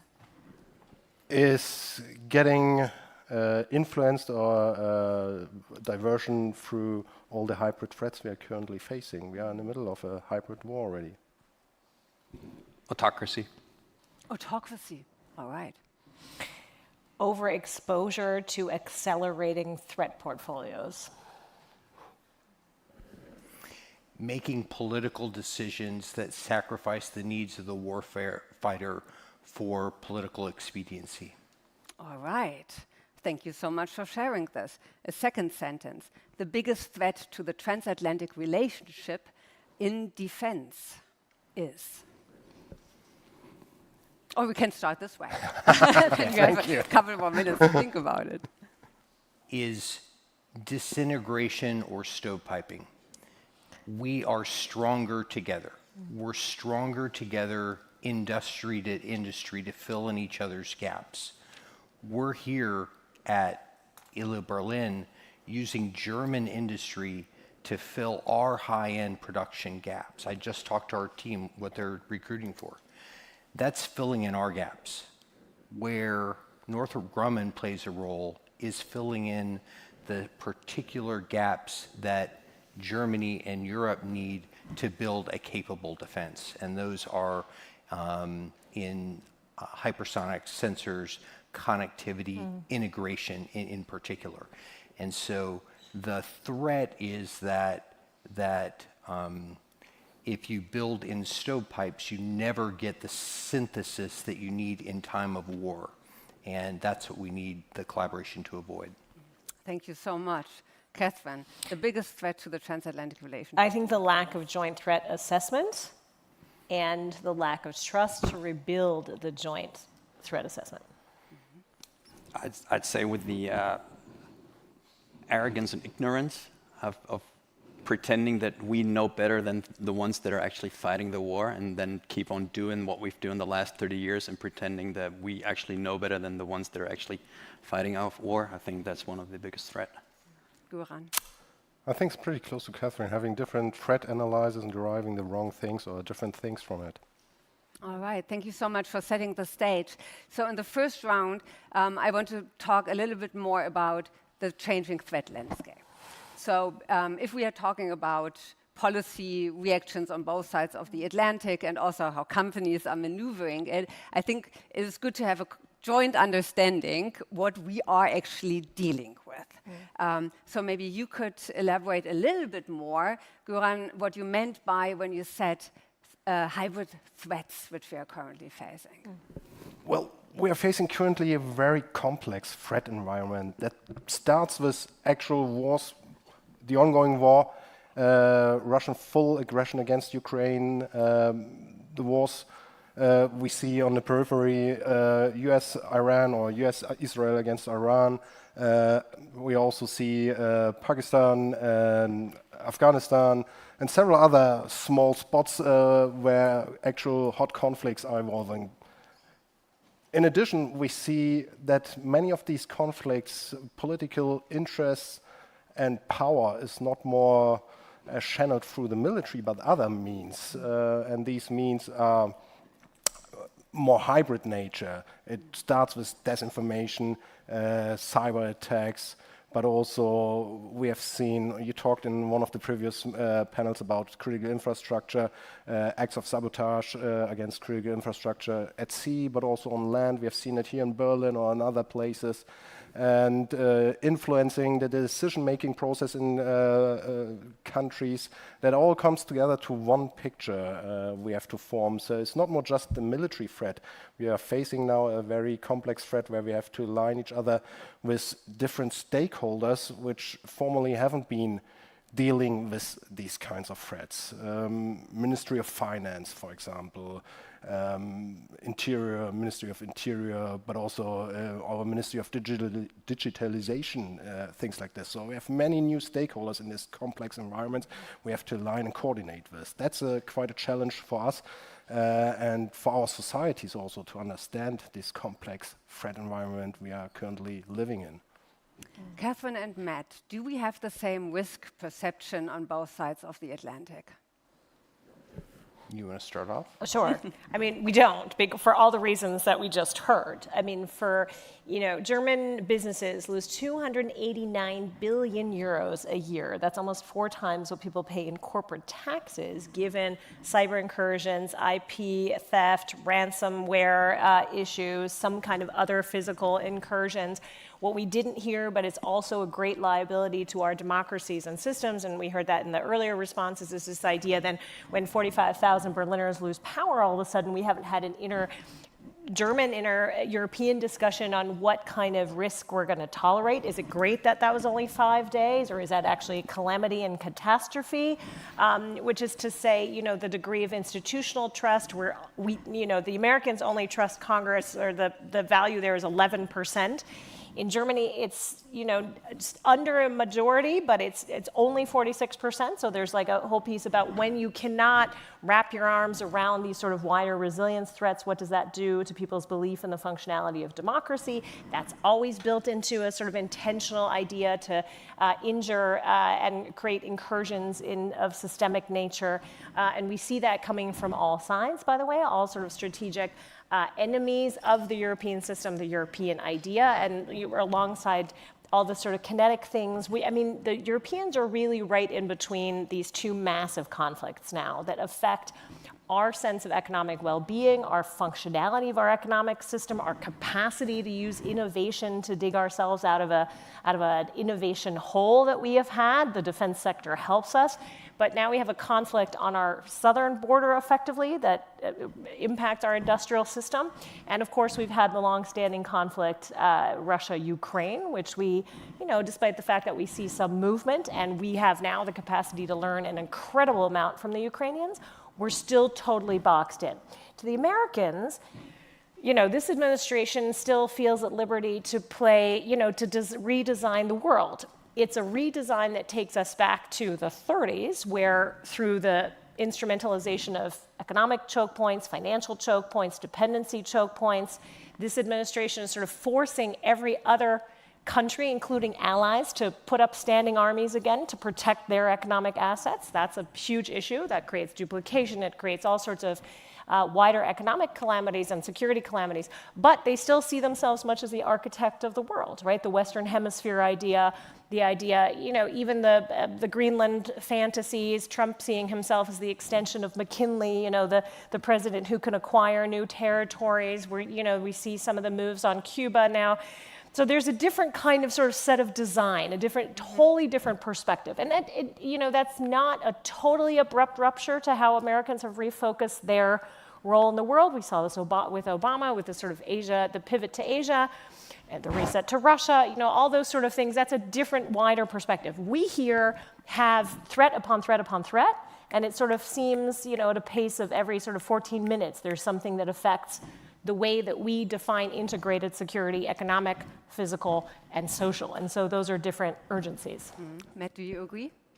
So I think, as a statement of fact, risk is a function of where you sit and what your interests are. And so because those two countries sit in different spots, there is going to be, statement of fact, different perceptions about the risks that they face. And I think if you reframe it as an opportunity, wherever there's risk, there's also an opportunity. What is the opportunity right now?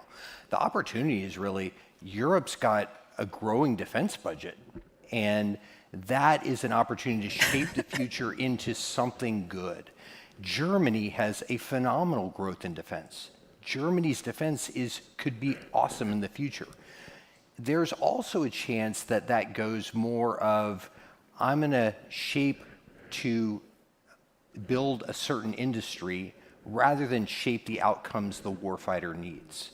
And I think the goodness of NATO up to, including now, is NATO provides a common standard by which to look at the world and work together. Those interoperability standards we fight off of every day in the Middle East.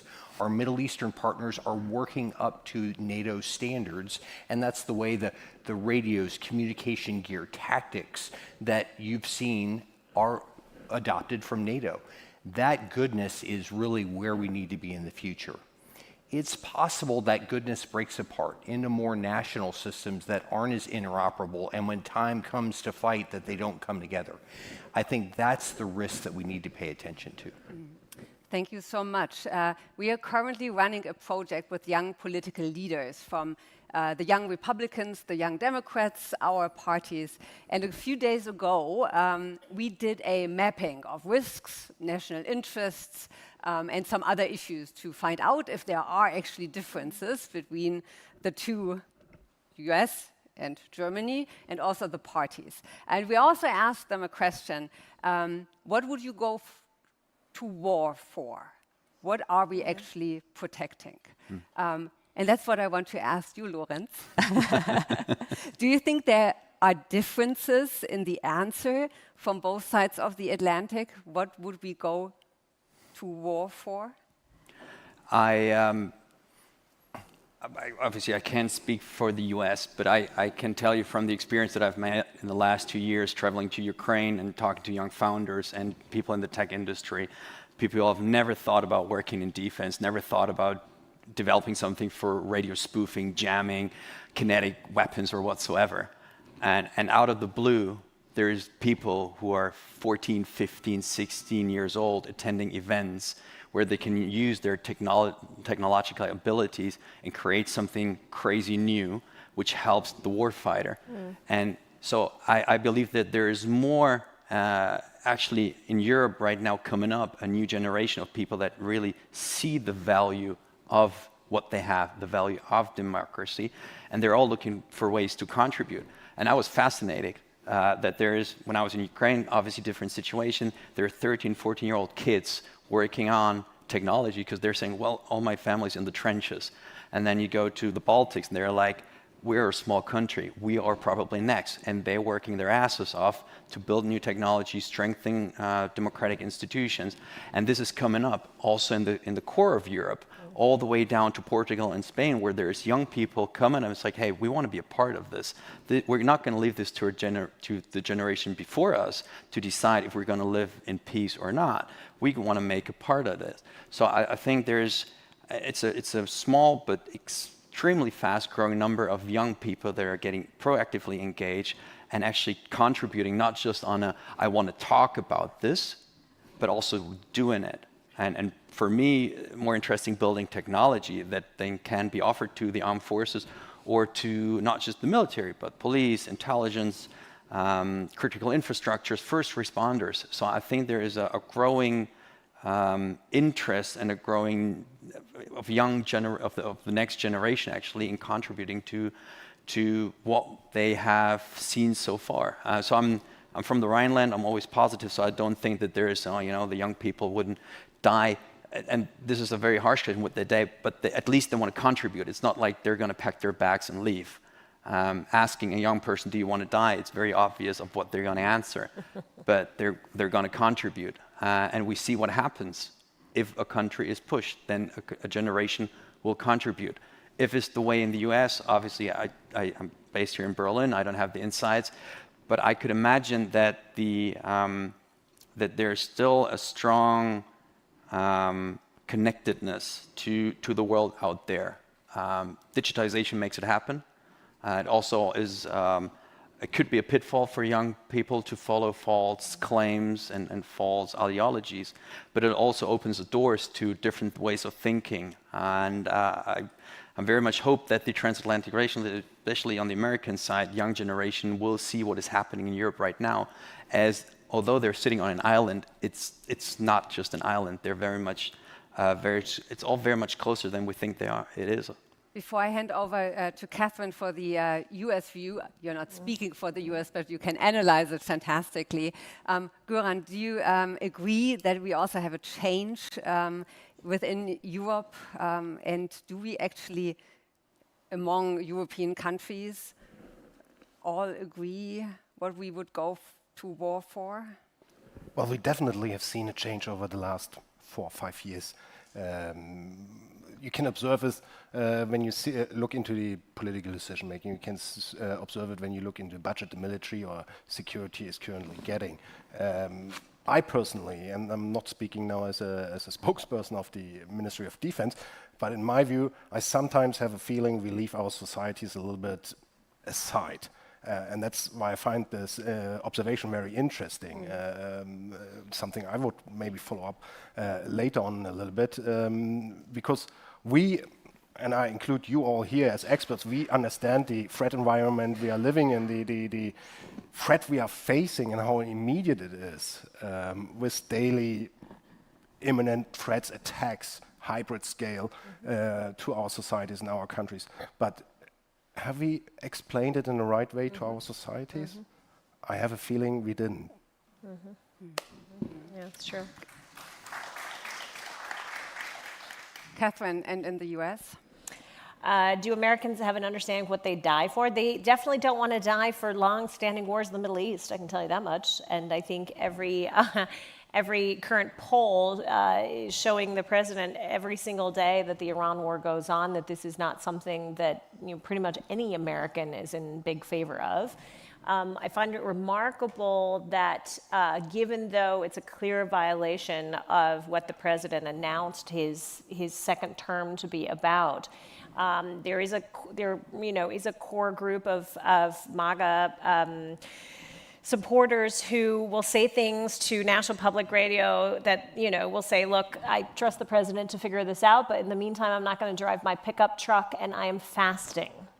And so I think the degree to which some of the fundamental promises this administration originally made in terms of the kind of economic growth, also the manufacturing growth, which is sort of underlying this idea of, how the United States can become the kind of innovation production base that the People's Republic of China is, where they're infusing so much of AI into their industrial production base, which I think continues to be a major point of contention between the United States and China.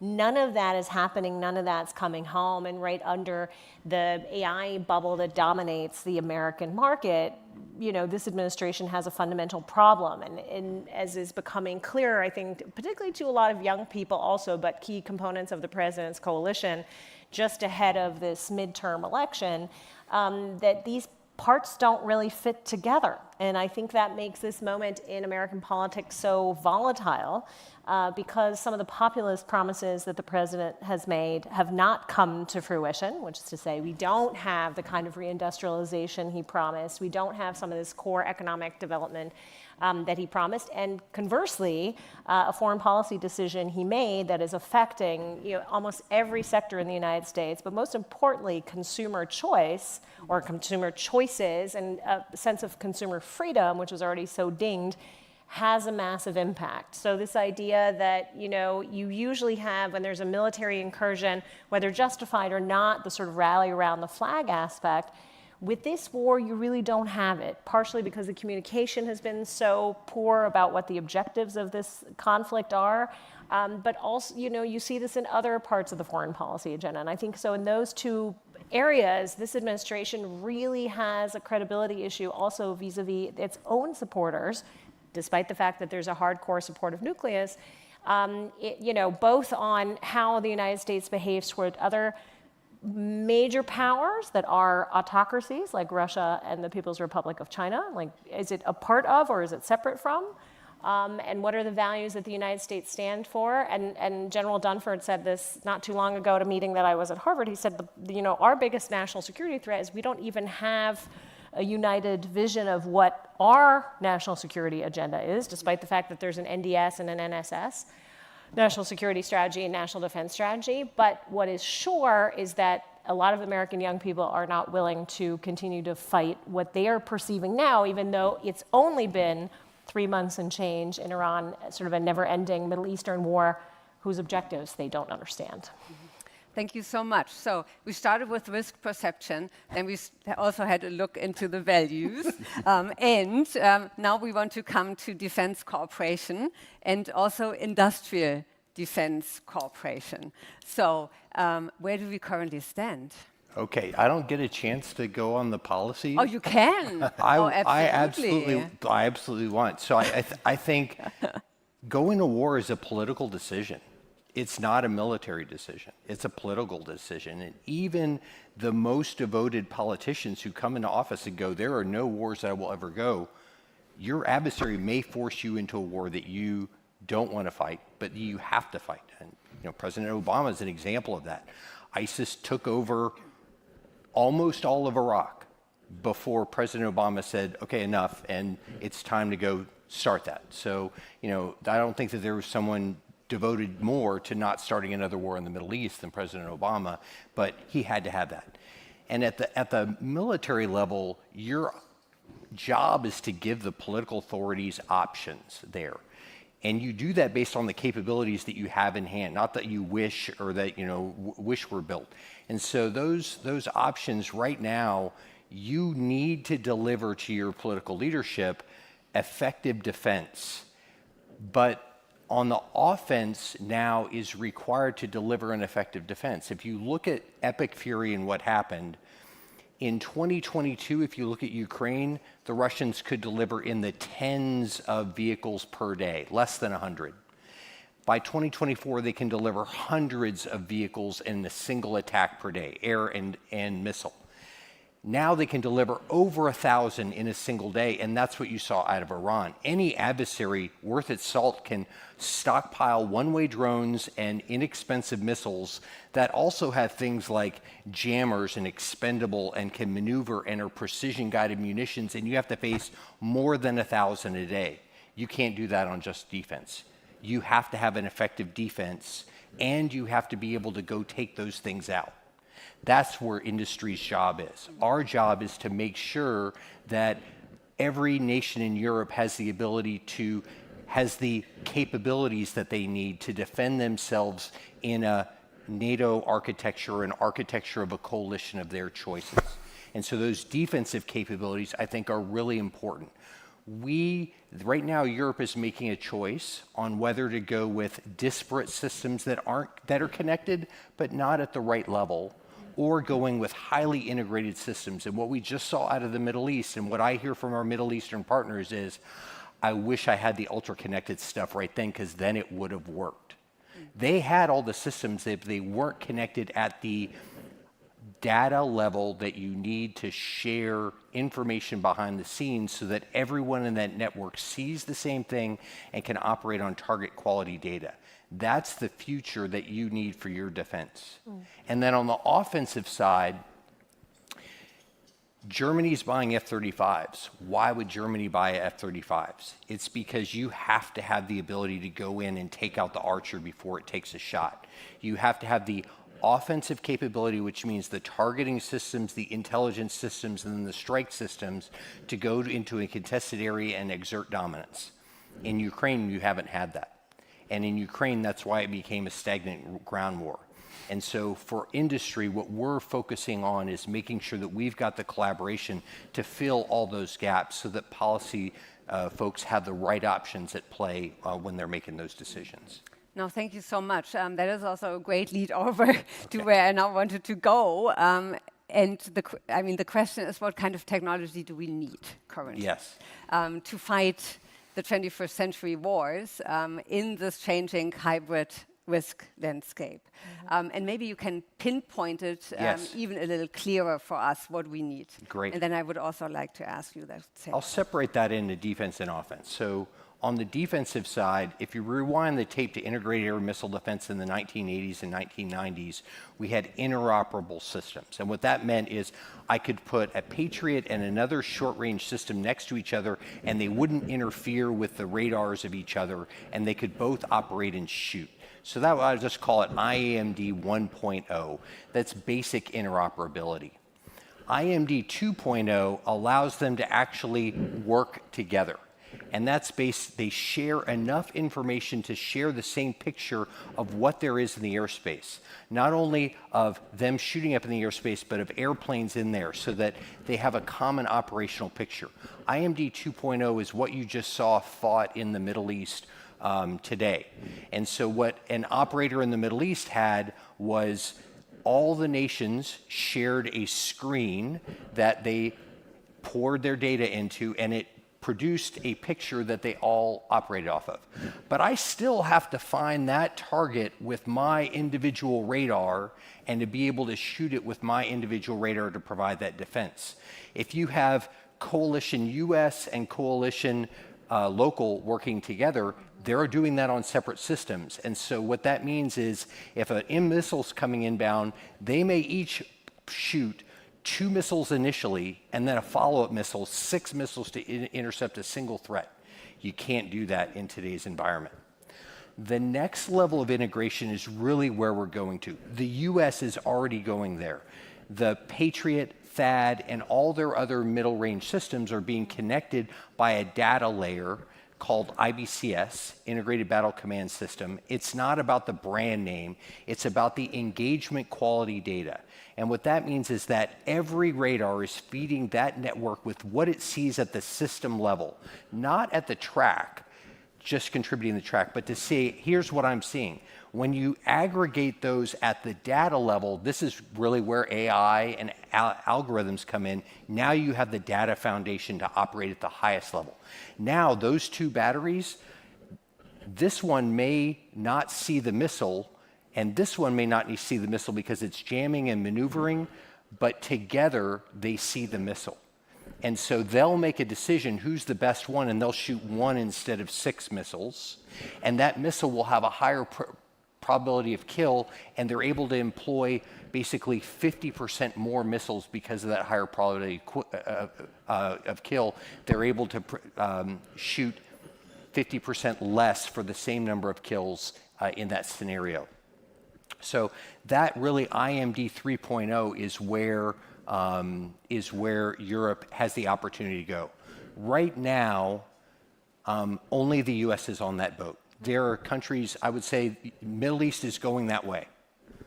Europe is making important decisions that's keeping them in the IMD 2.0 level, and you're going to run out of missiles before you run out of threats in that world. And so I think that that's an important decision we're making. Well, thank you so much. The same question to the 2 of you. What technology do we currently need? Or not just currently, I mean, in the changing threat landscape. I fully agree with your assessment, but as you initially asked about the status of defense industrial cooperation or defense cooperation transatlantic, I would zoom out for a moment a little bit. If we learned something from the Ukrainians in the last 5 years, then it is how important innovation is. I would say innovation has become one of the central pillars of military power now. That clearly demonstrated the Ukrainians. And that is something where we, from Europe and the US, have to cooperate on, because it's something we can't do on our own. The second thing we also learned in the last couple of years is the resilience of our supply chains, especially when you look in the defense sector. And then the last thing is also yes, scaling up, being able to scaling up your capacities. And if you then break it down into individual capabilities, and then I maybe can't go into all the details here, but we have several contested domains currently. The maritime domain, very contested. If you want to have a complete maritime picture is currently not available. 80% of the maritime environment is something we can access with our sensors platforms, especially underneath the surface. The underwater domain is still a blurred domain or area. Space, very contested domain. I think you had a talk also here during the day. Cyber domain, everyone knows. These are the different domains which are contested. So we need, first of all, to get a better comprehensive picture of what is going on there. We need to be able to use these mass data for the decision making in the military.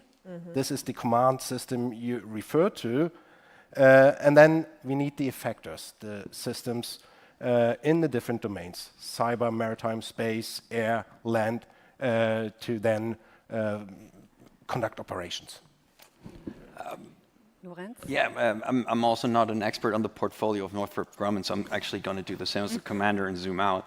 When it comes to Industrial Defense Corporation, there's a lot of discussions like, are we going to integrate or disintegrate transatlantic relations, all of this. From what I've seen in the last years, we actually in Europe, we have a chance to contribute militarily, industrial-wise, because the extreme proximity of Europe to the war in Ukraine gives us leverage when it comes to innovation, new technology, and not just discovering it, but also trialing it, scaling it eventually. But the question is, do we make the most out of this proximity? Or do we just look at it, admire what the Ukrainians are doing, and be like, let's hope this is not going to turn out too bad for us? The question is, do we learn the right things, and do we fund it adequately? So the first one is the military industrial that we could, the new base of new technology that we could build in Europe. Unfortunately, not with the money that we have in Europe. That's where we're sort of relying on the US because they have the bigger budgets and funds when it comes to private equity, venture capital to fund all of this. So I see this as a way to contribute as Europe to the transatlantic relationship. And in the future, this could turn out as a great non-military industrial corporation because essentially this turns out this technology can be used in the civilian world as well.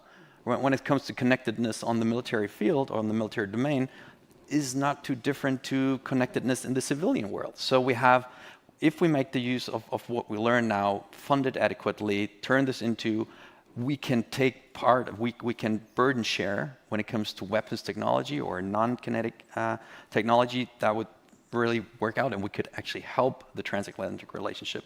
Essentially though, it's where is the money coming from?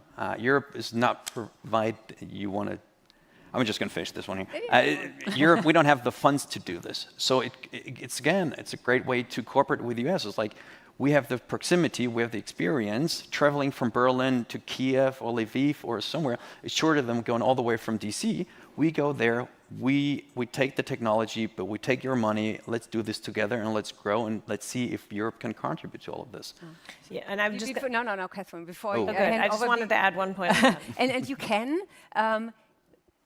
after we get somebody from the audience up here. And I'm pretty sure you are going to get a question as well. So, because time is running almost out, and I promised to get you up here on the stage. We have a group of young transatlantic leaders also with us, and they always get the first question if they want to. Anybody who wants to join us up here? Well? Then you can think about this and, oh yeah, well, you're also one of the young leaders. It was hard to see against the light. And please. Hi. And please say who you are and who you represent. So I'm Sophia Pushepna. And we need a, can somebody share the mic? Oh, yeah, thank you. It's coming. Thanks. I'm Sophia Pushepna. I'm from the U.S Germany. And I'm doing research on hybrid warfare as well. And you were talking about society lagging behind or society not really understanding what we are doing in defense. And when I look at the Baltics, at Estonia, for example, where subscription levels are amongst like 90% who are in favor of subscription, and when we look to Germany, where we have demonstrations against it, what's the difference? I know that the threat perception is different, but can we do something about that? Can we change something here? And also a broader question, what is the future of NATO? With FCAS falling through, for example? Yeah, exactly. Or Trump complaining about Greenland, complaining about NATO, threatening Article 5. So we are talking about good cooperation, but I really have to ask myself, how will we look forward? Yeah, thanks. And maybe let's start with Catherine. Okay, well, let me pick up on one point and then go straight to your excellent point, Sophia. So I think part of the structural differences between the United States and here when it comes to extrapolating the dual-use technology, sort of where it is, how you use it, where you find it, both in the private sector, the university sector, the innovation piece, is that for, of course, a long time in the United States, you've had the Defense Innovation Unit, so a structural thing that's sort of, speaking of hybrid, that sort of sits in between now what we call, what this administration likes to call the Department of War, but is a separate entity. But the idea is that whatever the fighting force needs on the field, they will be able to source from private industry. And there's a hub. And by the way, the hubs are everywhere. They're in Austin, in Boston, in Chicago. Everywhere there's innovation, both in industrial space, but elsewhere, to find whatever the cutting edge technology is. And that drive is extremely intense. We have some of this with Palladion and sort of these like different structures here, but they're usually, they come out of a university context. Maybe we have Sprint, we have other components of it, but we don't have that sort of aggregate structure in the European context that demonstrates that kind of hunger for knowledge and hunger to kind of make that happen and to build that capacity. That's an extreme drive in the United States, and that's something that's of a nonpartisan nature, where we structurally need to get with the picture, and then it involves all the sort of capital sourcing issues that Lawrence put on the table. So to your very good questions, I think part of it is we need to have much more active conversations about where the pain points are happening on the hybrid piece. We have a very awkward structure in dealing with hybrid incursions in Germany if it affects corporates. Meaning to say corporates have to do the reporting and then they have to do the cleanup. The Dutch realized, because they have so many critical infrastructure issues, including their semiconductor industry and others, that they cannot leave that up to corporations. Because corporations, when they realize, ooh, they've had a drone flying overhead, and then they're not sure where to report it, how to report it, and then, quote unquote, how to clean up the potential mess that this drone has made, whether they can tell what it is or not. The structure that we have is that we then force the corporations to do all that work at the cost, at the sort of regulatory or at the speed of paperwork, and so it becomes an enormous burden for companies. So what happens is you have a fair amount of underreporting of the degree to which all manner of excursions are hitting particularly small and medium-sized enterprises. This is a country that's made up of small and medium-sized enterprises, and so if you have underreporting there, you never have a fully, and then we're all separated in the lender and the city spaces, so there's so many different interlocking rings of lack of information getting fed up and down the chain that the pain points are not felt by the society.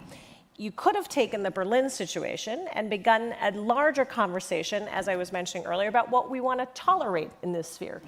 Is it tolerable if a major city loses water and or power at the same time for X amount of days? What's the tolerance level? And that's part of what the public conversation was in Sweden. If you went to Sweden, as I did 2 or 3 years ago even, every marketplace, Saturday of the market, you had a military vehicle there explaining preparedness, explaining civic preparedness. How much water you have at home, how much rice you have at home, how many canned goods you have at home, those kind of things, which everybody in Berlin in the winter could have needed or used. So I think that's part of the conversation, but you have to get different people in the conversation, including captains of industry, to say, we have these problems, here's how we solve them, we need more support from the state and vice versa, because that's an intersectoral conversation. On article, let's maybe also hear from Göran and Matt about NATO. Well, first of all, coming back to your point to the society, I wouldn't say this society is falling behind, failing, or not understanding. I see it more on our side. We didn't explain it well.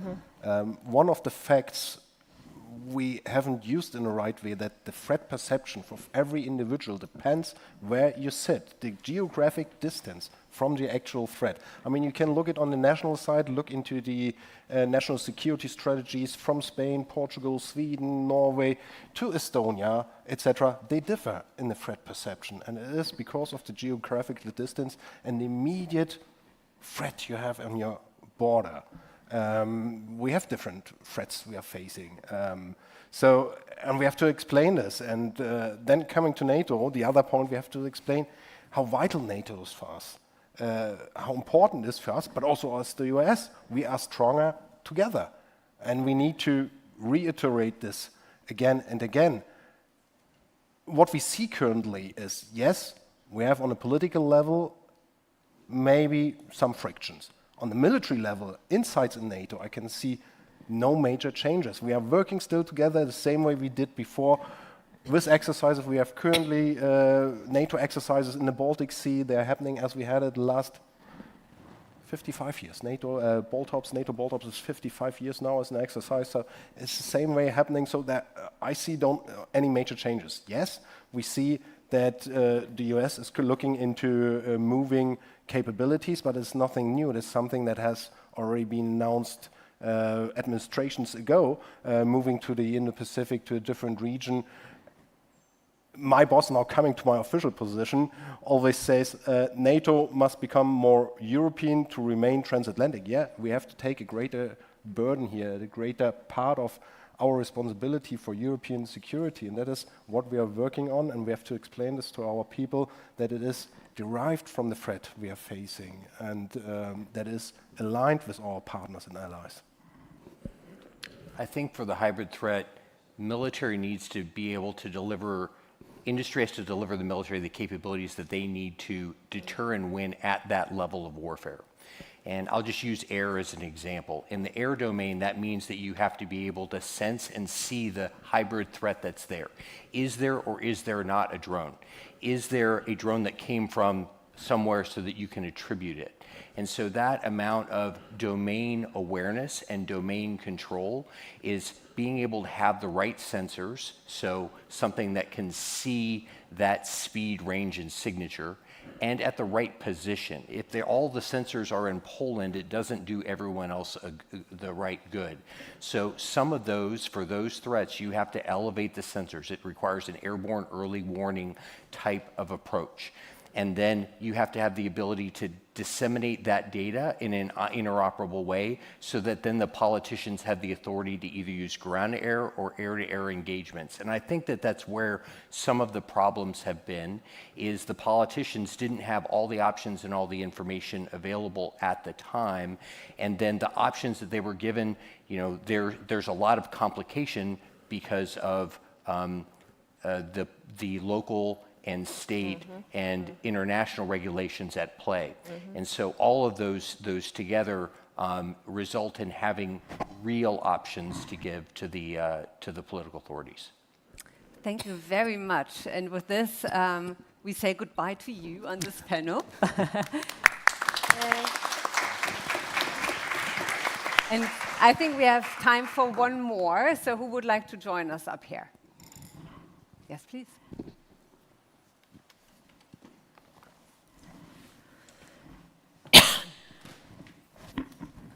Hello, my name is Elizabeth Press, and I do numerous things, but I'm going to ask you from the point of view of somebody who's fundraising for a deep tech military startup here in Germany.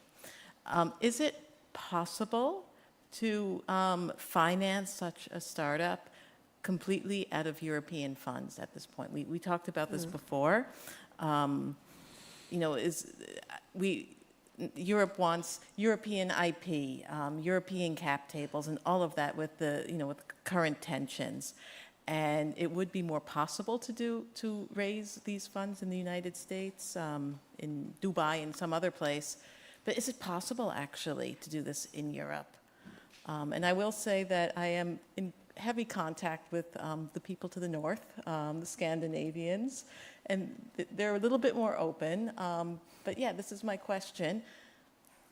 Because it's really coming down to the tension. Yes, no, it's we could talk about this personally, how probably what my best approach, I can take this on a bigger scene, so make it even interesting for everyone, not just you fundraising. But it's where you come down to the willing of smart capital when it comes to defense and security. All right, you talked about the Scandinavians, they run it brilliantly. There's something called the Danish model. It's not based on the we tell you, Ukraine, what you should buy sort of sense, and then we take funds and then buy it from the known primes. What is that you need? We sort of give it to you. They have a more cooperative approach. So they see positive effects on the long run, engaging on a cooperative manner with Ukraine. It's not as transactional. I'm not saying the German government is sort of in the middle. There are some governments that are much more stricter. But it's the question of, yes, there's money thrown into this market, and I call it stupid money, because everyone is rushing into defense. Everyone wants to do defense. It was environmentally friendly ESG a few years ago. This bubble sort of never got where it wanted to. War, and now everyone wants to work in defense and fund defense. But the question is, do we allocate money smartly? Do we do it in a short run? And that's the same for the government, basically to decide on a short run, good ideas, to what stage do we get the technology, but then also do we have funds? And it could be transatlantic funds that go like, you want to go big, we provide you the big money. But it needs to be smart money, and at this point we're throwing money at everything, and the results that we get are not what we could, I believe. I see this from very much different perspectives, but this is also not just done on the capital side, but it's also a government decision, right? What is it that the government, the customer wants?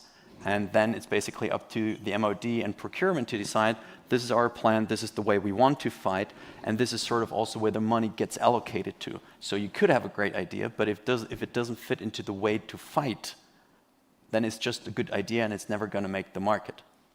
And this is exchange that we need between people with great ideas, people with great institutional knowledge, and we need the big ones, right? I'm also working for a big corporate. We need the big ones because they can scale. It's what you said. They're the only ones that can scale. They're the only ones that know how to do it, how to get certifications, how to get the licenses and all of this, how to go STANAG, so NATO standards, and all of this. So we need to get closer together and work smartly on this.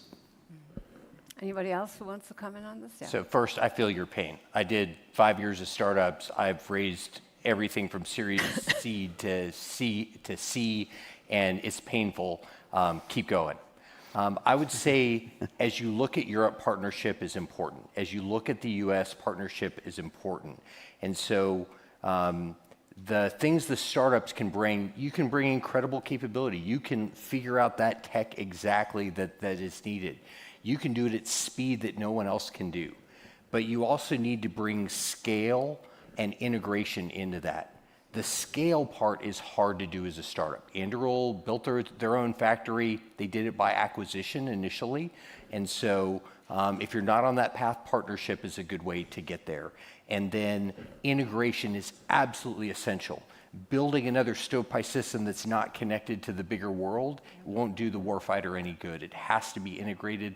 Those bigger primes all have pathways in the US, but in Europe they do as well. And so finding the right partner there to either they go under you or you go under them and offer that is important. Yeah. I think we are running out of time, but maybe oh, definitely. Just a few last words from my side, from the more governmental side. We introduced procurement, acceleration, regulations. We introduced defense innovation hubs, etc., where we try to reach out to startups, small companies also, to bring their innovations into their ideas, see how it fits. And that's the point you made, how it fits the capabilities we need and how they deliver the results we want. And that needs to be aligned, and then we can come together to a table. But this is something we often experience with startups, great ideas, but actually it doesn't fit either the capabilities we need, the capability gaps we identified, we want to close, where we have money available, or they don't produce the results we want. And in the end, the money we are using, even if it's quite a lot at the moment, it is still the money of our population, the taxes. So we have to use it wisely, in a responsible way. Well, thank you very, very much, and also for coming up here. Thank you for the opportunity.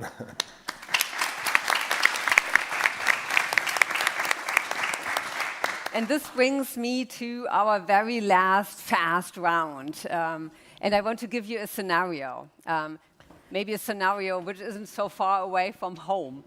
So let's imagine our Minister of Defense is traveling to Washington, and he's meeting with the Secretary of Defense and the Secretary of State. What would you write into his briefing? Well, he should highlight what strength it is to have allies working closely together, what we can deliver for the security of the United States, and what they can bring to the table for our European security. Thank you so much. Oh, I'm also briefing. Oh, yeah. Oh. Everybody's writing. Everybody.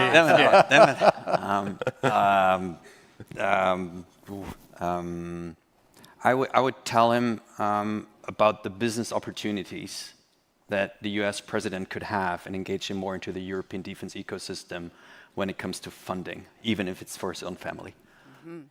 Catherine. Okay, this is great because we all have different perspectives. I would focus on intelligence above anything. I think that is still the primary asset. I think particularly the Secretary of War, as we just saw in Singapore, again, really is riddled with disdain for the Europeans. That's his own personal view. I think the Secretary of State is less so, but we learned from the Houthi signal chat, not great love and respect for the Europeans. But I think on the intel, on the nuke piece, on the nuclear weapons piece, and on the intelligence component, you cannot afford to literally be blindsided and be blind. And that's to say, you need your allies, you continue to need your allies when it comes to intelligence and foresight capacities. The United States is very capable on its own, no denying that. We depend heavily on US intelligence, on satellite capacities, everything that we heard initially in this conversation. But that is absolutely a two-way integrated street. And so, particularly and I would completely, if I were writing this from a Kennedy School perspective, I would use all the Hegseth language, on equipping America's warfighters. And the only way that you can do that is by giving them the best tools in the book. And that includes, the kind of intel that will make the tandem stronger, and that is, I would frame it around intelligence and nuclear capacities. I'm committed to giving our warfighters, German warfighters, European warfighters, the tools that they need to be successful, the capabilities they need to be successful. And I'm committed to giving the funding mechanisms, the flexibility, so that our procurement officials can procure the capabilities that our warfighters need. All right, so it's going to be a diverse recommendation sheet briefing. That's great. Thank you so much for sharing your insights. It has been a short panel. We could have gone on for quite a while, but I hope you enjoyed it as much as I did, with a lot of dynamics and a lot of learning. I take away a lot of new ideas. So thank you very, very much, and give the panel an overall applause. Göran, Lorenz, Catherine, and Matt, thank you very, very much. Thank you.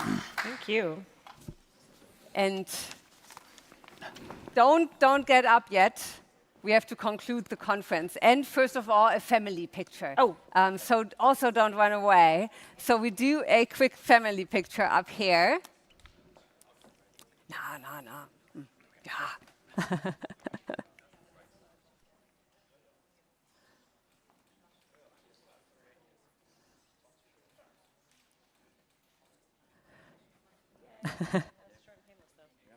Thank you so much. Thank you so much again. It's been 1.5 days, which went by extremely fast. We are definitely going to do that again. And I hope, again, within this building and with the partners we had over the last few years. So first of all, again, a big thank you to the Landesvertretung. This has been a fantastic cooperation. to the tech team, yeah, definitely.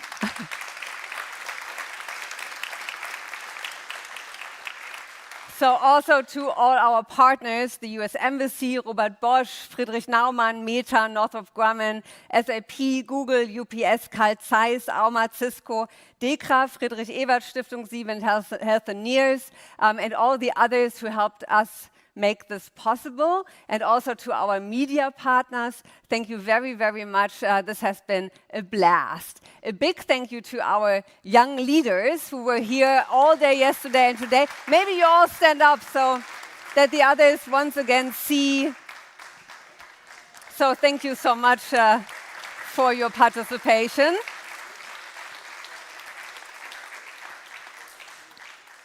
And last but not least, to my team. Absolutely. So team, come on up here. Around Molly. Molly has been the mastermind of the conference. She's been organizing the conference over the last 3 years. Yeah.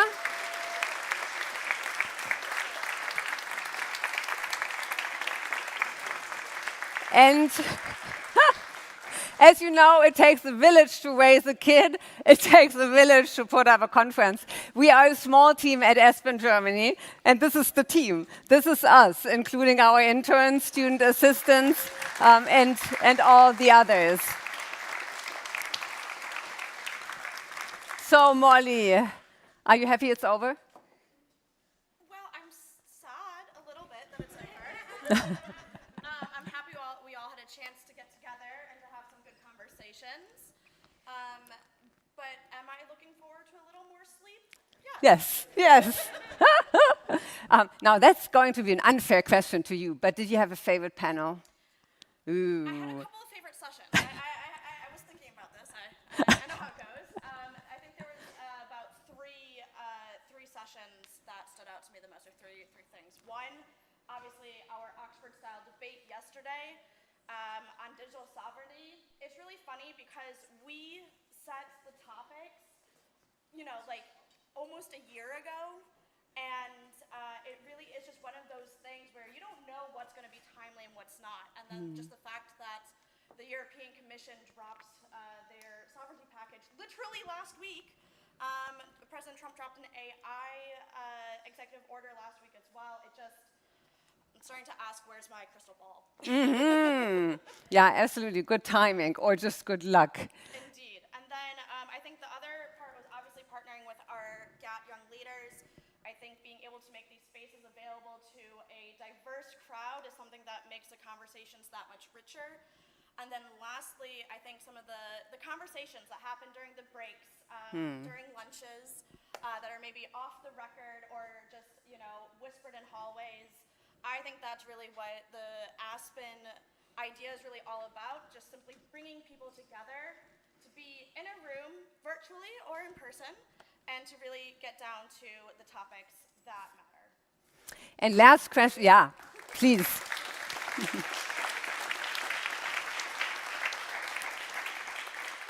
And to our audience who might like to get more of us, is there anything coming up you would recommend? Oh, just a couple of things.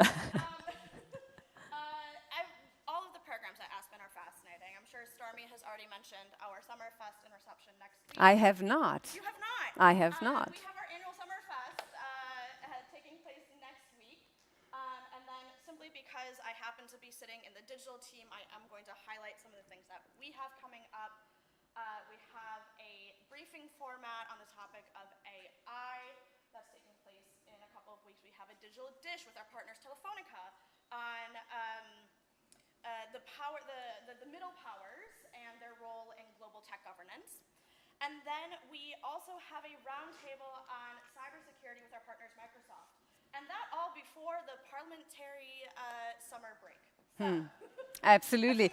And especially the AI briefing I want to recommend to you, because it is seriously a briefing for everybody who wants to get a bit more insights explained by experts in an understandable manner. And the next briefing we're going to do is on EU governance. Absolutely, yep. Yeah. And then there are lots of other things coming up. We have a city conference coming up on Tuesday. And we also, this is actually next week, Thursday, a roundtable on the Arctic with the Canadian Embassy. So you're all welcome. Just have a look at our webpage. We love to see you there. Or send me an email. You should have it by now. Absolutely. So, and we also have I have a little present for Molly, and it is sassy. So thank you so much, Molly. Thank you to all our audience for being here, being with us, and also enjoy a little bit of chit-chat outside now with a goodbye drink, and then a good night, and good luck with everything you do. And thank you so much for the team.